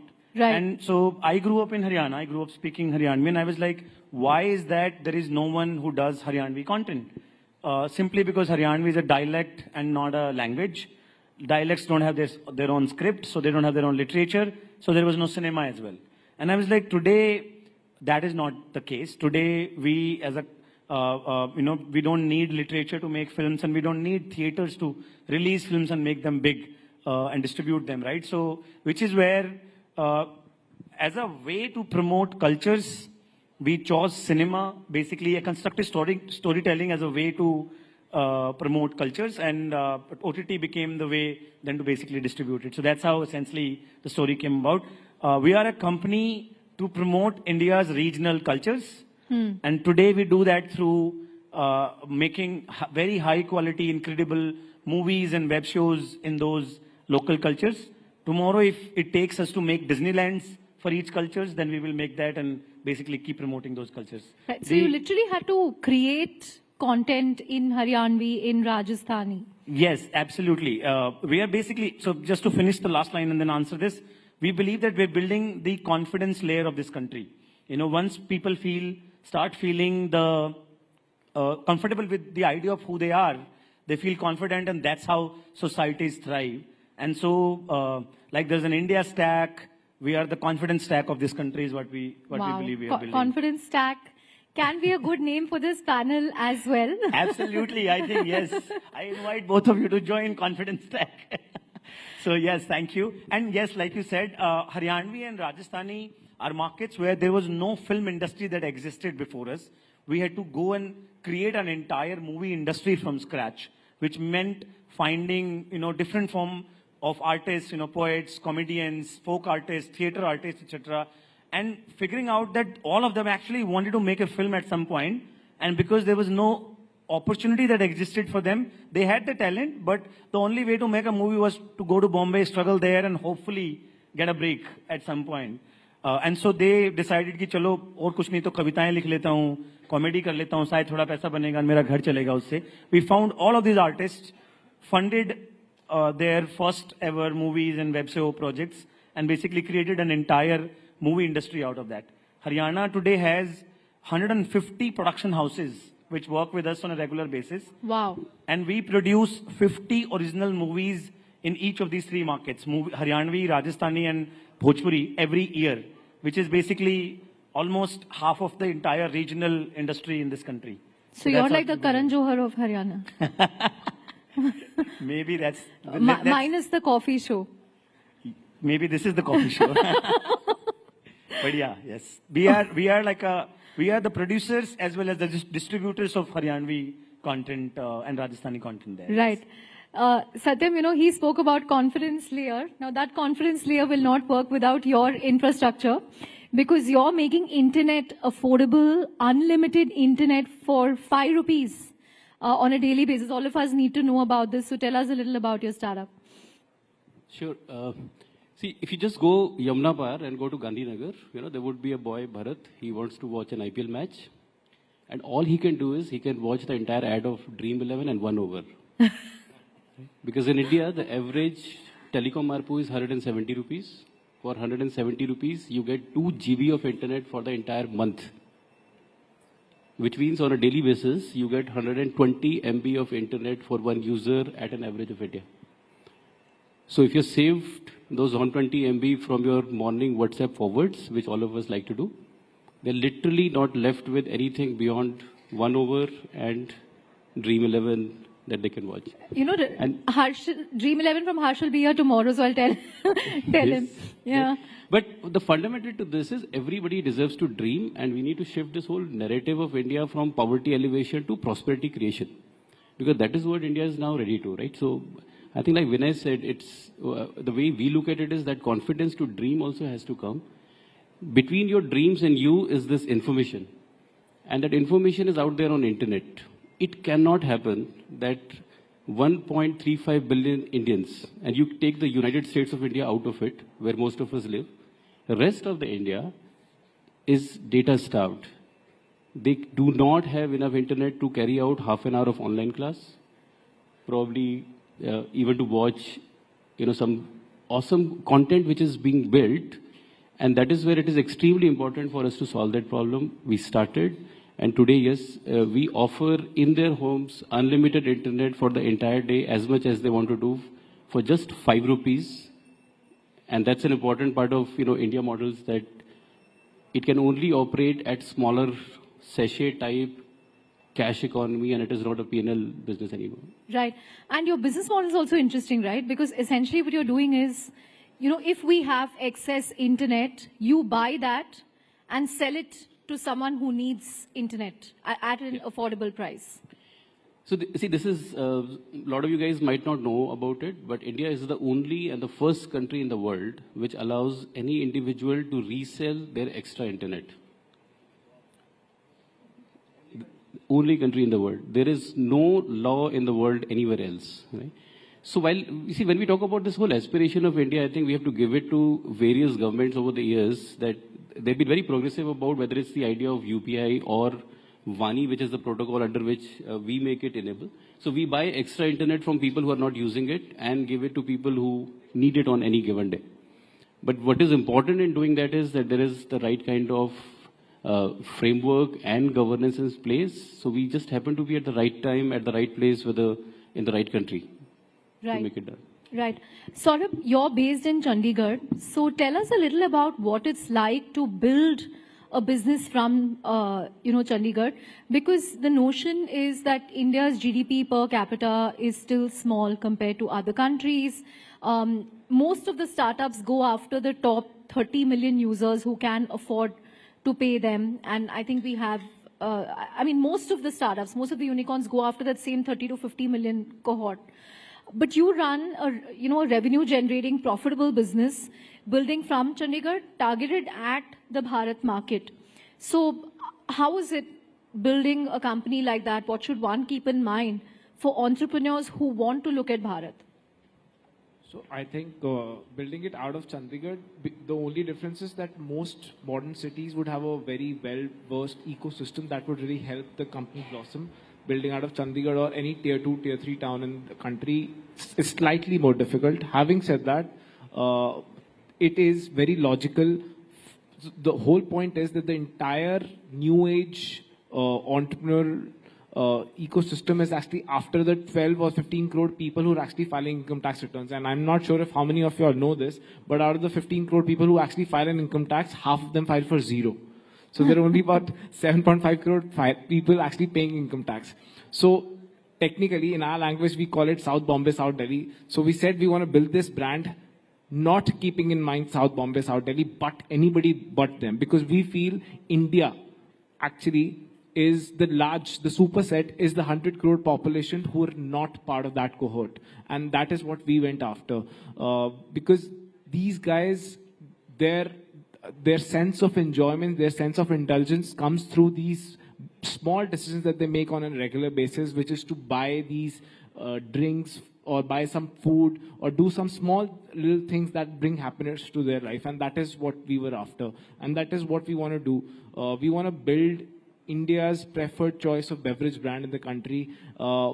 India as a nation is completely heterogeneous. As these guys spoke, every 100 kilometers, the language changes, the modus operandi changes, everything about the country changes. Something as basic as curry. If you go to Bombay, if you go to Rajasthan, if you go to Punjab, if you go to Calcutta, everywhere the taste of something as basic as curry would be different, right? Everybody has a different interpretation. But there is one common thing that really binds the country together. No matter what part of the country you go to, but you'll always find golgappe or street food or chaat, you know, something like that. So chatpata masaladar is the very essence. It's something, it's in our DNA as a country. Irrespective of being so fragmented, we're still together when it comes to chatpata masaladar flavor. And that is the whole thesis. That is what we build the company around. A chatpata masaladar flavor, and then the entire Lahori flavor. And the price point also helped you. Yeah. So as I said, how do you go after masses and how do you sort of focus on that cohort is making sure that the product market fit, the PMF, sort of works out where the pricing plays the most important element. We as a country are a value for money. No matter how, I'm not talking about the really wealthy, ultra wealthy people, but even my mother, till date, if she would buy sabji, she would negotiate. You know, that is the country we are, that is who we are, and we need to appreciate that any product that you sort of launch in the market, if you're targeting the masses, price point is absolutely critical. And we kept it at the 10 rupee price point, which is a magical number.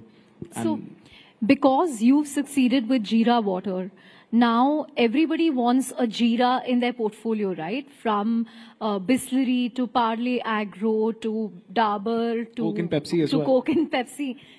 See, be careful what you wish for. If you need to appreciate any category, so now everybody knows we are the OGs when it comes to building that category. We created that category. Now everybody's bouncing on it because everybody wants a pie of it. Having said that, what happens when something like that happens, when there are more people coming to the category expands further. This is great for business. I want more and more. There can never be a case where you are in a business where there's no competition. Good competition, fair competition is a good place to be in. So I'm really happy that everybody's taking this seriously. It just gives more validation to whatever we thought makes sense. So we're very happy that this competition is coming through. Last week I was at a concert and वहाँ पे लाहौरी जीरा नहीं मिल रहा था, वो Bisleri का मिल रहा था. I had that, and then I yesterday again went back to Lahori as soon as it was available.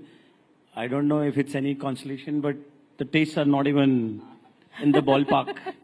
They're not even in the ballpark, frankly. They don't even stand against each other. You have a brand ambassador on stage. So technically, he's working for him and he's working for me. If he doesn't supply internet, nobody watches OTT. My team has actually sent me with a mandate that I need to strike a partnership with you. So I'm doing this on the stage so that you don't run away from me. We'll take credit for it. Just name credit that we facilitated this. But this is a good one. He works for you and you work for him. Happy to. But when people keep saying that people in India don't like to pay for digital content, especially Bharat. But you are witnessing strong growth in subscribers and revenues. And you told me that you have 4 million paying subscribers, right? So again, what's driving this growth? And all these people are paying you 800 rupees per year, which is actually more than, I think, what a Z5 or something charges. Yes. How are you getting them to do that?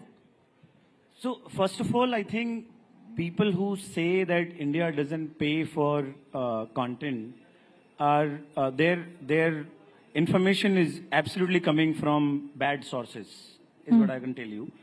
Most probably, it's lazy statement made from an AC office because they don't have in them to go out on the ground and find out if people are actually ready to pay or not. Second, I think this conception got built because most of the internet, the content that it served in the beginning was not made for Bharat. That content was primarily built, it was basically a second copy of West that came to India, and that was the content that we are consuming. Then it was primarily English, whatever Indianized version of it we consumed. And then at best we went to Hindi. Then the third layer of the problem came where when the new age founders said, okay, we will build for Bharat and we'll make content companies for Bharat, everyone thought ki Bharat ko, we built stage in 2019 and the top 5 content companies back in the day which were serving Bharat were TikTok, ShareChat, Hello, Bigo, Likey. Sare UGC platforms hai, right? And in the name of UGC, all of these platforms were actually serving very questionable content. क्योंकि वो सबको लगता था कि यही देखता है भारत, इसके सिवाय कुछ देख, पर वो तो सब देखते हैं. वो कंटेंट तो ऐसा है जो सब देखते हैं. Who doesn't consume, edgy content? Everyone does, right? So वो easy था. तो हमने यहाँ से AC के कमरों में बैठ के भारत को टैग कर दिया कि भारत को यही कंटेंट देखना है. भारत केवल edgy देखता है और फ्री में देखता है. कभी भारत को क्या चाहिए और भारत कौन से कंटेंट के लिए पैसा देने को तैयार है, ये तो पूछा ही नहीं. अगर भारत के पास पैसे नहीं होते तो लाहौरी जीरा इतना बड़ा ब्रांड कैसे बन जाता? भारत के पास पैसे होते तो व्योम का इंटरनेट भी नहीं खरीद पाता वो. भारत के पास पैसे नहीं होते तो वो your Pepsi Cokes of the world and the Lifebuoys of the world. मैं लाइफ बॉय का एग्जांपल देता हूँ. My father is actually in the room today. My father used to run a general store in the village. गांव में जो बनिए की दुकान होती है, we used to run that. And मैं उसी में बैठ के बड़ा हुआ हूँ. हमने सारी ब्रांड बेचते थे हम वहां पे. लाइफ बॉय, PNG, HUL, सबके प्रोडक्ट बेचे हमने. अगर भारत के पास पैसे नहीं होते खरीदने के तो फिर ये सब ब्रांड्स कैसे बनती इतनी बड़ी? ये दिल्ली से बॉम्बे से तो नहीं बनी है इतनी बड़ी ब्रांड्स. प्रॉब्लम ये है कि जिनको लगता है कि भारत के पास पैसे नहीं है या भारत पैसे नहीं देना चाहता है, उनकी अंडरस्टैंडिंग बहुत लिमिटेड है. और उन्होंने कभी, और हमारे देश के एंटरप्रेन्योर्स ने भी एक्चुअली भारत के साथ बहुत ही स्टेप चाइल्ड बिहेवियर किया है. तो हमने कभी उनके लिए हार्डकोर प्रोडक्ट्स, उनकी जो नीड के प्रोडक्ट है, जो उनके साथ बात करते हैं, उनको कभी छोटा फील नहीं कराते, उनको इंफीरियर फील. लाहौरी जीरा क्यों, मैं आपको बताता हूँ, and I am actually his brand ambassador. Probably I am going to talk about more about him in then stage. Lahori Zeera क्यों चला अगर कोई मुझसे पूछे? इसलिए क्योंकि लाहौरी जीरा है ना, भारत के आदमी को कभी कम फील नहीं कराता. लाहौरी जीरा उसके एस्पिरेशन में ऐड करता है, उसके कॉन्फिडेंस में ऐड करता है. उसको इंफीरियर फील नहीं कराता कि अरे यंगिस्तान, जब तक रणवीर कपूर वो ऐड नहीं करेगा तब तक आपका ब्रांड मतलब बहुत बड़ा ब्रांड नहीं बन जाता है. या आप वो क्रिकेट जब तक नहीं खेल रहे हो, या बहुत बड़े शहर में ऐसा इनका जो ऐड होता है, the larger cold drinks, look at some of those ads. If when I saw that ad from my village when I was growing up, I felt intimidated. कि अरे मैं ट्राई भी कर सकता हूँ क्या ये ड्रिंक? Whereas लाहौरी जीरा बोलता है कि अरे अपने देश का ड्रिंक है, अपन जो घर में जीरा पानी बना के पीते हैं, जलजीरा पीते हैं, आम पन्ना पीते हैं, देखो ये वही तो ड्रिंक है, ये अपनी ड्रिंक भी, इसमें भी कोई कमी नहीं है. ये भी देखो फैंसी बोतल में आ सकती है, इसको पीना भी सेक्सी हो सकता है, इसको भी आप अपने ट्रैवल की ड्रिंक बना सकते हो. हम भी वही कर रहे हैं. स्टेज भी एकदम वही कर रहा है. स्टेज बोल रहा है. Essentially what Vinay is trying to say is people are not really making an effort to find a reason as to why people will spend. If you actually make that effort, you will come to realize the lazy way out is to say Bharat doesn't spend. Yeah, exactly. So you will realize cumulatively the superset, which is Bharat, has far more wealth that they're ready to spend vis-a-vis the folks who are sitting in ACs and filing income tax returns.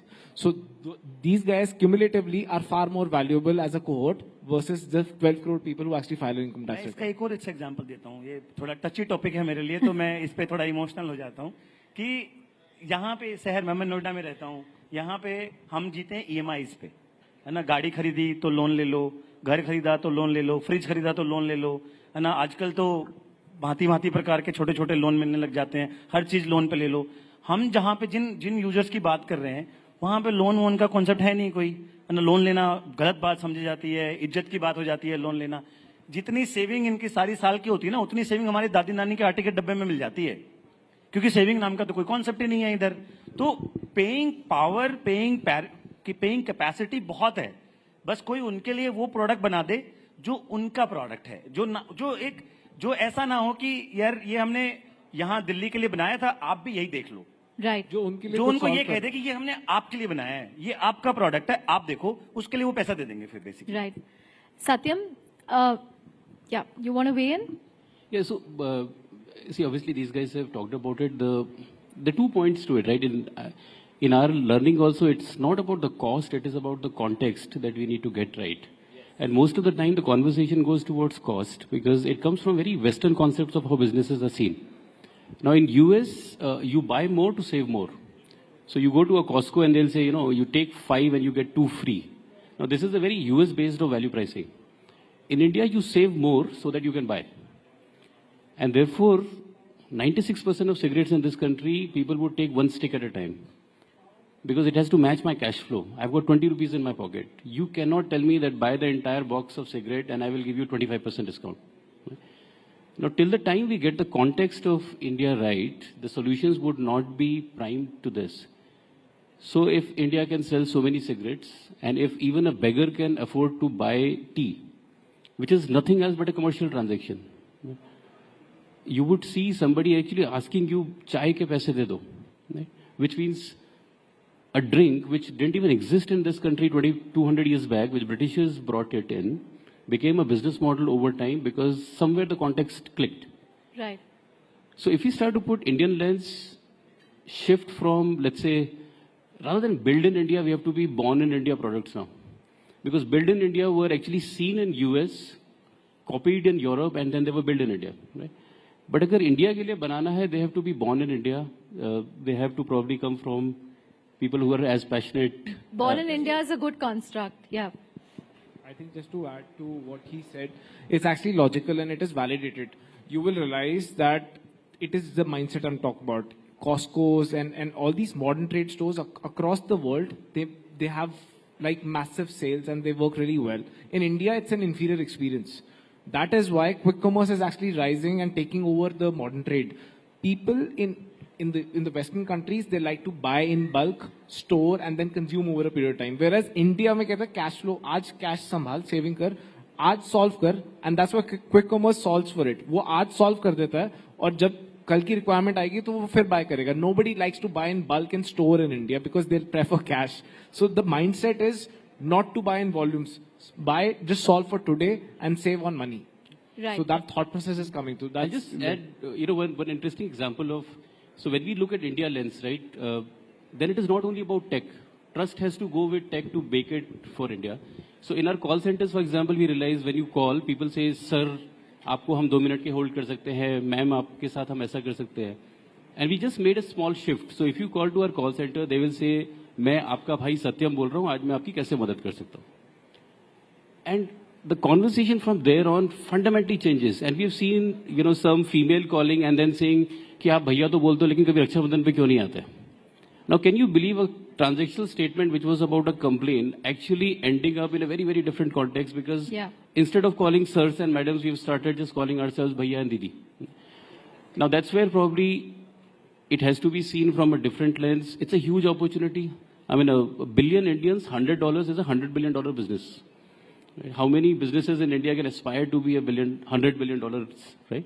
Maybe you're looking at 3 of them possibilities. There are many more. Right. As we wind up, Satyam, but were you ever intimidated that you're entering an industry that already has such heavyweights, telecom? See, we are thankful for the first set of things to be out there because if you look at it last 20 years, there have been fundamental disruptions in how businesses have shifted, right? From supply-led businesses where people owned infrastructure, platforms came in who were doing a better supply match. And that is where the value got added to the end consumer. So be it Amazon, be it Uber, which disrupted transportation, Airbnb disrupted retail. No one has ever done it in telecom. So I think the excitement of being the first one, even if you are martyr or उसमें आप शहीद भी हो जाओ तो उसका मजा शायद अलग है. That is what was carrying us. But on the other side, 1 billion Indians, everybody deserves to have big dreams. In our lifetime, if we can help 50 crore people to fulfill their dreams in some ways, I think it's worth it. And it's worth it beyond all the hurdles, every other constraint that you talk about. Right. At least enable them to dream. Yeah. At least enable them to dream. Yes. And if not us, somebody else will do it. It has to happen. And also, Businesses Chandra, evolve. I think to that point, I'd also like to add, for all three of us, there are large incumbents in our respective industries who are operating. But what needs to be appreciated is that large guys cannot do everything. There will always be They'll also younger have folks legacy coming in. issues too. Yes, there are legacy issues, there are innovation issues. There is no motivation at the end of the day. What you are actually doing is just ensuring that there is scale and you continue to do things. The reporting is signed. They're just trying to standardize things. I think the focus is always on that rather than innovation. For people like us will always exist in industries where there will be large incumbents. It's just more logical. We will come up with reasons as to why they should start innovating again. Right. As we wrap up, Saurabh, you are a revenue-generating business, profitable business. You're also in the middle of raising a big round of funding. But what are your ambitions over the next year? You've kind of been you're dominant in the North India market. What next for Lahori? I think it's very, very simple and very clear in our minds. The next couple of years, we absolutely intend to have national footprint where anybody in India traveling wherever, whatever part of the country you go to, you will find Lahori Zira an option. So I should be able to order it in Bangalore. 100%. 100%. No matter, not in Bangalore, but any part of the country. Next 2 years, the idea is to have national footprint. Next 5-year dream and ambition and something that I promise you we will fulfill is we will be the preferred choice of Indian consumer for beverages. Great. Vinay, you just raised a round of funding. So what are your ambitions beyond Rajasthani, Haryanvi and Bhojpuri? 5 years from now, every single regional culture of India, every Indian who comes from them would be proud of their cultural identity and would have never have to feel any sort of inferiority complex because they come from a certain background. That would be the real success The confidence stage. layer. Confidence layer. Satyam, who has also raised a round of funding. Yeah. See, by 2030, we want to make sure that Vyom becomes synonymous with the internet. There are at least 50 crore people who, for just 10 rupees in their pocket, can get as much internet as they want, so that they can complete their online education, they can watch whatever they want to watch and fulfill their dreams. In next 2 years, we expect that at least 1 crore people, today we are at around 10 lakh users who use internet through us. We would be at around 1 CR users who, with just 10 rupees in their pocket, would only have 3 choices. Either to have Lahori Jeera, or to watch an amazing content, or to have unlimited internet from us. That's a great way of putting it. I think just to add before you wrap this up, I think what is important is that folks like us, we are the ones who need to dream. And younger folks who aspire to be entrepreneurs, we just need to dream a step bigger. At some point in time, Vyom could possibly lobby for this in other countries, get that regulation done and start doing it across. He'll probably start doing it for other languages outside India. And if a Prime can come to India and sell, Mr. Beast, I don't know if any of you know that there's a beverage called Prime, which is actually bought by Mr. Beast, who's the biggest YouTuber, sells a bottle for $500. If he can come to India and sell, why can't a Lahori Jeera go outside and sell and dominate the world?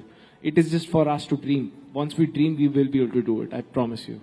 Right. Here's wishing you the very best in your dreams. Thank you very much. A huge round of applause for 3 dreamers and builders.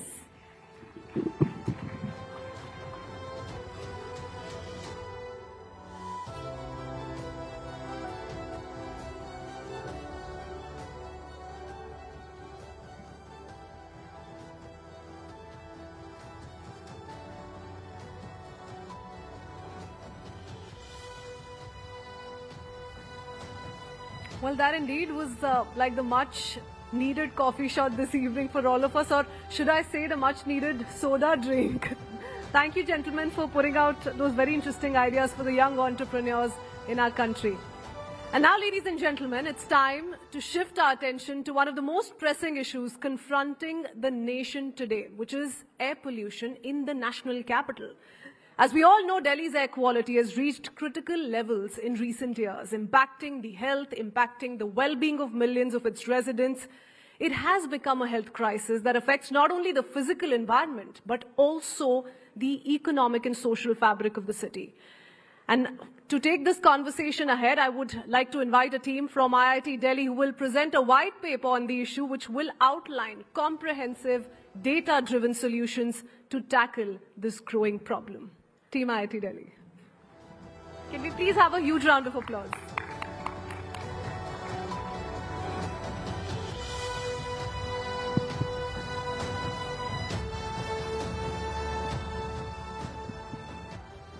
Sit down.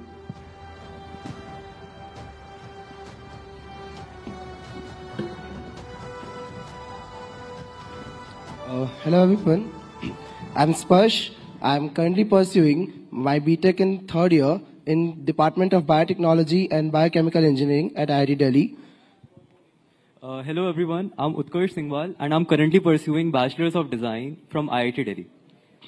Pranam, I am Avni, currently pursuing my Bachelor's of Technology in Biochemical Engineering and Biotechnology at IIT Delhi.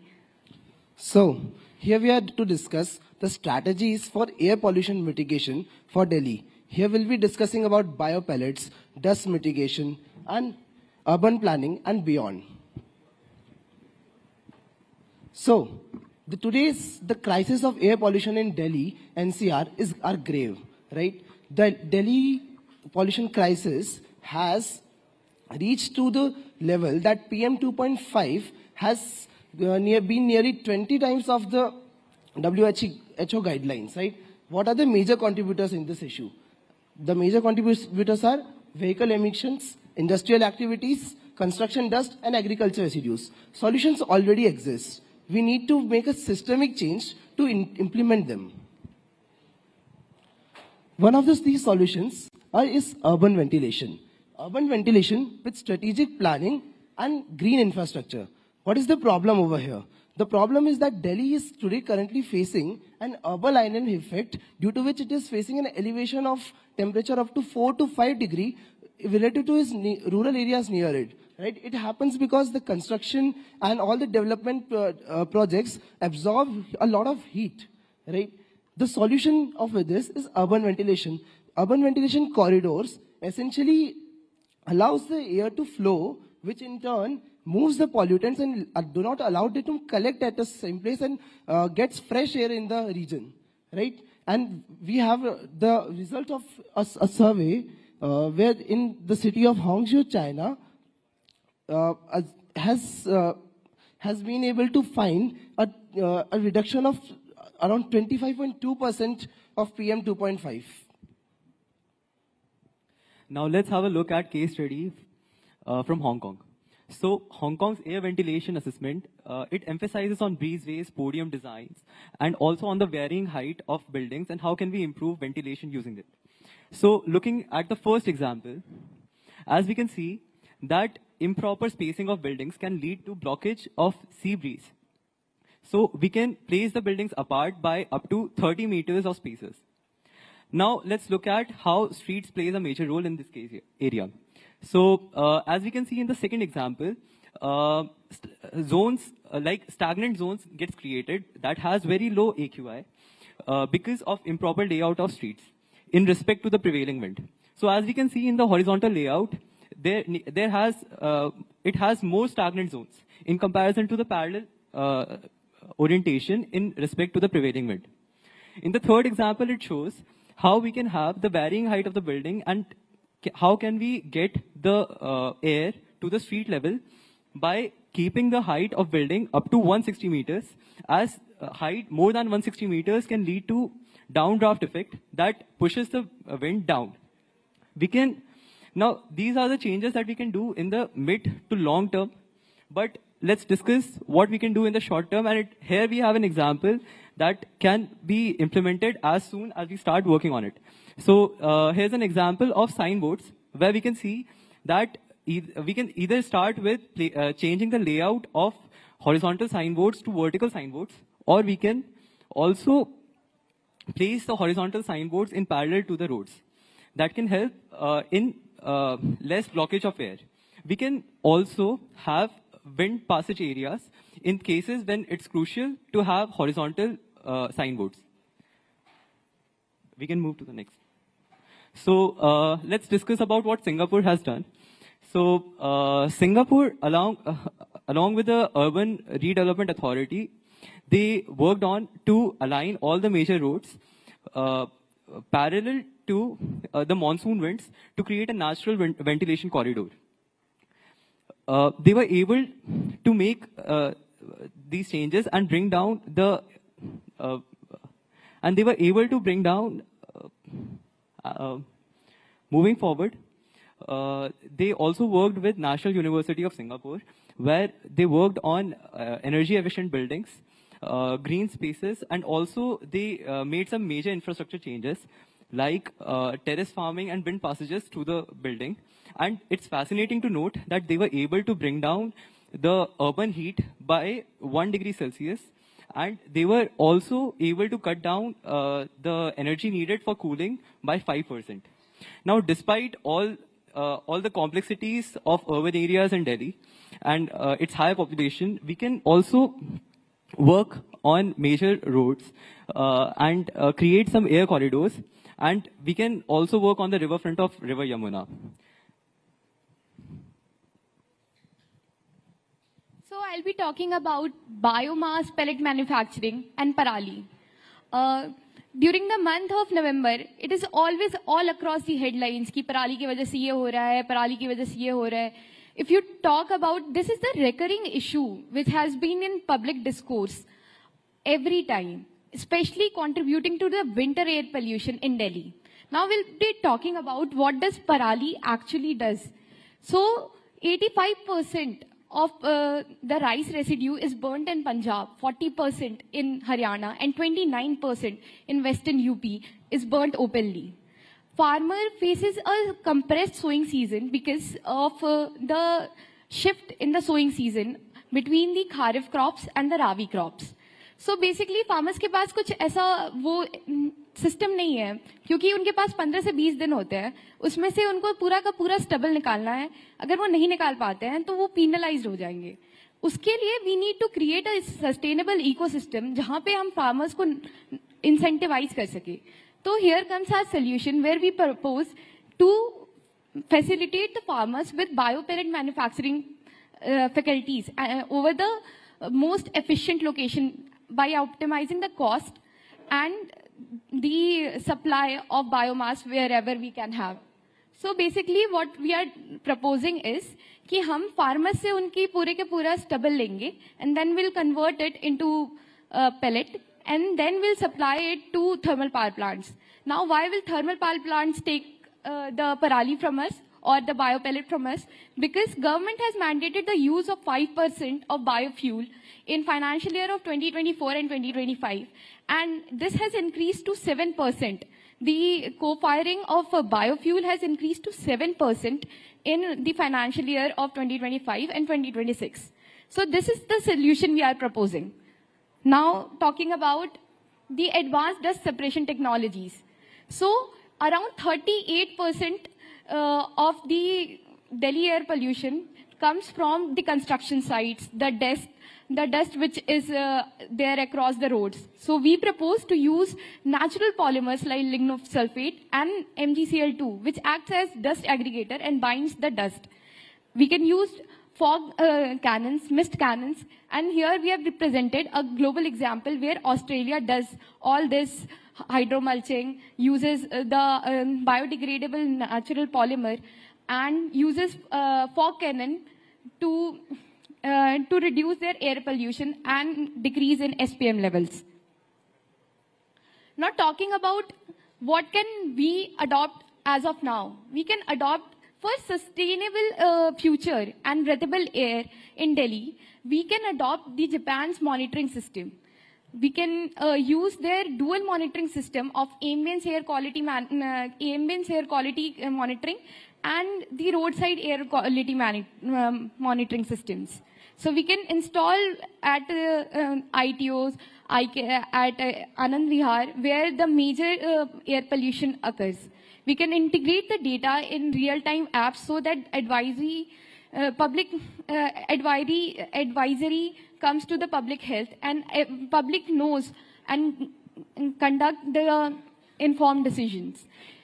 we should also make a sustainable and favorable ecosystem for EVs and incentivize this process by subsidizing the usage of EVs, or we can also use we can also develop the framework of recycling of lithium-ion batteries and converting into black mass so that we can recycle these batteries.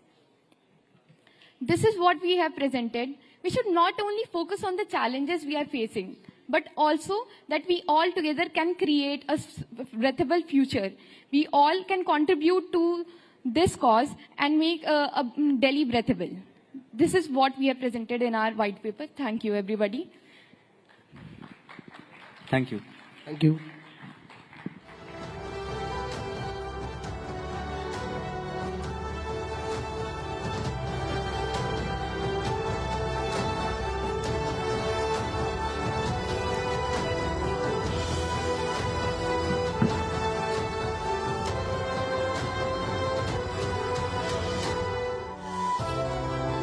Thank you, Team IIT Delhi. Your vision and your work just tells us that our future is in safe hands. Thank you for that detailed presentation. And ladies and gentlemen, as promised earlier, the evening is only going to get better from here. Up next, it's a great honor and privilege to welcome one of India's most dynamic and influential political leaders, Sachin Pilot from the Congress Party. Mr. Pilot has made a significant mark in Indian politics, particularly in Rajasthan, where he has been a key figure in shaping the state's political landscape. Today, we have this unique opportunity to hear from him directly as we explore a range of issues that our country continues to face. The Congress Party's vision for India's future will be discussed, and how leaders like him are working to address some of the most pressing issues as well, from economic reform to social justice, development and national unity. Mr. Pilot joins us virtually for a fireside chat titled Pilot's Vision, Navigating Bharat and Rajasthan's Future. And Shivani Gupta, my colleague, will be taking this conversation ahead.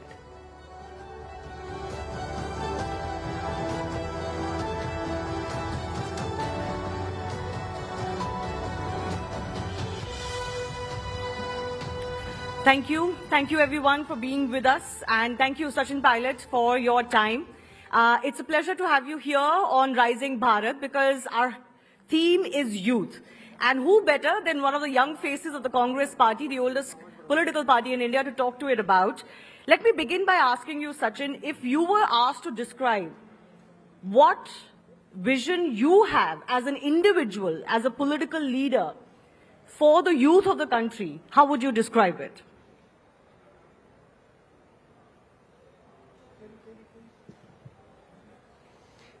I think it's true that this country is blessed with a very young population, but it's also true that we have to work tirelessly to be able to provide opportunities, to be able to make an India that's inclusive, that growth is not the only criteria, but equitable growth is the key. And young people, educated people, really have a lot of contribution to make. And to my mind, India is a country that is made up of more than one ideology, more than one narrative. So how to get people together, how to make India a 21st century nation that can take upon the challenges that the times have brought to us. I think politically we have different views, and I think the government of the day may have tried last 10 years, but there is certainly a sense of lacking, a sense of not being included, and a sense of despair between the young people as they move forward, and the huge divide that we have between our society, rich and poor. There are many challenges, but for young people, I think there's a lot of opportunity, and we in the opposition are happy to be constructive in our role, but we certainly will make the government of the day accountable and answerable as we move on. But Sachin, I have to ask you, if you look at recent election results, not just the Lok Sabha election results, but you look at Haryana and Maharashtra, where your party was expected to do very well, but it didn't. Don't you think that your party is losing or has already lost that connect with the Indian youth?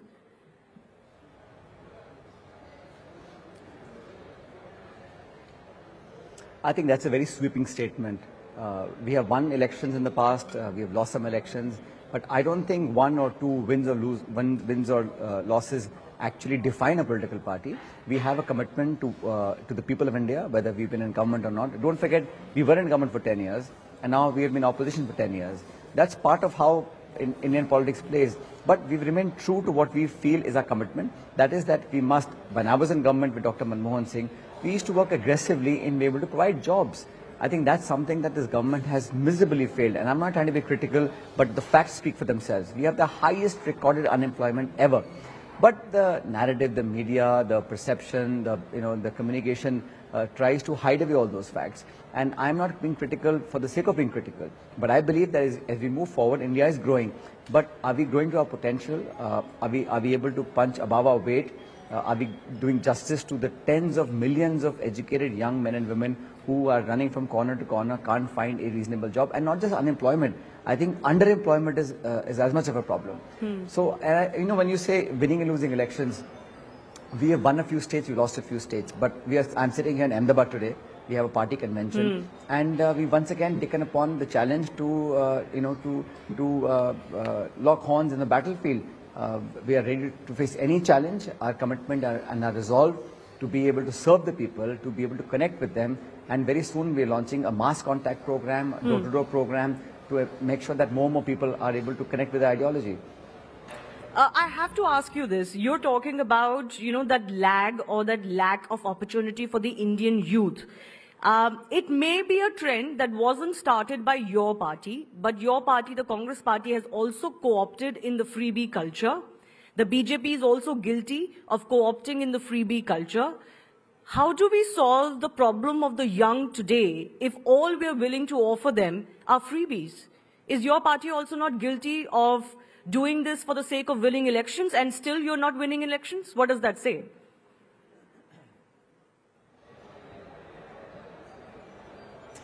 It's a very good, I'm glad you asked this question. And here's my answer to that. My response is very clear. I believe as a state, it is our constitutional responsibility to be able to provide support, resources for those who don't have any. Now, whether it's the US or Europe, everybody has an affirmative program. You have food coupons, you have subsidies, you have all sorts of financial benefits for people who are not in the mainstream. But it should be targeted, it should be monitored. One should not use that as a platform to garner votes. But once you're in government, and I have to take you back, from 2004 to 14, when we had UP 1 and 2, 145 million people were lifted from abject poverty, above the poverty line. So I'm all for supporting and targeted support of all people who need our resources, whether education, health, food subsidy, electricity. I think we owe to those people.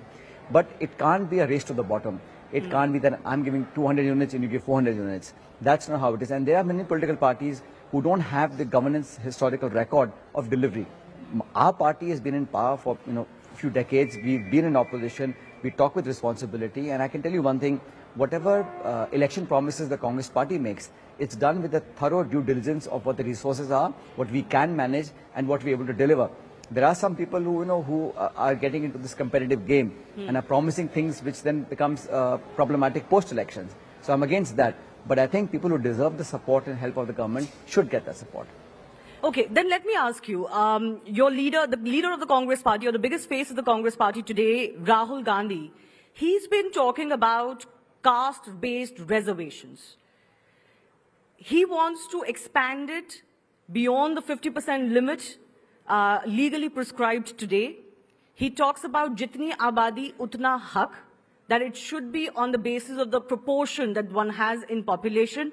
And the idea is, of course, that the OBCs and others are much larger in population than 50% of the Indian current population. If we go that route, the direct question that comes to mind is what happens to merit then? Because the young of the country, the youth of the country, if there is one thing they tell politicians again and again, and us when we go to the field, is that they want an India which runs on merit, not on किस परिवार से आते हो, आपके माता पिता कौन है. Dynasty, they don't like reservations as much. They want merit. They want to be standing on their own feet. So then I don't understand, how does your vision of what the youth need go hand in hand with the jitni abadi utna hak, or more reservations than we already have? I think I've understood your question.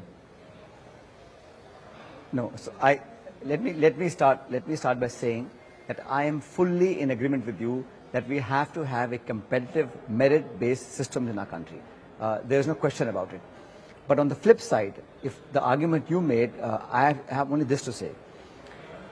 There are people who have not been able to enter the mainstream, who are on the fringes of our society, absolute fringes, economically, socially, subjugated to centuries of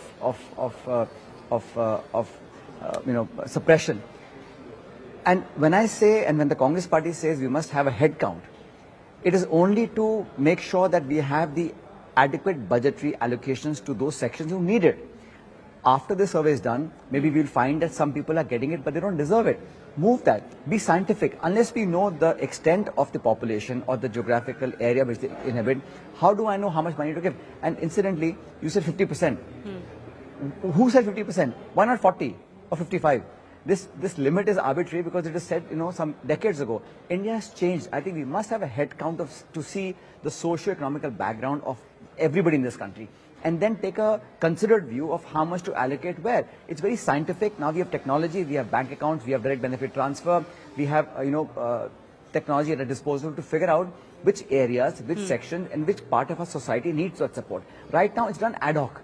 It's done, if I run a government, I'll say I support this one, you come to power, you support that one. There is no scientific basis of allocating budgets, money, schemes, programs, and there is no scientific way of monitoring that. All we're saying is, let the truth come out, let us have a full head count, and based on that, post-discussion, do a merit-based system of how do you allocate resources. Right now, resource allocation is done at the whim and fancy of a political party or a government. There is no data to back it. Every time we have gone to court, court always says, please give empirical evidence of why you want to do this scheme or reservation, for example. And I think there's no harm. There are about a dozen states who have already crossed the 50% limit. So 50% limit is something that was, put down by some court decades ago. There is no reason for us not to have a head count and then take a reality check as to how much we need. Perhaps we need less. And if we have to cross a limit in some areas, let's do that. Let's not be bound by history and legacy and not be scientific in our approach. So to your argument that this will kill merit, I don't believe it. I think people who have merit have enough space and they should get space, but those who have been left out in the mainstream for decades and centuries do need a level playing field. No, possibly that 50% mark was set because at least there will be 50% merit-based and 50% reservation-based. Maybe it was more palatable for people to accept that rather than a 70-80% reservation. But I'll ask you very quickly. You're saying caste survey, do it, get the head count and then allocate resources accordingly. That's fine in its own regard. But are you also for increasing reservation limit to 60, 70, 80%?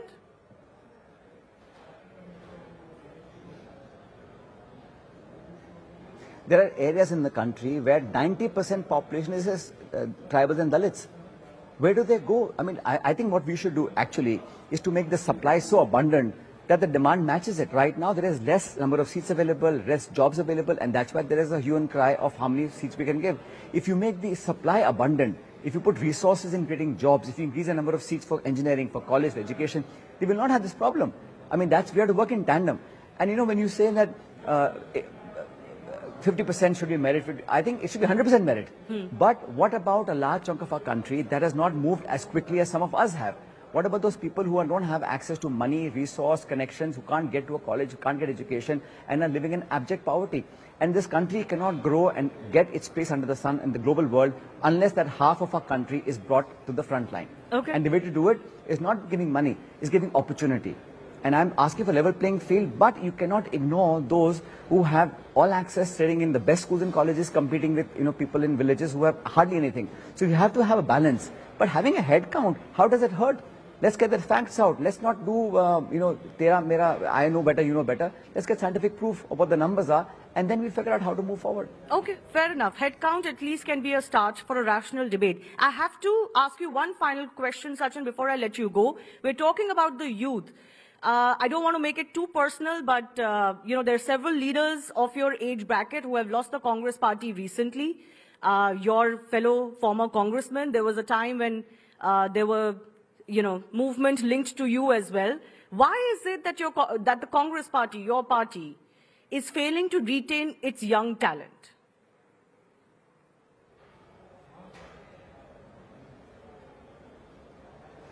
Well, I think just to add to your comment, we have lost some talent who's not very young also. We have Captain Amrinder Singh, we have Ghulam Nabi Azad, we had Ashok Chavan, and we had tons of other people. So people who are not, don't have the stomach for a fight will do what they have to do. Some people have personal compulsions, and this government of the day is using every resource at their disposal, whether it's enforcement directorate, CBI, police, income tax to subjugate. And once people cross over, suddenly they become blame-free and become the best people in the world. That's between them and the BJP. I have nothing to add. All I can say is that those who are committed for the party, who believe in the ideology and will fight till the end, those are the kind of workers we want to cultivate. And today in the session at AICC in Ahmedabad, we are giving a clarion call for this year to be the year of organization, to reach out to the blocks, to the panchayats, to a mass contact program, door-to-door campaign, to galvanize the supporters, and people need a strong opposition. We have been put in the opposition, but for 4.5 years, I can assure you that the Congress party, our workers and our leaders will be on the ground, voicing the voice of the people, raising those issues and making this government accountable. Kaun aa raha hai, kaun ja raha hai, it's part of politics. I will make no comments, but I think ultimately people are the best judge. Whether anyone makes a decision, good or bad, you and I can't make a decision. The people of India will decide whether this is right or wrong. All right. I do appreciate you joining us, Sachin Pilot. Thanks a lot for speaking here on Rising Bharat. We look forward to more stories coming in, not just for the youth that the Congress party will be connecting with, but also, of course, your state of Rajasthan as well. All the very best, and thanks a lot for joining us.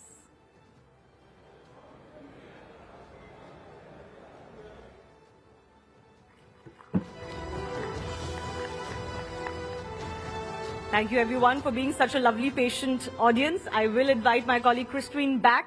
Thanks a lot.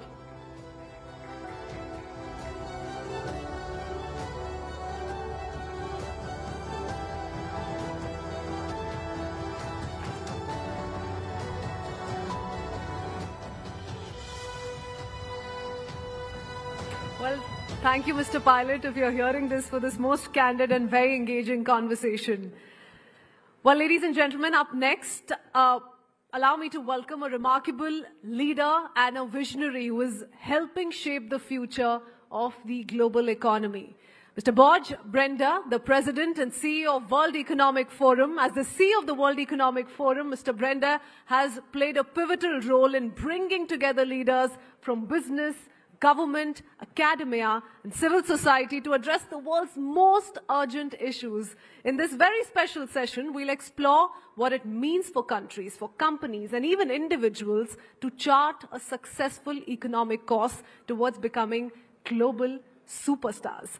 What are the trends driving growth? What challenges must we overcome? And how can we prepare for a future of unprecedented opportunities? Mr. Brenda is joining us virtually today, and he will be in conversation with Shireen Bhan. Shireen, the floor is yours. Thank you very much. Good evening, ladies and gentlemen. It's great to have you here with us at the Rising Bharat Summit. And it's wonderful to be joined by Borge Brende of the World Economic Forum, a man who's been tracking global trade for decades now, and a man who has a pulse check on what is happening as far as the business community globally is concerned. Borge Brende, many, many thanks for joining us here on CNBC TV 18 and on Network 18. It is a pleasure to have you here with us. Unfortunately, we have you joining us virtually. We would love to have you here with us in New Delhi. But let me start by asking you, Borge, what we've seen happen, especially since the 2nd of April, with the announcement of tariffs by President Trump, reciprocal measures being taken by different countries. As someone who's tracked global trade for decades now, is this the stuff of your nightmares, Borge? No, thank you, and I wish I was there with you in New Delhi. It is true that we are facing unprecedented times. I would admit that in many ways, I'm glad I'm not the trade minister anymore. I could put it that way, because it is very challenging times. The largest economy in the world, the US, is almost 30% of the global GDP. With 5% of the global population. They have introduced now tariffs that are the highest ones in the US in a century. And no different countries then deal with it bilaterally. And it is a time where a lot is at stake for the global economy. That's for sure. Well, yes, a lot is at stake, Borge. But, when we were in Davos in January at the start of the year, President Trump did speak to the audience in Davos virtually. And while he had already held out the threat of tariffs, it seems to be the worst case scenario that's playing out. And if you look at the calculation, if you look at the tariff math, this isn't really reciprocal in the sense that we expected it to be. So what do you see as the impact and the implications on global trade? Is it too early to really make an assessment of how badly this is going to impact global growth?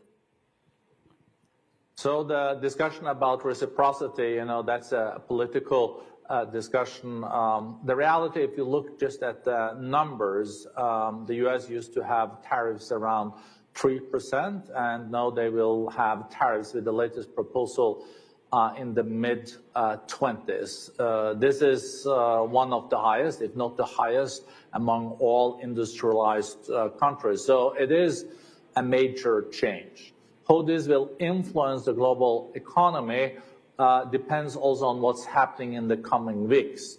We saw, for example, the stock market, the Nikkei index in Japan increased by 6% today because there are bilateral discussions between Japan as the third largest economy in the world and U.S. as the largest to find ways to break this impasse. So I think we know more about this in a few weeks, but of course we need all the growth that is possible because we are not back on what was trend growth for decades. We're still lower than the trend growth, and there are so many challenges, so many jobs, so many opportunities that have to be created, especially in emerging economies and frontier markets.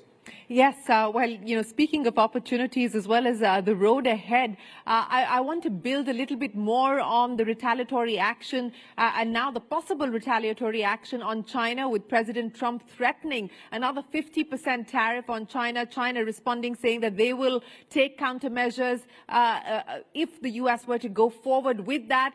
If President Trump goes through with the threat of additional 50% tariffs on China, which would take the total tariffs on China above 100%, Borge, what will that mean? How are you reading that?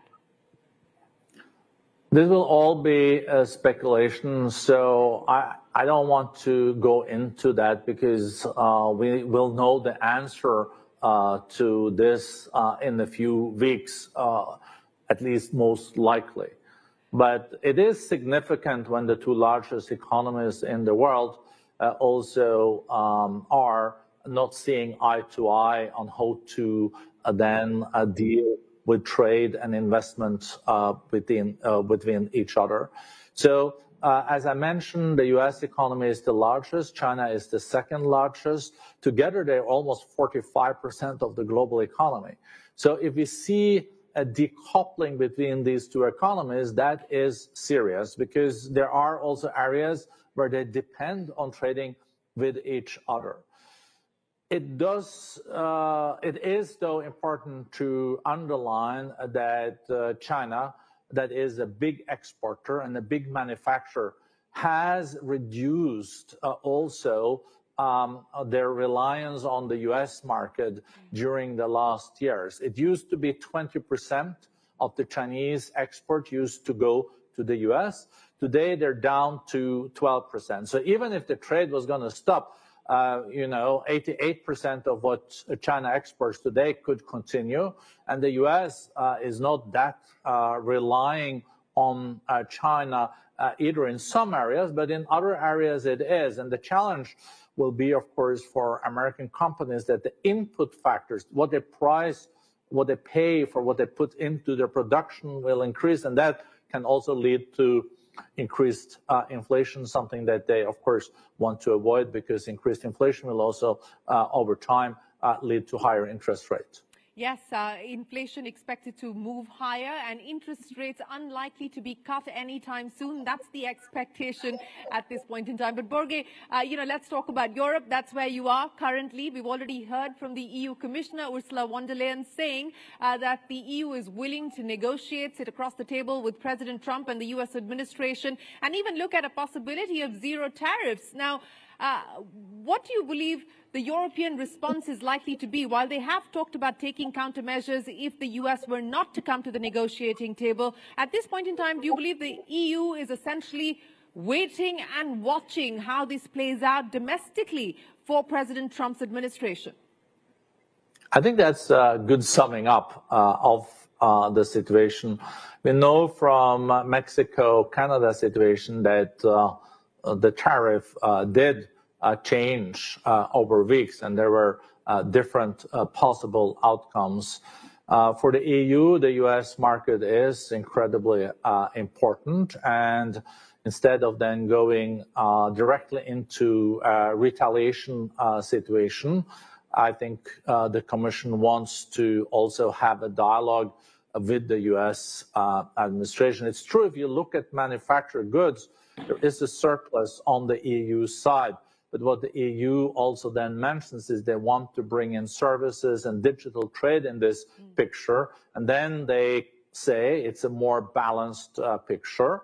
And we also see that there are different signals now in the Trump administration.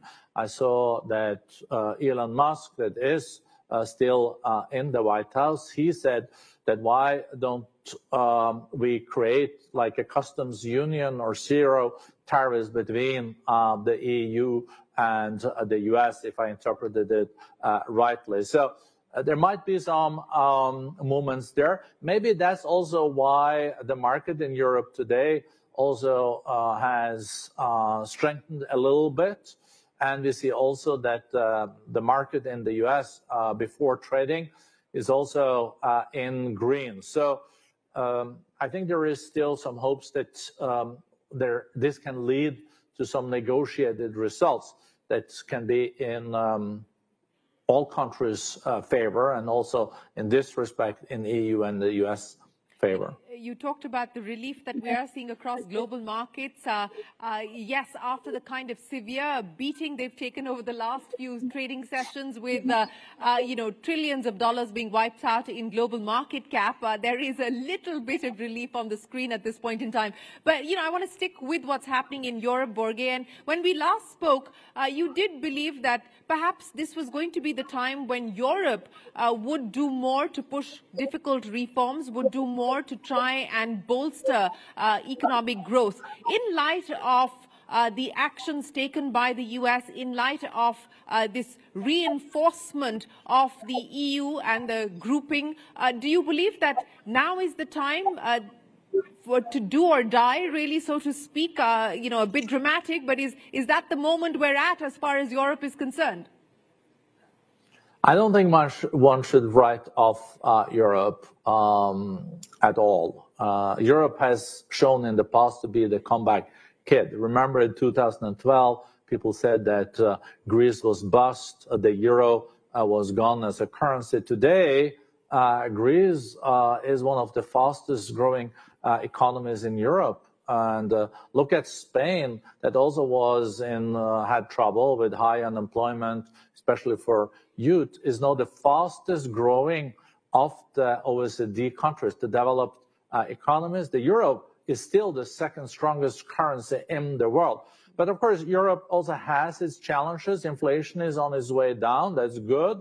But they will need to implement the Draghi plan. There's 400 pages of proposals from a former head of the ECB, the European Central Bank, saying that one has to reduce red tape, has to make it easier to do business in Europe. And if Europe implements all this, and it's a war on talents globally, maybe Europe could be a place where also very talented people would like to live in the future. So I would not write off Europe. It's almost 20% of the global economy still. So it's incredibly important, and maybe Europe also can play a role here between the other big economies, not ending up between a rock and a hard place, but maybe say that we can work with India, we can work with China, we can also work with Latin America and the US. So there are some diplomatic opportunities here also for Europe that we should not underestimate. For example, Ursula von der Leyen, you mentioned, just recently went to Brazil and signed an agreement with Mercosur that has been on the table for decades. And Mercosur, being Brazil, Argentina, and etc., together with the EU, is almost 30% of the global GDP. Talking about diplomatic opportunities that you believe Europe should not miss, the India-EU FTA negotiations have been on for over a decade now, Borge. Do you believe that this could perhaps speed things up? Could we see both sides moving closer to getting that deal finally done? Yes, I think so. I was struggling for many years with the so-called EFTA deal between EFTA and India. EFTA being Switzerland and Norway, Liechtenstein and Iceland, not the biggest, but together they're the 12th largest economy in the world. And I used to say the only international organization where my country, Norway, is the superpower. But anyway, we made a deal. EFTA did a deal with India, and we have seen that in the past when EFTA can do deals with big players, also EU follows. So I think this can be the push needed for an India and EU mega regional trade agreement that possibly can benefit both India and EU a lot. Well, since we're here at the Rising India Summit, Borge, you were talking about the India-EU FTA and the possibility of that finally getting done. But how do you see India positioned today? We are, of course, in negotiations with the US for a bilateral trade agreement. We're in talks with the UK for an FTA. We're in talks with the EU for an FTA. How do you see India's role and position, and what do you believe the approach should be from here on? The speculation, the hypothesis is that India could be a net beneficiary of this move, anti-China move. But how do you see India's position at this point in time? India is well positioned. The Indian economy is still growing much faster than most other economies. If India continues with reforms, I think easily can get 6% economic growth. If it increases the reforms, it can easily also get back to 8%. India has suddenly also become a manufacturing hub. I just looked up the numbers before this, and I saw that India is the second largest exporters of cell phones in the world. That was not the situation just 5 years ago. India has amazing talent. One of the youngest population in the world. The average age is 28% of the Indian population. More than 60% is in the age of working. A lot of other countries have not those kind of great numbers. And we know that also Prime Minister Modi has a good relationship with President Trump. So let's see if India now is able to work out also an agreement on the trade and investment side that works for India. Traditionally, though, India has been doing deals mainly based on the multilateral agreements through WTO. And for India, that has, I think, been a good starting point. But now the world has changed, and we see more mega-regional deals, so-called plurilateral deals, coalition of willings. And we're seeing that India is also pivoting towards doing more mega-regional deals. Of course, this is up to the Indian leadership to make this kind of assessment. But it's interesting to see that the approach is also changing in New Delhi. You talked about bilateral deals that India is looking at, and you also talked about what we have seen happen on the electronic manufacturing side. In fact, reports today suggesting that Apple may redirect some of its phone supply chain to India and make more in India on account of the tariffs imposed on China. And now, given the fact that in the region, whether it's China or Vietnam, etc., the tariffs imposed by the US are higher, do you believe in the near term India is likely to benefit from the higher tariffs in the region? That would only be speculations, but we'll also see how the tariffs develop in the coming weeks. But as I said, I think India has good relations both with the US as the largest economy in the world, and EU is the largest market in the world, the singular market. And there's also traditionally good relations there. So let's see how India maneuvers this. But there is a lot of things working now for India if the reforms do continue. It's a startup nation too. 160,000 startups, 120 unicorns. So a new unicorn like every 20 days. Of course, India is strong on services, also relatively strong on digital trade. Those two things are growing much faster than manufacturing. But now also India is making huge progress on manufacturing. 300 now sites in India producing mobile phones. This shows that when first things move fast in India, it really moves fast. You know, Borge, I think something that has fallen off the headlines for the last few weeks, ever since tariffs took over, is what's happening with Russia and Ukraine. Now, President Trump and President Zelensky and Vladimir Putin have been in discussion. We've seen fireworks in the White House and outside of the White House as well. What's the sense that you now get on what's happening as far as Ukraine is concerned, and what's the feeling in the business community with respect to a possible resolution now? It's true that Ukraine has fallen a bit off the agenda because economics, tariffs, but also still the situation in the Middle East with Iran and the Gaza has had a lot of attention. And also the Houthis, of course, with freedom of maneuver, naval maneuver in the Red Sea. I think the latest on the battlefield ground in Ukraine is that the progress that the Russians had a few months ago has probably staled, and there is now also counterattacks from the Ukrainians. So there is still a situation where after 3 years of war, Russia has taken a little bit less than 20% of the territory of Ukraine. They still control 80% of their territory.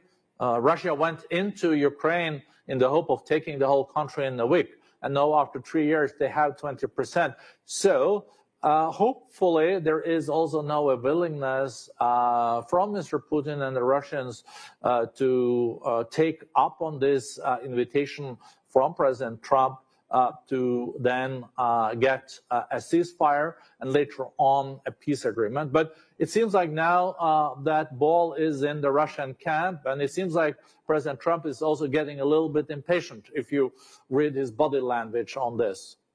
Yes, there has been some commentary coming in from President Trump that he is losing patience, but one will have to see how this plays itself out in the context of what's happening in Ukraine. You know, the efforts to remilitarize in Europe, and there is now a lot of talk around what that could potentially mean. We've seen different countries coming out and expressing their aspiration to remilitarize, given the fact that there is now this trust deficit between the EU and the US. What could that mean for Europe, this effort to remilitarize? It's true that Europe has, in the last decades, used far less than they used during the Cold War on the military. Some European countries even gone under 1% of GDP, but most of them are now getting closer to 2% of GDP. I think this will continue. Some countries might even go up to 3%. Poland, I think, is now close to 4%. At least that is their goal. And I think this is a reflection on the security situation. If you have a neighbor, and a big neighbor, that has just taken a piece of another country, not according to international law, quite the contrary, these countries want to have a strong military, and they know that the strong military is sometimes the best way of guaranteeing peace, because no one attacks another country if it's strong. So, Borge, let me end by asking you, is it the end of globalization as we've come to acknowledge and get used to over the last many decades? Is it the end of the multilateral system that we've been used to, whether it's the WTO, the WHO? How are you reading the chain of events and what this means as far as reshaping the global order is concerned?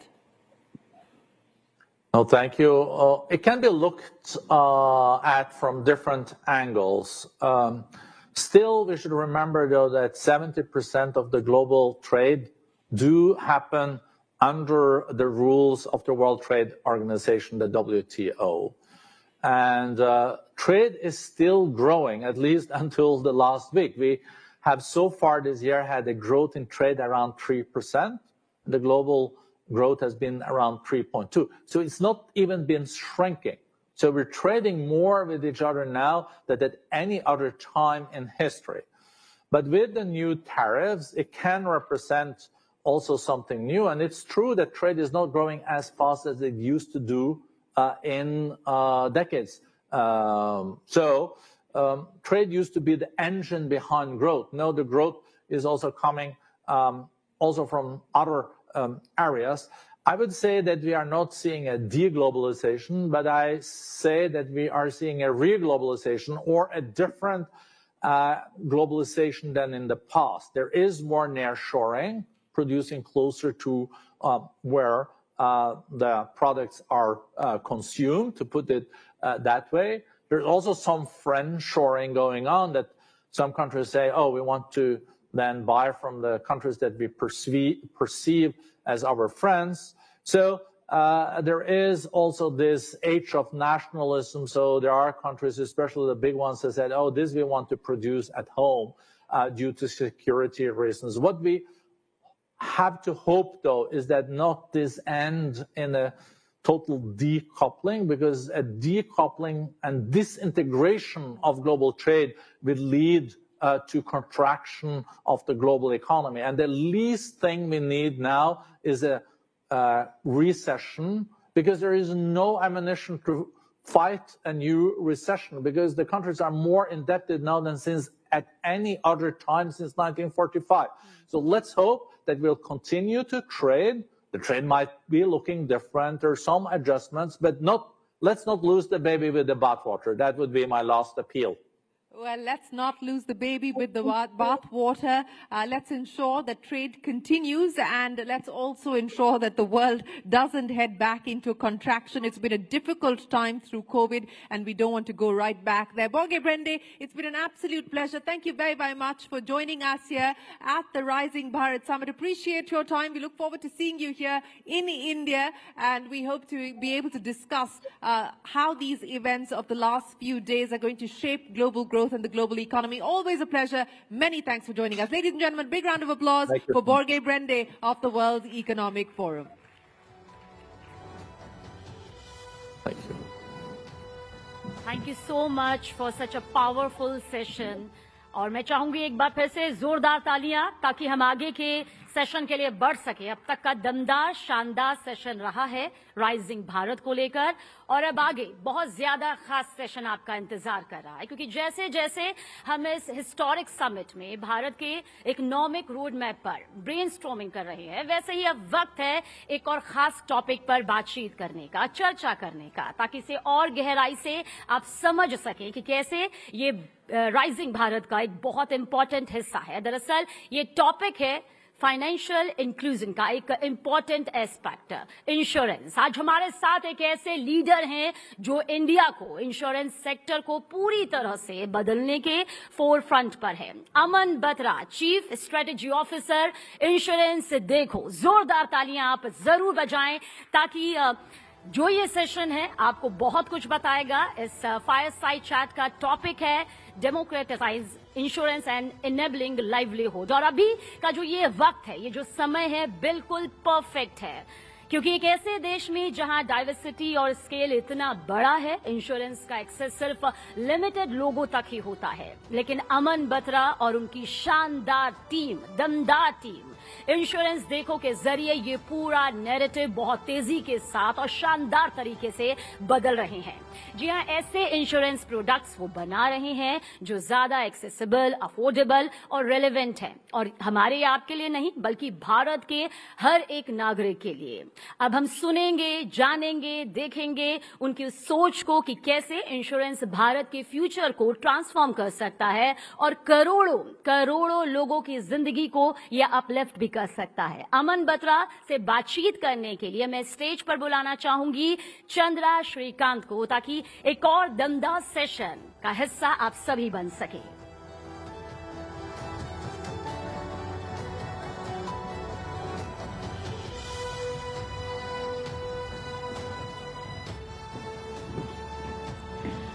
Good evening, everyone. Thank you very much, Aman, for joining us at Rising Bharat. We've had so many sessions in this room around Bharat and its opportunity. In fact, a couple of sessions ago, we had 3 entrepreneurs who are building for Bharat. So it's clearly a big theme.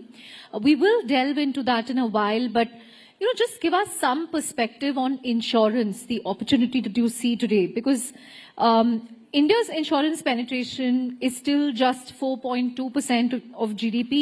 So, how do you plan to reach the next 500 uninsured citizens? What are the key behavioral, cultural, and infrastructural shifts that are needed for that? So, thanks, Chandra. Thanks for having me here. Thank you to you and the News18 team for having me and the Insurance Deco group here. And to the question, I think we see a large opportunity in insurance in India. Insurance as of last year is almost a $132 billion market. And this is not a market size, TAM, SAM, etc. But this is actual cash changing hands and going from a consumer into a manufacturer's pocket, right? And that's the space that we are up for disrupting. And I think if you talk about those 500 million people who are uninsured, which is the missing middle, we see there are 3 things which can help insure this 500 million Indians. One of them is distribution, and that is what we are disrupting here at Insurance Deco. We see today that large part of insurance in the country is coming from the top 20 cities. We have went down and built a distribution in the tier 2 and tier 3 markets of the country, right? That is how we build distribution, which again leads to more awareness for the product, right? So that's one. Second, I think the biggest cultural shift which needs to happen for insurance to pick up in the country. Today, insurance is look more like a investment product, right? Which is to say, I invest certain money and I might get certain return at a future exigency, right? But can people start thinking of it more as a savings product, which is I'm saving for a rainy day, and tomorrow, if such an event comes in, right, I have to go for an hospitalization. It doesn't deplete into my bank balance, but it is more a pool that I can go into, right? So if that large cultural shift can come in, I think that would be one of the game changers. And we at Insurance Deco have been at the forefront of building that awareness. We have about 2.4 lakh agent partners who work on our platform, and with these 2.4 lakh agent partners, we reached out to over 1 crore Indians over the last 5 years who have insured, right? We insure almost 20 Indians every minute, so that's the scale that we are at. Right? So that's 2. Third, I think what also needs to get built in is a lot more innovation and technology at play, right? If you have to reach these 500 million Indians, right, there we have to go out of the archaic processes which are today in insurance, where you don't need to build insurance through forms, etc., but build technology into play. And how can you power that, right? So I think these 3 things, Chandra, are to my mind, which can help and ensure these 500 million missing middle, which does not have insurance today. Right. In a sense, Aman, you're this breakout insurtech company, because when you started up, there was already, I think, Policy Bazaar. You also had some of the bigger incumbents, the Bajajes, the ICICIs of the world. What do you think gave Insurance Deco that edge? That, you could still come up trumps in a category that had incumbents, it had startups, it had innovators.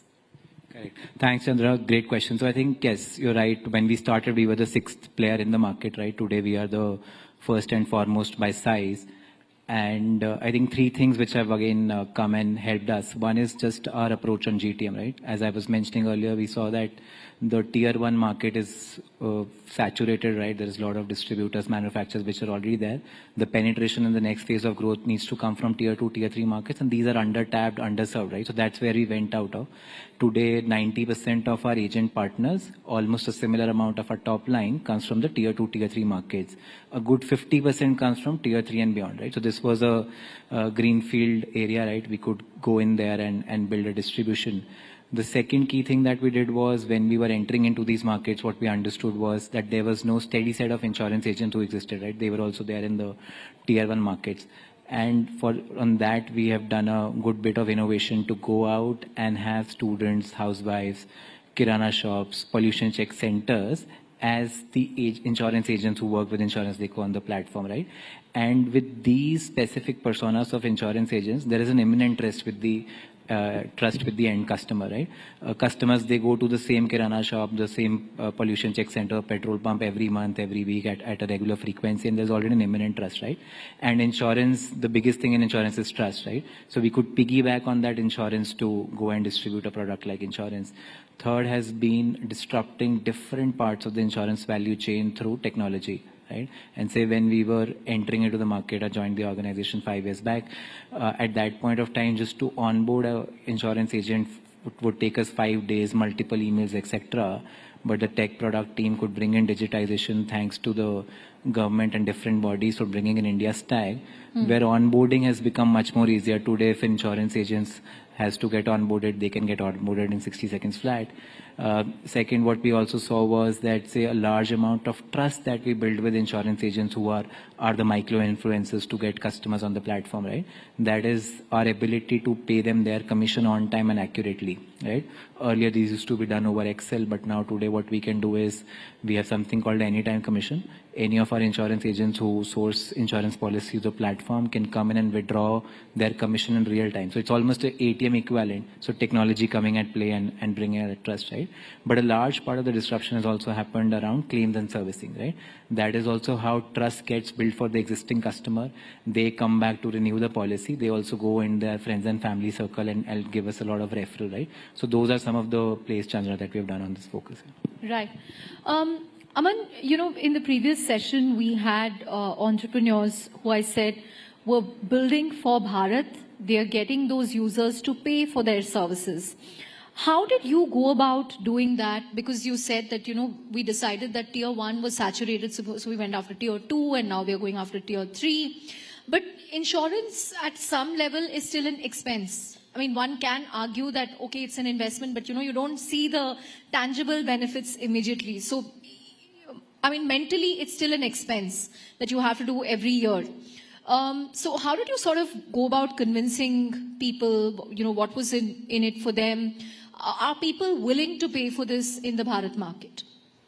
Correct, Chandra. So I think one of the biggest tailwinds that we have seen is COVID, right? When COVID, folks saw that they had health to insurance was spend key. some out of pocket on health insurance, right? In a market like ours, where 98% of the expenditure on health is out of pocket, right? Insurance covers only a limited 2% of it, right? So I think that gave us a lot of headwind. But I think just from our approach perspective, also two things which have come in very handy for us to build conviction around high ticket size, high engagement products, specifically on health and life insurance, are twofold. One is making it more affordable for the end consumer, right? So going from a one-time upfront payment to more EMI payment, right?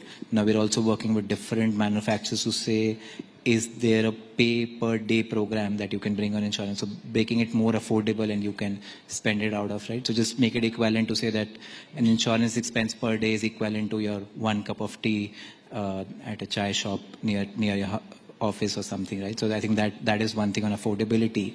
The second is case study, right? And in the markets like tier 2, tier 3 that we have gone to, right?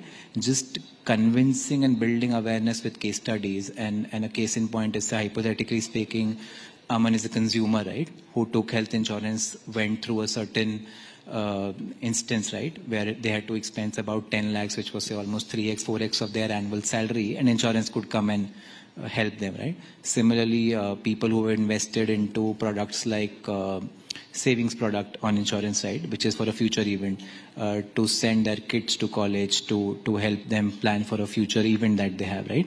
When these case studies go around in the community of influence, right, they help bring in a lot of trust, right? Because there is someone actually on ground who's benefiting from this, right? And those hyperlocal case studies have been something which have been very helpful for us to build conviction around some of these large products and then also drive awareness. Right. In terms of the opportunities that you see going forward, Aman, again, you've leveraged technology to map your customers, what their needs are, what their needs could be going forward. I'm sure you've built an analytics engine to gauge that. So what opportunities do you see beyond insurance? What can you cross-sell, upsell in the future? Thanks, Chandra. So I think, yes, with distributors like us and tech-first distributors, right, I think the first and foremost mode that we've been able to build is having access to a lot of data, right? The entire insurance rails for us run through a digitized system. So we have a lot more data on consumers, which are these consumers who are coming in, what is the profile, at what part of the value chain are they dropping, right? And with these zillions of data points passing through the system, what that enables us to do is do three things, right? One is customize products for them, right? Which is we understood where's the drop-off happening. Is it happening at price and feature, and how do we go back and work with our partners to customize products for them? Second is also just the cross-sell within insurance, right? So someone who came in and say hypothetically Chandra was a customer who came and bought an insurance for her car from the Insurance Dekho portal. And now we understand Chandra as a consumer. We also understand maybe health insurance or term insurance is something, the next product that we can sell to Chandra. The third, which we are also now doing small pilots around, and we'll see whatever is regulatory possible also in a space like ours, which is to say, again, with these end consumers, are there also scope for getting and expanding into other financial products, right? But there is a lot of richness of data, which enables us to do all of this. Right. Like any fintech, one of your most important stakeholders is the regulator. And the IRDAI has been very busy in the last 3 years. What does this mean for Insurance Dekho? Did it perhaps, slow down the growth that you would have otherwise seen because you had to comply to many of these new regulations and rules? Chandra, I think the regulator, and I think in the last 3 years, number of regulations which have come in, and all of them have been very helpful. One, to build more trust amongst the consumers, right? Second is also to enable and democratize a lot of distributors like us. And some of them, case in point, are just like around expense of management, which allows accounting to be done in a more transparent manner, but then also just other things around simplifying claims, making manufacturers and distributors more accountable to paying out claims in real time, right? So in all of that, there have been a good slew of changes. We have seen the industry taking some time to adjust to these changes, right? So these we see just as maybe near-term hiccups, right? But all these regulations, if you just look from a mid to long term, are much more beneficial, right? These have been game changers, net, if I have to say so. Right. Give us a sense of the competitive landscape. I mean, you have Insurance Dekho, you have listed players like PB Fintech, then you have the likes of Acco, Turtlemint, etc. Now there are reports about you and the Renew deal, which will value the combined entity at $1 billion. Again, what will this merger or what will this acquisition mean for Insurance Dekho to assert its dominance in this space? So Chandra, not at liberty to share anything which is still not in the public domain and not authorized to comment on this. But I think net, we see the space is ripe for disruption, right? I think there are a number of tech-first players which are out there in the market. Consolidation, if and when that happens amongst any players, gives benefit of scale, right? And thus going more deeper into the market, right? I think the next phase of growth only has to come from tier 2, tier 3, right? So any of the players joining hands just to build disruption in that market and build that distribution will always be a net positive for the industry as such. So when can we expect the official announcement on this deal? Chandra, my apologies, Chandra. not at the liberty to comment on that. Right. In a recent interview with Money Control, you mentioned that your IPO is at least 18 months away. So given that IPO timeline stretching into early FY27, does this reflect caution around market readiness or a need to build more scale before facing public shareholders? Correct, Chandra. So I think that's the public position, right? I think IPO is at least 18 months away for us. There is already a large amount of scale that we have built, right? The company is already at north of 4,000 crores of premium that we did in FY25. At that scale and size, though we're a distributor, but if you just track reckons against the general insurers, right? And the PSUs aside, on the private side, we'll be the 11th or the 12th largest player. At that scale and size, now there is much more that we need to do for our partners, for our end customers, and also solve for a lot of internal things, right? Just build the right committees, right teams, right processes in place, right? Which can hold a steady after a public market, right? So those are the things which the team is committed to building over the next 12 months and doing an IPO listing post that. Right. We're also seeing an interesting play in insurance, healthcare. Narayana, for instance, which runs a network of hospitals, got into insurance, and then we have PB Fintech, an insurance player, getting into healthcare or chalking out plans for that. How do you see this play? How will Insurance Dekho look at it? Correct, Chandra. So I think that again a step in the positive direction, right? I'll just share a case in point for us. We had started with auto insurance as the first product at Insurance Dekho. We understood that, say, these 20 Indians that we insure every minute, they also need a lot of support and hand-holding through the claims process, right? So we went out and partnered with the preferred network garages, right? So which is a consumer if they bought a policy through the Insurance Dekho portal, right? We provide them a superior experience through the garages that we have partnered with, right? Where they're able to jump the queue, get priority on service, get a number of add-on benefits, warranties, guarantees around the service that has been provided to them. And that, I think, has helped us, one, renew a lot of these customers. But then again, these customers have gone out, they've built a very positive word of mouth in their network of influence, which has brought in a lot more consumers to us, right?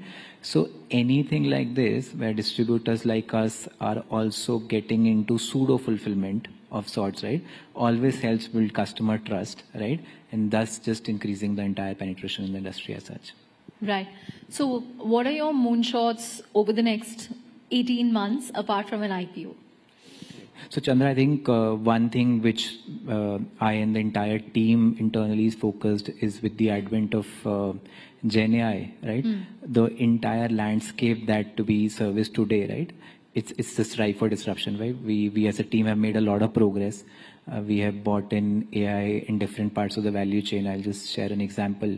So see these 2.4 lakh agent partners who work with us, they would go out in the market and pitch products to consumers. Yeah. And if it's a more complex product like health or life, there are hundreds of options that an end consumer can have.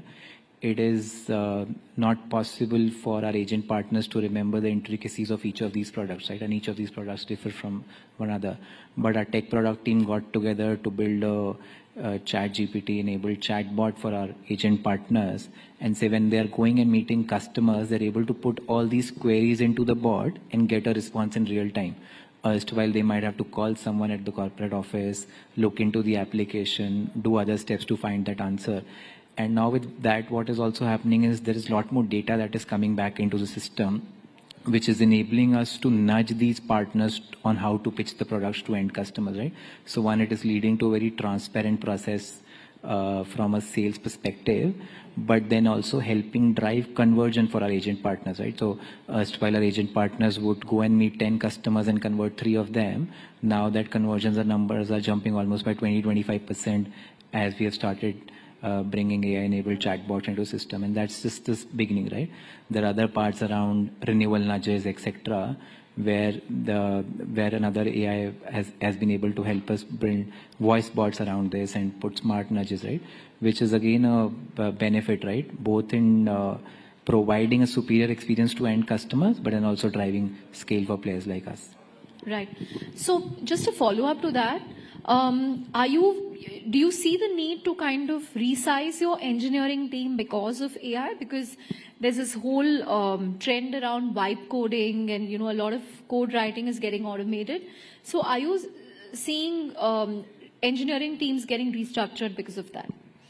So Chandra, not You about... mentioned the customer support angle, the sales angle, the chatbot, but how is this impacting your engineering teams? Correct, Chandra. So just on the tech teams, I think, and we closely work with them, which is to say that just with the different tools which are now available with the advent of ChatGPT, it has made all our tech developers more productive, right? So if we were able to churn out hypothetically 100 things in a month, it has led us to achieving about 150, 180, right? So just making more productive and thus again helping us provide a superior experience to end partners, customers that way, right? So it's just coming in and helping us deliver on that vision of insurance for all by 2047. Right. On that note, I think we're out of time. Thank you very much, Aman. Look forward to all your moonshots in terms of expanding the scope of insurance, Dekho. And of course, you hitting Dalal Street, giving company to the likes of PB Fintech, Digit, and the others. Luckily, among all the IPOing startups, the insurance category is still, doing well. So we'll hope to see Insurance Dekho make that cut. But thank you very much. A huge round of applause for Aman Batra. Thanks, thanks for having me. और बहुत ही inspiring रहा ये सुनना कि आखिर कैसे insurance देखो ने सारे बैरियर्स को तोड़कर इंश्योरेंस को भारत के कोने कोने तक पहुंचाया और ये इतना आसान नहीं था लेकिन इस टीम ने इसे आसान किया empowering families and individuals to secure their futures. आइए अब हम इस शाम के फाइनल फेज में आ गए हैं जिसमें अब तक आपने हमारा साथ दिया है, आगे भी इसी तरह से साथ दीजिए क्योंकि एंटरटेनमेंट की दुनिया से हमारे पास एक बहुत ही खास मेहमान यानी कि गेस्ट है जिन्होंने अपनी पावरफुल एंट्री प्यार का पंचनामा से धमाका किया। सबको याद है स्वीटी जो टीटू और सोनू के बीच आ गई थी और तू झूठी मैं मक्कार में अपनी कैमियो से सभी का दिल इन्होंने जीत लिया था। तो चलिए जोरदार तालियों के साथ वेलकम करते हैं नुसरत भरूचा का। नुसरत हमसे शेयर करेंगी अपने इंडस्ट्रीज के एक्सपीरियंसेस, उनके चैलेंजेस और सफर की कुछ बहुत ही खास बातें और साथ ही मैं स्टेज पर बुलाना चाहूंगी रुबिका लियाकत को जो इस दमदार सेशन को आगे बहुत ही इंटरेस्टिंग बनाने वाली है। तो आप सभी हमारा हिस्सा बनकर रहिएगा।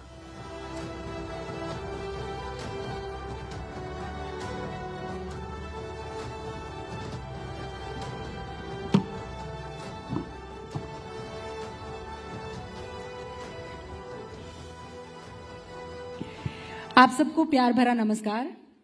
राइजिंग भारत और इस राइजिंग भारत के मंच पर हमारे साथ बहुत ही खूबसूरत, बहुत ही समझदार, बहुत ही ज़ई एक्ट्रेस मौजूद हैं जिन्होंने अलग अलग फिल्मों में काम किया है और राइजिंग भारत का आज की तारीख में मैं इनको उभरता हुआ चेहरा इसलिए कह सकती हूं क्योंकि ऐसी ऐसी फिल्में जहां पर कोई और लीड नहीं, लीड भारतीय नारी है और ये बताते हुए कि मुझे किसी और की आवश्यकता नहीं है, बस दुआएं करते रहिए। बहुत बहुत स्वागत है नुसरत आपका। Thank you for having me. अच्छा, छोरी 2 भी आ रही है जी, तो बॉलीवुड की ये छोरी कितनी तैयार है?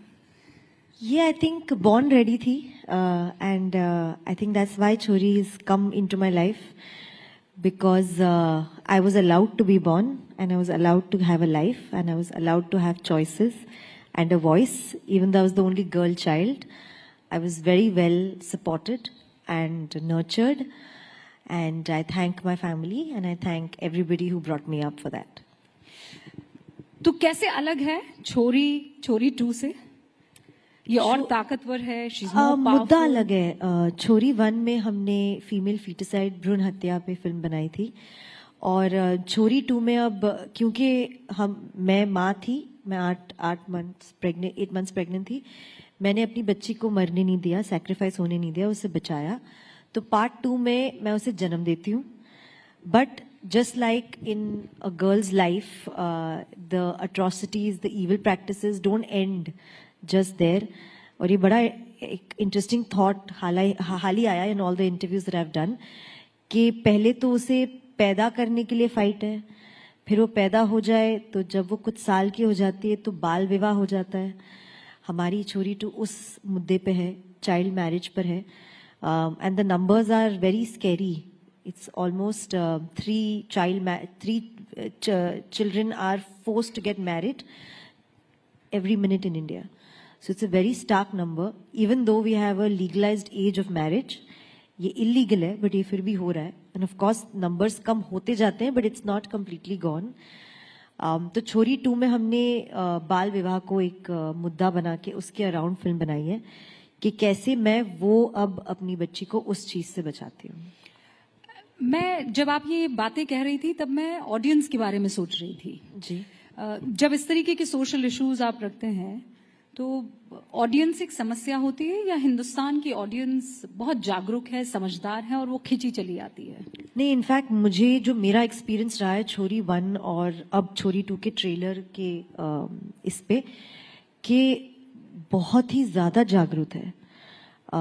मतलब they are talking more to me about the मुद्दा and what the film is saying then the horror about it. मतलब वो मुझसे नहीं कह रहे कि भूत कौन है और डरा कितना रहे हो. वो मुझसे पूछ रहे हैं कि इस बार आपने कौन सा मुद्दा छेड़ा है और इस बार आप बच्ची के साथ क्या नहीं हो वो आप प्रोटेक्ट करने वाले हो, कैसे बचाने वाले हो.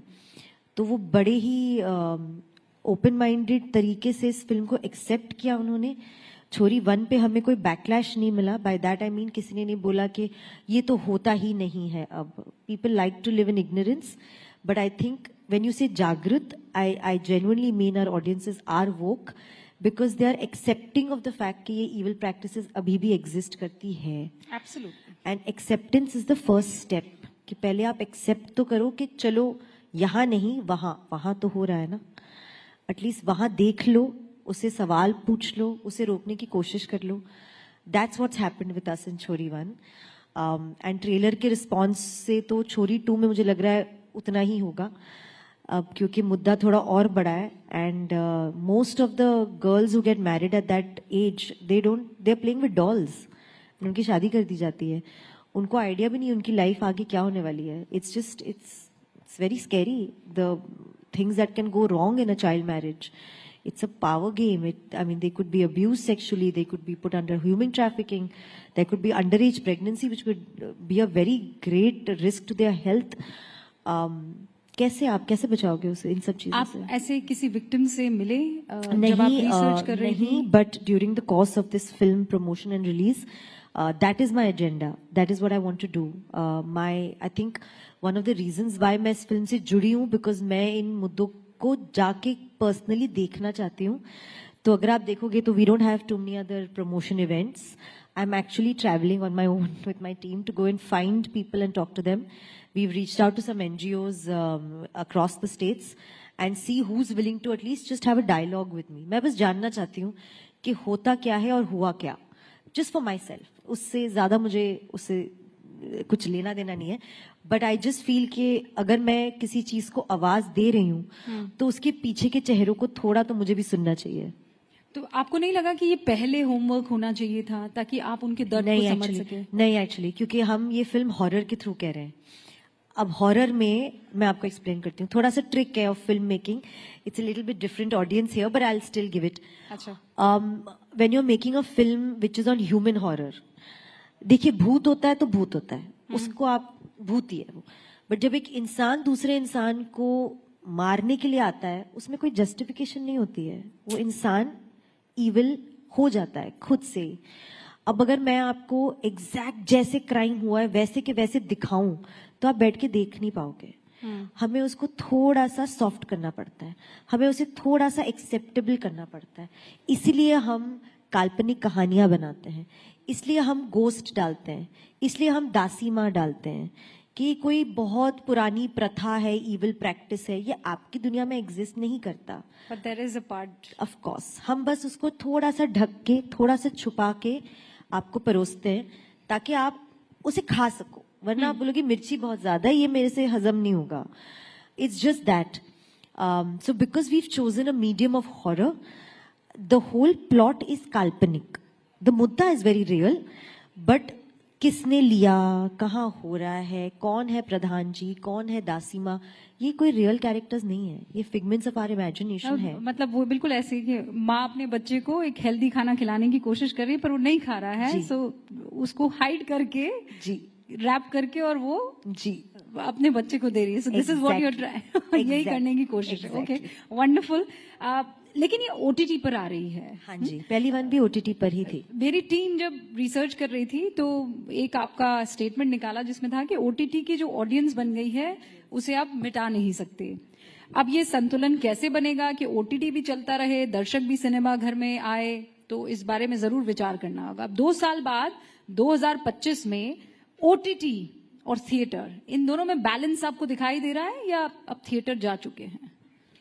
नहीं, I am a very old true blue blood theater watching audience, but I've also become the new Gen Z OTT audience. तो अगर a person like me can consume both content, and अगर मेरे household में दोनों content coexist कर सकता है तो वो कहीं भी कर सकता है। तो आपके घर में क्या पसंद करते हैं ज्यादा? दोनों, OTT, थिएटर? दोनों जाते हैं बाहर? हाँ जी, बस एक ही कंडीशन है, पिक्चर जो थिएटर में लगी है उसका ट्रेलर, उसका कंटेंट थोड़ा पसंद आना चाहिए। अबे वो चीटिंग तो अलाउड नहीं है। आप ये नहीं कह सकते कि पिक्चर खराब बनी है तो भी आप थिएटर में जाके पैसे खर्च करके देखो, वो तो मैं भी नहीं करूँ। So it's very simple. It has to be a good product. It has to be something that audiences would want to come and watch and get entertained and go back saying, मजा आया यार, well spent money. पैसे है यार, hard earned money है। मैं खुद ना spend करूँ मेरे पैसे ऐसे किसी waste of इसमें, तो why not? I think it's our responsibility to give them good content for them to spend money on. जहाँ तक OTT की बात है, मैंने 2018 में कहा था जब सोनू की टीटी की स्वीटी रिलीज हुई थी और हमें फर्स्ट OTT प्लेटफॉर्म पे द बेस्ट बज क्रिएटर अवार्ड मिला था IWM पे। मैंने तब स्टेज पे कहा था that this is going to be the future, all actors, writers, directors are waiting for, because फिल्मों में फिर भी कुछ चीजें आप नहीं कर सकते थे, थिएटर में कुछ चीजें आप नहीं कर सकते थे, क्योंकि आप एक फिल्म देखने फिल्म ऑडियंस के साथ आते थे and you had to be slightly more responsible on what you are putting out there. But in OTT, you have an option of switching that off or turning it off or having settings where your kids are not watching it. It's pretty challenging, huh? It is challenging, but now मेहनत तो करनी पड़ेगी ना। मतलब if you want to shield your kids from certain things, you got to put those settings on ना। Can't just say चलो कुछ नहीं होता, ऐसे नहीं होता। अच्छा, ये जो मेहनत वाली आप बात कर रही हैं, इससे मुझे एक बहुत ही फेवरेट है, बॉलीवुड की जब भी चर्चा होती है तो मीडिया में इसका जिक्र होता ही है, नेपोटिज्म का, है ना? तो उसे आप कैसे देखती हैं? नेपो किड्स जो हैं उनको मेहनत नहीं करनी पड़ती, बड़े आराम से उनको सब कुछ थाली में मिल जाता है, और नुसरत भरूचा वो हैं जिनको अचानक नहीं ले आया गया है। शी इज वर्कड हार्ड और उसने अपनी जगह बनाई है, अपना मुकाम हासिल किया है अलग अलग तरीके से। तो आपको क्या लगता है कि ये इम्बैलेंस है? देखिए, मेरा ना इस पे थॉट आप शायद विश्वास नहीं करोगे, बट इस पे मेरा बड़ा बैलेंस्ड और बड़ा रियलिस्टिक थॉट है। अब तक सब पे बैलेंस्ड ही रहा है? नहीं, इस पे एक्चुअली बिगनिंग से रहा। आप इसमें भी मेरे इंटरव्यूज पिकअप करके कोट्स ढूंढ सकते हैं अपनी टीम से चेक करके। I am very sure of it, but I tell you, I know that there is this whole term of nepo kids going on, but ऐसा नहीं है कि उन पे रिस्पॉन्सिबिलिटीज नहीं है, ऐसा नहीं है कि उन पे प्रेशर्स नहीं है।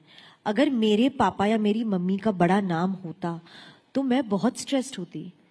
मैं आधा नहीं, पूरा काम जो मैं कर रही हूँ, जैसे आपने कहा कि मैंने वो रोल्स किए जो पहले किसी ने किए नहीं है, क्योंकि मुझे डर नहीं है, मुझे किसी चीज का खोने का, किसी धब्बे का लगने का या अपने लेगेसी के नाम को फॉरवर्ड ले जाने का डर नहीं है, बैगेज नहीं है। So I feel like they have their own pressures, they have their own expectations and two shoes to fill, but the imbalance is, and I will be honest and tell you even that, of course they have more opportunities than I do, and that's, let's be realistic about that, that's there, but why not? आज एक doctor के बेटे को ज्यादा doctor की ही field में opportunities मिलेगी ना, एक बिजनेसमैन के बेटे को उसी के बाप के बिजनेस में अपॉर्चुनिटीज मिलेगी ना। मतलब वो तो नहीं कहेगा बेटा चलो मैं आपको बेदखल करता हूँ, जाओ ठोकरे खाओ और फिर डॉक्टर में तो उसे MBBS पढ़ाई करके आगे बढ़ना पड़ेगा। अभी वो तो अब has to be a conscious choice. अब आप टैलेंट पे आ गए, मैं अपॉर्चुनिटीज की बात कर रही हूँ। पर यहाँ पर तो ये है कि डॉक्टर के लिए आपको पढ़ाई करनी पड़ेगी, MBBS का एग्जाम पास करना होगा, उसके बाद जाकर उसको मौका मिलेगा। करेक्ट। पर जब मैं नेपो किड की बात करती हूँ, वो आप भी समझती है, उसमें भाई साहब डॉक्टर बना दिया है, अब जा तू इलाज कर। Correct, but the failure is still the same darling. उसने एक्टिंग क्लास कर ली, उसने डांसिंग क्लास कर ली, बट अगर आके वो परफॉर्म नहीं कर पाया तो as an audience we should reject it. हम उसे क्यों मौका दें? और ऐसा हो रहा है क्या? ऑडियंस रिजेक्ट कर रही है? ऑफ कोर्स कर रही है। जो उनको पसंद नहीं आ रहा है वो नहीं है, but at the same time आपके पास एक आलिया भट्ट है, आपके पास एक रणबीर कपूर है, you can't deny it. Talent is talent. उसके आगे फिर आप वो कहाँ किस लीनियत से आते हैं वो याद नहीं रहता, उनका टैलेंट याद रहता है. नुसरत को किस तरीके की चैलेंजेस का सामना करना पड़ा है? आई मीन एक औरत होने के नाते डिफरेंट चैलेंज होते हैं, इंडस्ट्री के बाहर आती हैं, बाहर से आती हैं, वो एक अलग चैलेंज होता है, या नहीं आप ये टैलेंट वाला जो है कि भाई टैलेंट है तो चल जाएगा, कोई स्ट्रगल नहीं है? Challenges है. Being an outsider has its cons, it has its pros also. But chalo, I'll not be balanced on this question. I'll give you that. I'll tell you the cons of it. She's being a sport now. No, I'll tell you, I'm a very realistic person. ये दिखता नहीं है मेरे roles से, और मतलब it looks like I'm a fun, happy girl, which I am. But my thoughts are very rounded. They're very wholesome. I don't live in any delusion. I don't live in resentment. I don't live in bitterment. I don't. I am not bitter that इसको ये picture क्यों मिली और मुझे क्यों नहीं मिली. बहुत आसान है बोलना यार इसको ये पिक्चर मिली because of blah blah blah, but एक बार खुद पे उंगली डाल के देखो मुझे ये नहीं मिली क्योंकि, वो भी करना जरूरी है. So I live in my reality. I live in the fact कि okay this is why maybe I didn't get it. Why she got it is not my problem. I do not want to engage my mind and my energy there. It's not worth it. But I am coming back to my question. Yes. The cons of being an outsider is you don't have familiarity, you don't have support, you don't have anybody guiding you. मतलब मैं एक stage पे आऊंगी, मुझे किसी ने नहीं बोला है चलना कैसे है, देखना कैसे, किसको हाय बोलना है, एग्जैक्ट तरीका क्या है. मैं 4 बार गिरूंगी और खुद सीखूंगी. ये जो गिरना सीखना है ये मेरा जर्नी है. And do I wish there was somebody sitting at home watching my interviews and watching what I say, and my father or my mother or my aunt telling me, beta ye tune sahi nahi bola, agli baar iska dhyan rakhna. That's teaching, na? Why not? I would like to go home to a film family where they are watching my films from their own experiences and lending some knowledge to me, imparting some sort of like an environment for me to grow in, जो मेरे पास नहीं है, जो मुझे खुद से create करना पड़ता है. That I feel is a con for me. और फिल्मों को लेकर मंजे, फिल्में जब मिलती है तो उसमें भी किसी तरह का ऐसा बंटवारा होता है कि नहीं आउटसाइडर तो इसको ये टाइप की फिल्म तो जल्दी मिल जाएगी, नहीं पर नहीं, ये बड़े बैनर की फिल्म नहीं. देखो मैंने तो ये भी सुना है कि पोस्टर पे आप सही नहीं दिखते हो. एक पोस्टर वैल्यू बनाने के लिए हम किसी और को कास्ट करेंगे. मैंने तो ये भी सुना है कि इसके फॉलोअर्स ज्यादा है तो इसको कास्ट करेंगे, एंड वो किसी फिल्म बैकग्राउंड से नहीं आती है. अब बताओ, द फैक्ट दैट एक फॉलोअर्स की जो भी हो, जिसका भी उसका प्रोफेशन है, आई विल नॉट से दैट, उसको ज्यादा कास्टिंग के ऑप्शंस मिलते हैं, ये तो रिडिकुलस बात होगी ना. So I am saying I am not just fighting the film and the opportunities of people who have 10 battle है. There is another battle going on altogether. Now followers is a battle. How do I, tell me what do I say there? मैं क्या बोलूं कि sir ठीक है मेरे followers इस लड़की से कम है बट मेरा टैलेंट तो ज्यादा है. अरे ये तो बहुत इंटरेस्टिंग है. कैसे बोलूं मैं? नुसरत फिल्म नहीं मिलेगी क्यों भाई, फॉलोअर्स कम है. सोचो टैलेंट बाद में देखा जाएगा. Very interesting. तो भाई एक तो नेपोटिज्म हो गया, फिर अभी सोशल मीडिया का अलग मसला आ गया. एंड सोशल मीडिया में Nusrat being a woman I can understand. आपको पता होगा वो रश्मिका मंदाना वाला केस, एआई वाला, ये डराता है. कभी ऐसा हुआ है कि आपको लगा हो कि बाप रे ये तो किसी भी हद तक जा सकता है? हाँ जी एकदम. It's very scary and that's what I was saying. I said it's unreal कि women at different ages they keep having something or the other to deal with. वो खत्म ही नहीं होता. But when it comes to deepfake AI, it's a world I don't understand. I wasn't born into it. I have not studied into it. जब मेरी पढ़ाई चल रही थी तो तब तो हम लिटरली किताबों से पढ़ते थे और कंप्यूटर इतना ही मिलता था करने के लिए. इनकी त्वचा से इनकी उम्र का पता ही नहीं चल रहा है. Actually better है. Let's not go there guys.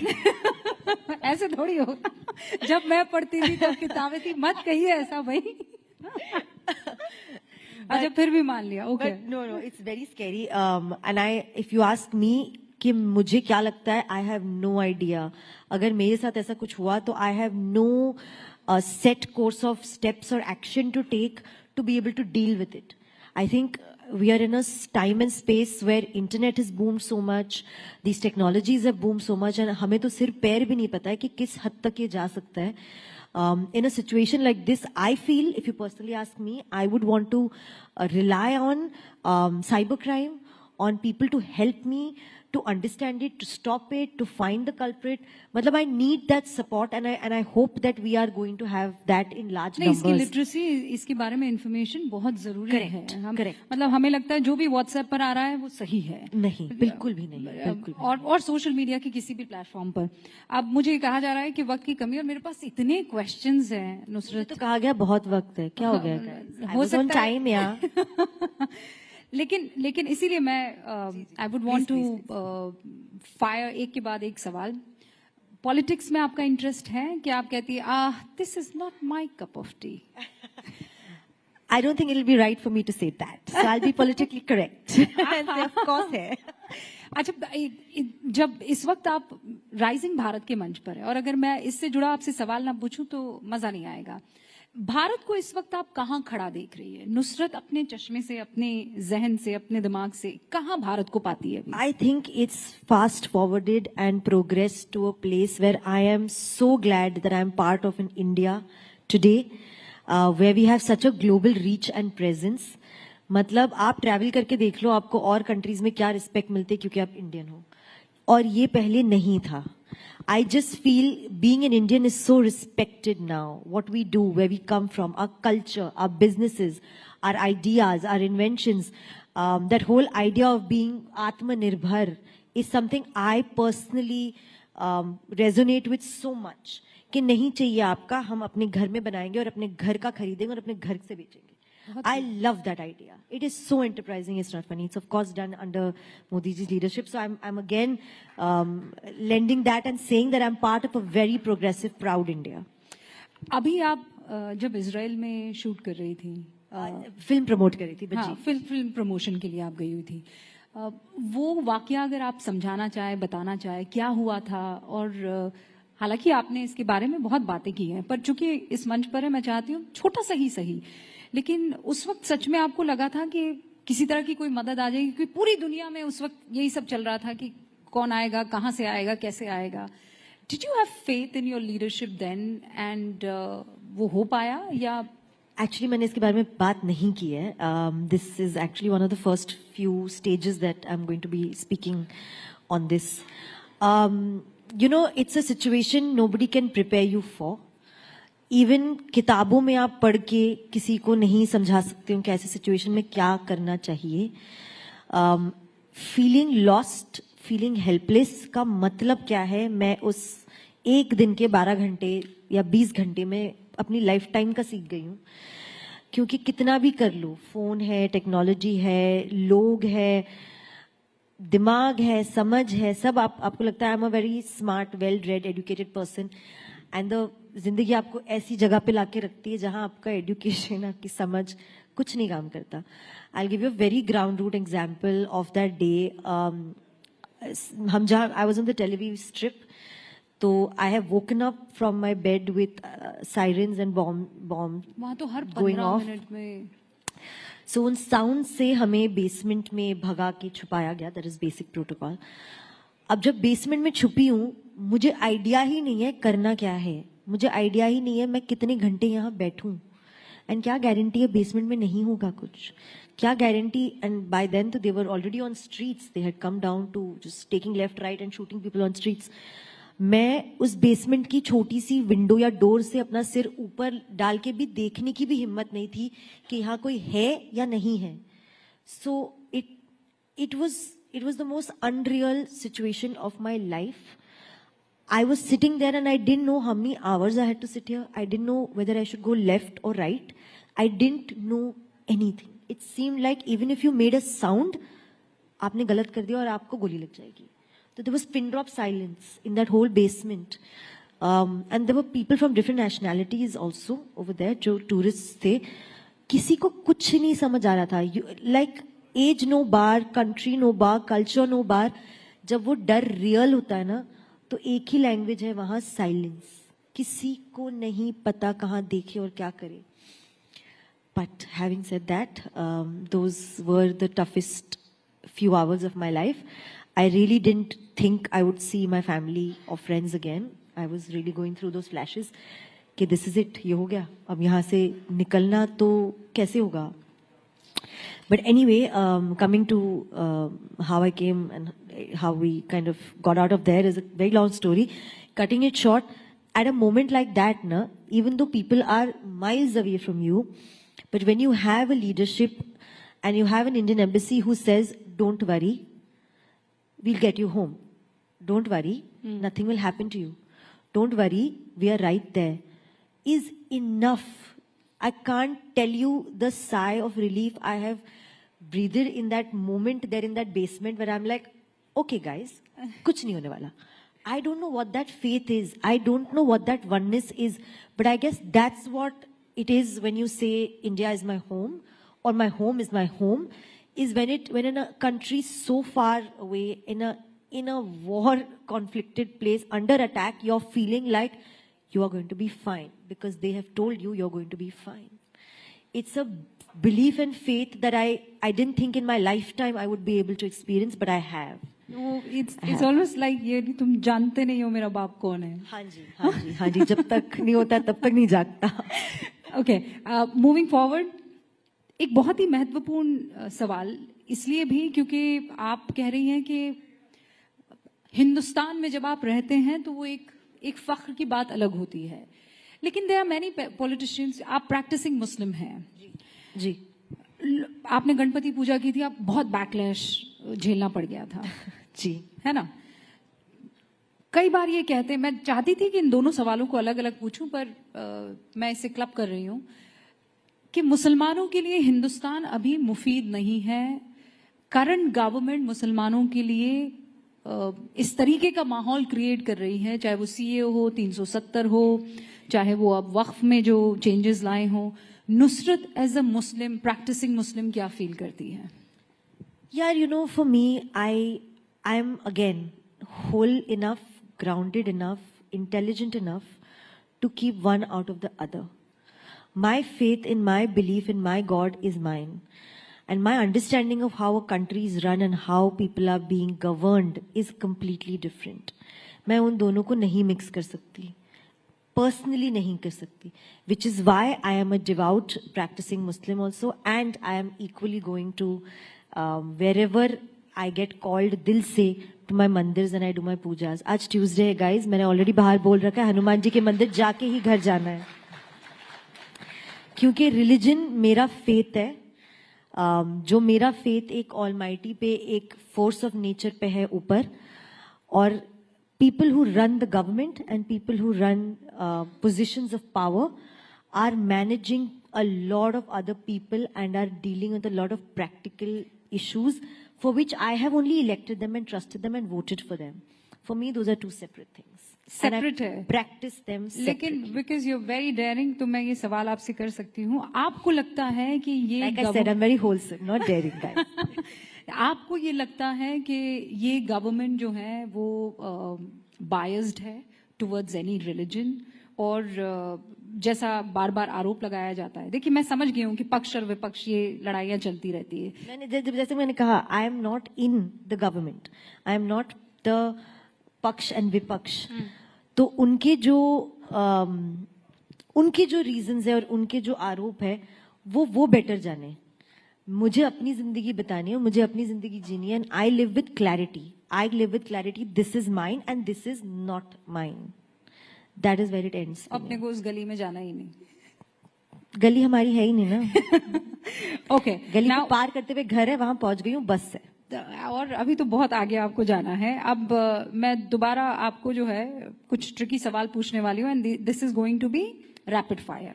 ठीक है? God, I always fail in this, guys. ये गलत बात है. So let's start. ठीक है, एक जोरदार ताली बजा दीजिए ताकि जल्दी से हमें रैपिड फायर की शक्ति मिले.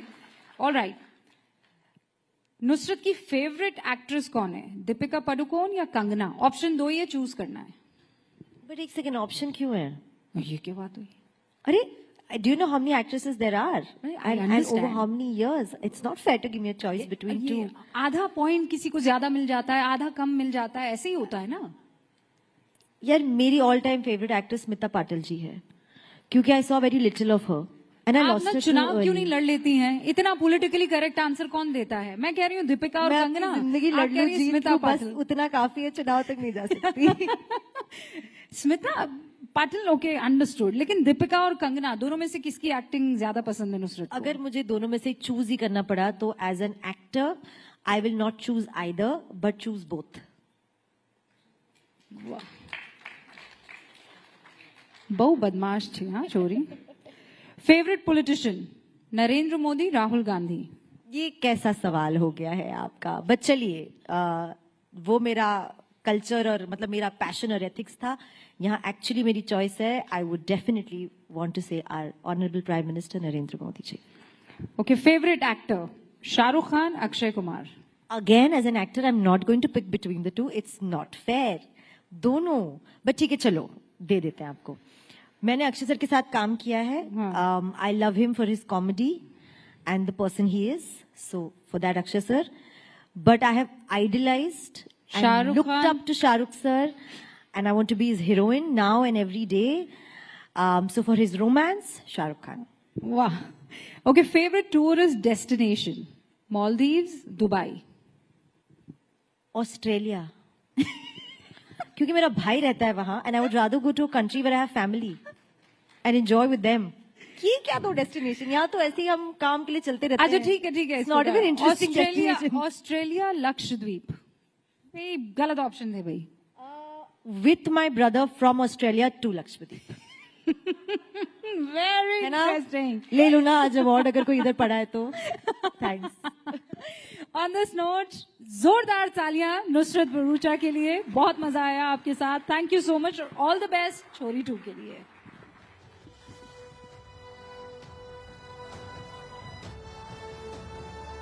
और जैसा कि हमने कहा था काफी इंटरेस्टिंग रहने वाला है ये सेशन, लेकिन क्या जबरदस्त सेशन था with the talented and inspiring Nusrat. चलिए अब हम चलते हैं आज के फाइनल और सबसे ज्यादा एंटिसिपेटेड सेशन की तरफ, जो title beyond the mic unfiltered and unscripted with Raj Shamani. और ये सेशन होगा रॉ, रियल और बिल्कुल अनफिल्टर्ड. जी हाँ, राज Shamani a dynamic entrepreneur, content creator and speaker हमारे साथ है अपनी कमाल की बेहतरीन जर्नी शेयर करने के लिए. एक सक्सेसफुल बिजनेस बिल्ड करने से लेकर लाइफ के जो हाइज होते हैं, लोज होते हैं, उनको हैंडल करने तक राज की कहानी फ्रेश, बोल्ड और झकझोर देने वाली है. जी आज के जमाने में जहां परफेक्शन को ज्यादा वैल्यू मिलती है, राज हमें याद दिलाते हैं कि असली पावर आखिर क्या होती है उन अनएडिटेड रियल मोमेंट्स में. ये सेशन सिर्फ सक्सेस स्टोरीज आपको नहीं बताएगा, बल्कि उन लेसन से भी आपको रूबरू करवाएगा. फेलियर्स और उन सच्चाइयों को एक्सप्लोर करेगा जो वास्तविक सफलता को डिफाइन करते हैं. हम चाहेंगे जोरदार तालियों के साथ आप राज शमानी का स्वागत करें. He will be in conversation with Sonal Mehrotra Kapoor.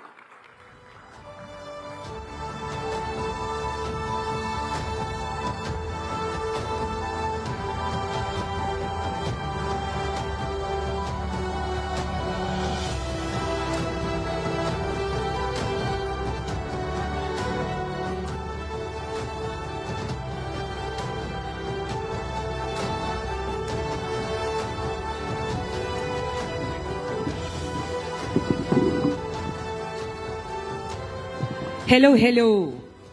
All right, we've come to the last session of the day on day 1 of Rising Bharat. I know everybody is saying, finally, but I can say we've saved the best for the last. For those of you who don't know Raj, ये वो है जिनकी वजह से हम journalist का TV अब कोई नहीं देखता. ये वो है जिनकी वजह से YouTube लोग ज्यादा देखते हैं, टीवी कम. ये वो है जिनकी रील्स आप रात भर देखते हैं और आपको फिर नींद नहीं आती है. और ये वो है जो हम journalist, and I think I speak that for the fraternity over here आज, जो चप्पलें घिस घिस कर गए, इलेक्शंस कवर करे, फाइनली एडिटर बने और एक बड़े किसी पॉलिटिशियन का या किसी सेलिब्रिटी का इंटरव्यू लिया. और इनको देखिए, अपनी उम्र बताइए पहले राजा. 28. I just at 28. No, but I'm just kidding. This is just to sort of give you a glimpse of the audacity that Gen Z today has. So huge round of applause, please. Thank you. Actually, 2 corrections करने हैं मुझे इसमें. First is we have not saved best for the last. I think after that nobody can beat that. I loved it.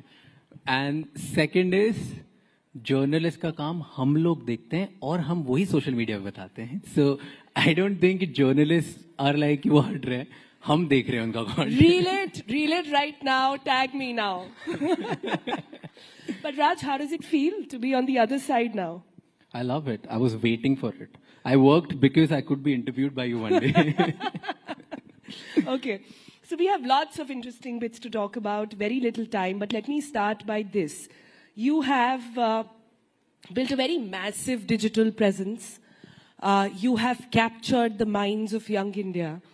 If today, looking back at Gen Z across different spectrum of India, not just the ones who stay in metros like ours, if there is one quality that you want to talk about today, what would that be? So first is, I don't talk to people who are in metro. I talk to people who come from cities like mine. I come from Indore, and मेरे जो चप्पल घिसे थे वो इंदौर के आसपास के गांव में घिसी थी. तो मैं वहाँ पे जाके माल बेचता था, डिटर्जेंट बेचता था 10,000 रुपए के लिए, 15,000 रुपए के लिए. So I know that India. For 8-10 years I've done that. From there to now today in Delhi, Bombay, Bangalore, whatever you want to say, I think one thing is, one quality in Gen Z is stagnant, is people think that we are lazy, but I think we are way more, like, we work way harder than anyone else. It's just we only work for people we believe in. We don't work for everybody. Is that what Gen Z thinks, or is that the truth? I think that's the truth. You talk to all the Gen Zs, you talk to young people, they are way more ambitious. Their ambition starts when I was talking to my elders. Like वो तो शायद अभी भी वैसा dream नहीं करते हैं. And like a 12-year-old I talk to, Alpha if I talk to, they talk about that ambition. So I think everybody is ambitious, but they only want to work for things and people they believe in. That's a very key point. Yeah, but Gen Z also, because you've talked about something positive, let me sort of get in a balancing voice here, taking inspiration from Nusrat. It's been all about balancing it out, right, guys? So, the downside then is what is often talked about Gen Z is that they want things instant. Yeah. They want things now. They are impatient. And that they will not remain consistent to see something true. I have a mixed feeling of this. I've met people who want everything very fast, and I think that's a very good thing. I mean, come on. We are living in a world which changes every 4 years. अगर अभी हम लोग speed नहीं पकड़ेंगे तो कब पकड़ेंगे? I don't want to sit through and be like, what will happen 50 years from now? Or 20-year vision or 30-year vision. The way AI and technology is coming, 2 साल में तो जो हम पढ़ते हैं वही खत्म हो जाता है. So I think it's time to speed up. In fact, I would rather go on and say that people are not fast enough. People need to be faster. Like that's what I believe in. But on the second point, just because speed is celebrated and incentivized a lot of people are not able to stick through even one thing. Because they feel कि सब change हो जाएगा, and they have this skill paranoia or like a career paranoia, and they change like 1 month after. तो वो change नहीं करेंगे तो speed is good. Like speed in one direction is good, not in multiple directions. I get that. You know, every generation has this feeling that हमारे ज़माने में तो, you know, every generation had that feeling. But what is it about Gen Z that there is so much of spotlight on them? I don't think millennials were put under the spotlight the way they are. I don't think boomers were put under the spotlight the way Gen Z is. What's got them almost everybody a mic in their hand now? आप बताओ, आप ही पूछते हो हम लोगों से. पूछ ही रही हो मैं. But I'll tell you, because we love spotlight. We are the people, we are not afraid to talk about things. We are the people, we are not afraid of being candid. There's always foot in our mouth. We are not afraid about it. So I think because everything that we think and do is social and out there for public, not just limited to one mohalla. That's why there's so much spotlight. It's just a generation. If it's not Gen Z, कोई भी और होती है और उनको ये सब internet exposure मिलता, they would have had the same thing. Because we are so much in spotlight, people ask us so many more questions. I believe it's not generation, it's about time and technology. So that's what I think. And apart from that, look at 2-3 barriers which we have broken. Gen Zs don't care about hierarchy. They don't care about titles. They don't care about anything. So they just want to do it. कुछ भी किसी भी title पे they are credible enough, influential enough कि वो सब पे बात करते हैं. Doesn't matter 13-year-old can talk about the senior most head of state और no, but they still want to do it because hierarchy उनके लिए कोई एग्जिस्ट ही नहीं करती. Earlier hierarchy was existed. So, are you saying that in today's world, experience is overrated? I wouldn't comment on that, but I think experience is not the only way to win. There are other ways to win as well, and that's what our generation have understood. So there are so many things that we love about Gen Z. I'm millennial, so I'm just sort of, gazing into that and saying, these bits we could have lived with. The audacity with which they ask for things, and also, the audacity with which they go out and express themselves.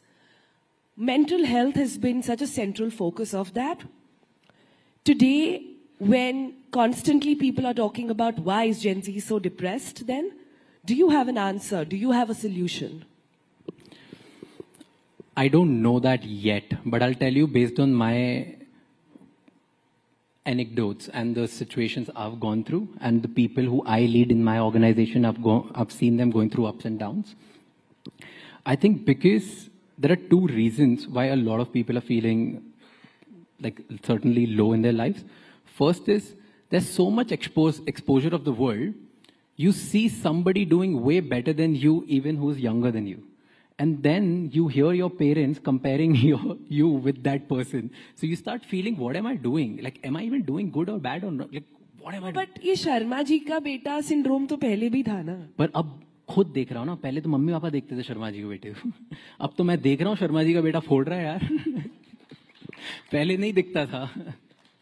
So now everybody, like we hear 19-year-old boys building billion-dollar companies. We hear 24-year-old kids building, again, billion-dollar things. We hear kids becoming stars. We hear random things. So now there's so much exposure of so many people around you. You keep constantly comparing yourself with that. So that is one. And the other, which I feel is a lot of Gen Z, because thanks to all of us, we have spoken about purpose so many times that a lot of Gen Z are feeling like कि अगर purpose नहीं है life में तो हम depressed ही रह जाएंगे. Or we all collectively can talk about whoever has done anything in their lives. Purpose day one पे आता ही नहीं है. पता ही नहीं हमें purpose क्या होता है. You start working and you build through it, and once you build, then you start finding, oh, I wanted to do this. But like a lot of our generation people, they are like, हमें तो purpose ही नहीं पता, तो हम बैठे रहते हैं और फिर वेट करते हैं भगवान एक दिन हमें पर्पस देगा. एंड इसकी वजह से जब तक वो वेटिंग पीरियड होता है तब we are low, we are depress, we call all sort of fancy words. And because the literature also gone up, 50 word जो नहीं फील कर रहे हैं वो भी बात करते हैं. You know, the beauty of my job and the beauty of this Rising Bharat Summit has been that in the morning I conducted a session which was about JOMO, the joy of missing out. This was about people who were leaving the city life to go back and stay in places which were slow-paced, where there was no internet connection, where they could grow their own food. And then I meet him. So that's the beauty, that's the spectrum of the world we live in today, which is truly, truly fascinating. But let's do some crystal ball gazing, okay? Sorry, my voice is just gone. 3 product categories that, according to you, will cease to exist in the next 5 years, not even 10. They won't exist. That won't exist in the next 5 years, according to you, keeping your Gen Z lens on. Wow. I've never thought about it. I think the first thing is these batches, these iCards. ये चले जाएंगे 5 साल में.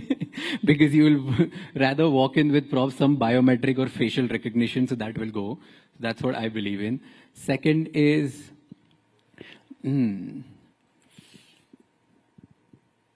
I actually don't know. I don't know about anything else. I can't think of it. We'll take the first one to Prime Minister Yeah. SPG. I'm sure he would be very thrilled to listen to what Rachamani has to say. Let me give you an easier one. Yeah. 3 leadership traits that you think will not exist with Gen Z. 3 leadership traits. Leadership traits that will not exist. Titles, they won't exist in few years. No title at No all. titles at all. In my company, right, there are a bunch of people. Everybody's position is building at the rate figuring out. There's no other position. From a senior most C-suite person to an intern, everybody's building at figuring out. There's no other title. And I've seen this getting practice in multiple organizations in all of my friends' companies, even in the companies where there are like 600 people. So titles won't exist. That is what I believe in. Second, I also believe in people with Gen Z, they'll start saying sorry and apologizing and just being accountable for their actions way more than previous generation. Because we reward authenticity way more than anything else. Perfected craft itna nahi chalta jitni zyada authenticity chalti hai. That's the second. And third, I believe the most important thing which Gen Z will bring is building an influence on an individual level.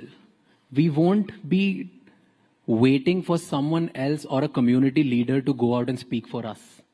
Everybody will be speaking for themselves. So that is a trend which I see. And this is what Gen Z leadership is all about. Interesting. No titles. Very fascinating world. Very fascinating. I'm thinking newsroom that would be. But let's move on now and get some quick answers out of him. What's the one Gen Z trait you've personally had to unlearn? This, everything I want today. And now you do what instead? I want everything today, but I want the same thing which I probably will be able to achieve in 10 years. And now I'm like cognizant of the fact that the thing that I want in 10 years, I'll be able to get it even if I work every day with the same work ethic. Not bad, not bad. Okay, one thing that Raj Shimani does to stay relevant in this fast-paced, algo-changing everyday world.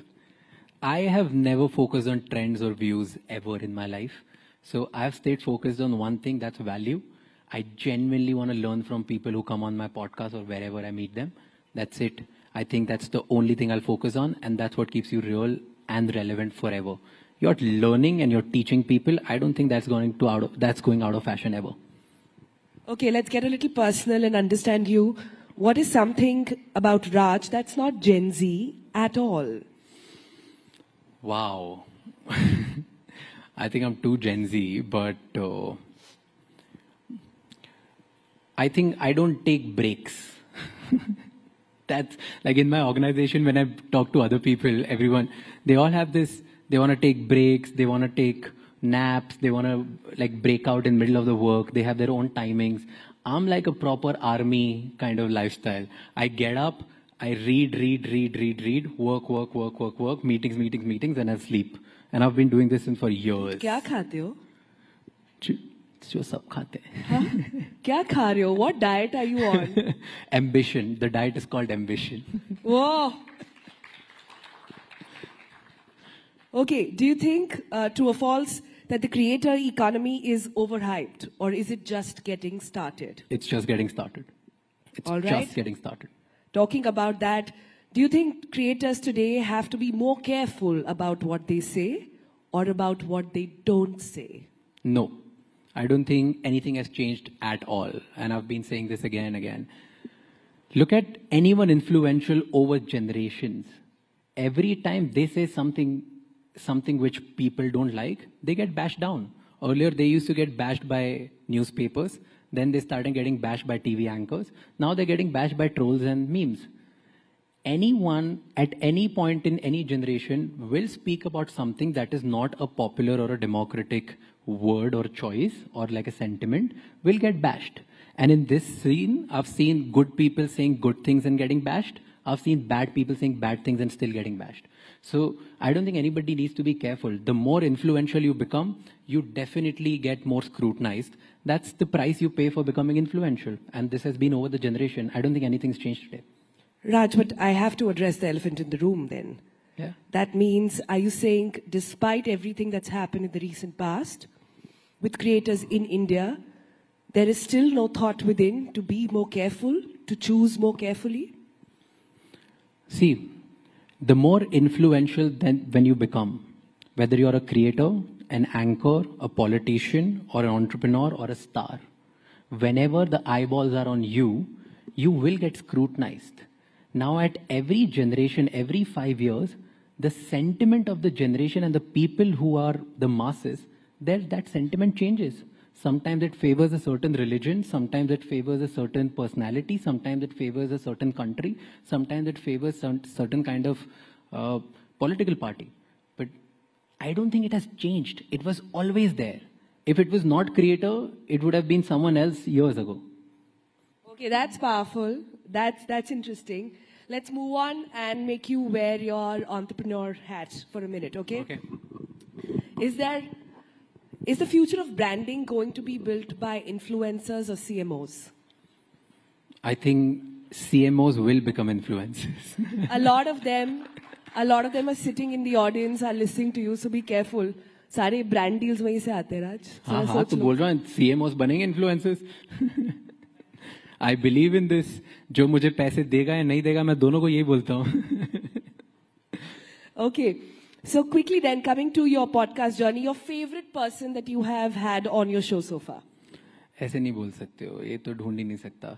But because we are at Rising Bharat, let me go on and say Jaishankar sir. Dr. Jaishankar, I think, I'll tell you an anecdote, I've never shared this with someone, okay? So there's a protocol that you have to share questions and things with him before you actually go out and do anything. I went there and he entered, he was being nice and we started speaking about Indore because he was there. And I said, sir, ये questions लिख के दिए हैं, ये नहीं पूछूंगा चलेगा, कुछ भी पूछ लूं? He took the paper and was like, अरे कुछ भी पूछ ले यार. And to me, that was very bold by someone at that authority. One word here and there would have costed him so many things or me so many things, but he was so candid. And later I thought कि वो cut कराएंगे अब. मैंने कुछ भी cut नहीं करा. Never bothered, never saw anything. They were like, go ahead and do it. So I think I love those kind of leaders who are bold and candid and ready for everything.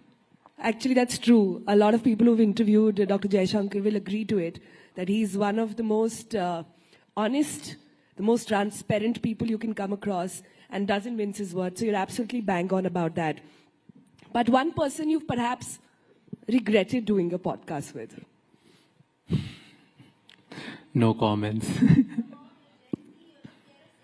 There you no go. Comments. There no you go. Nusrat's absolutely right. For those of you who couldn't hear, Nusrat said, come on, you're Gen Z, daro mat.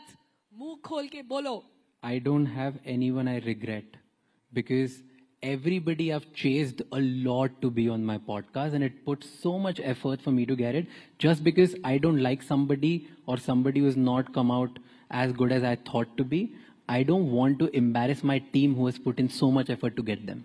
So I don't regret anyone. I enjoy everybody. Very good answer. I'm learning from you. Very good answer. But tell me, if one podcast you could redo, where you feel like ये फिर से कर सकते थे. You could have done better. बहुत सारी list है ऐसे तो. आप बताओ कौन सी एरिया में जाना है? Politician, entrepreneur, कितने हर जगह redo. एक सबका बता दो. Entrepreneur, I think I want to redo. Redo Sanjeev Goenka. I think there was so much more to talk to, but I didn't end up talking to him because he had to leave, had to go somewhere, some emergency. So I think I would redo him again. Politician, I think Nitin Gadkari sir, I would redo. And the only reason is I wanted to go way deeper than what came out in the podcast. And I think he was open and I didn't go. So that's my inability to do that. So now I think I'm more learning. He's in the other hall speaking right now, so maybe we can try that out. Yeah? It'll happen. It'll happen one. I know. That's second. And artist, I think Honey Singh I would redo again. Ooh, we would absolutely love that. Okay, this one is interesting. One person you still want to do a podcast with, or Prime Minister mat bolna, it doesn't go down well as you have seen.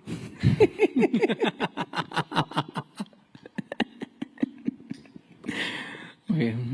I'll tell you top three people. One politician, one...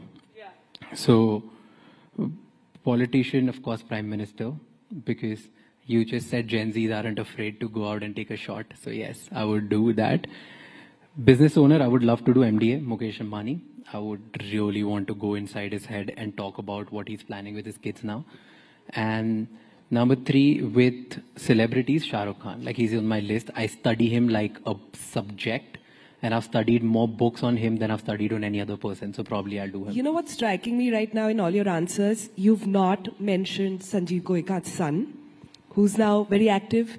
You've not mentioned a lot of politicians or even actors' kids. So you're somewhere still aspiring. So I'm taking one for the team and saying that the whole generation still got it, guys. I'll tell you a better answer for this. All of these young people, most of them, they're friends and they're going to come on my podcast anyway. So I don't have an average. Okay. I know Shaswat here, he's a good friend. So I'll get him whenever he's ready and I'm ready, we'll do it. Okay, talking about business then, what's the wildest business idea that you perhaps had but could not pursue?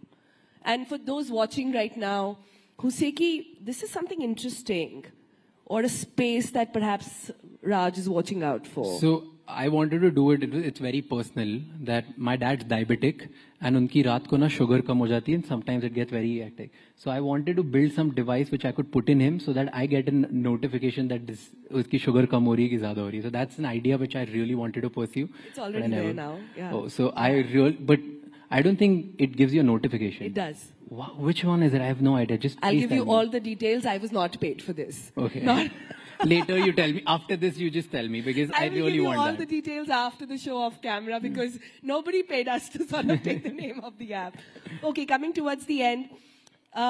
When Raj Shimani gets down and out, has had a rough day, not feeling up to it, what do you do to I work harder. I work harder. What do you tell yourself? What does your vision board say? What's your mantra to pick yourself up? I just work. I'll tell you one thing about me and my team can vouch for it. When I've had a great day, something that I've been aspiring for years and I've achieved that, maybe it's money, maybe it's guest, maybe it's status, whatever I've gotten something, I go back home and I work. On a day where I'm really low and something pathetic has happened, I go back home and work. I don't get swayed away by celebration or downfalls. I'm very, very, very focused. I believe in this, that there's a saying which I love a lot. Ambition is so high that I've forgotten that I'm living the dream life. Ooh, on that note, Raj Shimani, for everybody over here, thank you so much for ensuring people don't watch TV. Thank you so much for also entertaining us along the way. And thank you so much for making conversation so fascinating. Yeah? Thank you so much for having me. Thank you. और राज शमानी ने अपने सारे राज जो है rising Bharat के मंच पर खोल दिए हैं। एक बार जोरदार तालियां इस जबरदस्त और पावरफुल सेशन के लिए। जैसे जैसे हम राइजिंग भारत समिट के पहले दिन के समापन की ओर बढ़ रहे हैं, आप सभी का दिल से आभार हम जाहिर करना चाहते हैं। आज के इस कमाल के संवाद में आप सभी ने हिस्सा लिया, उसके लिए बहुत बहुत शुक्रिया।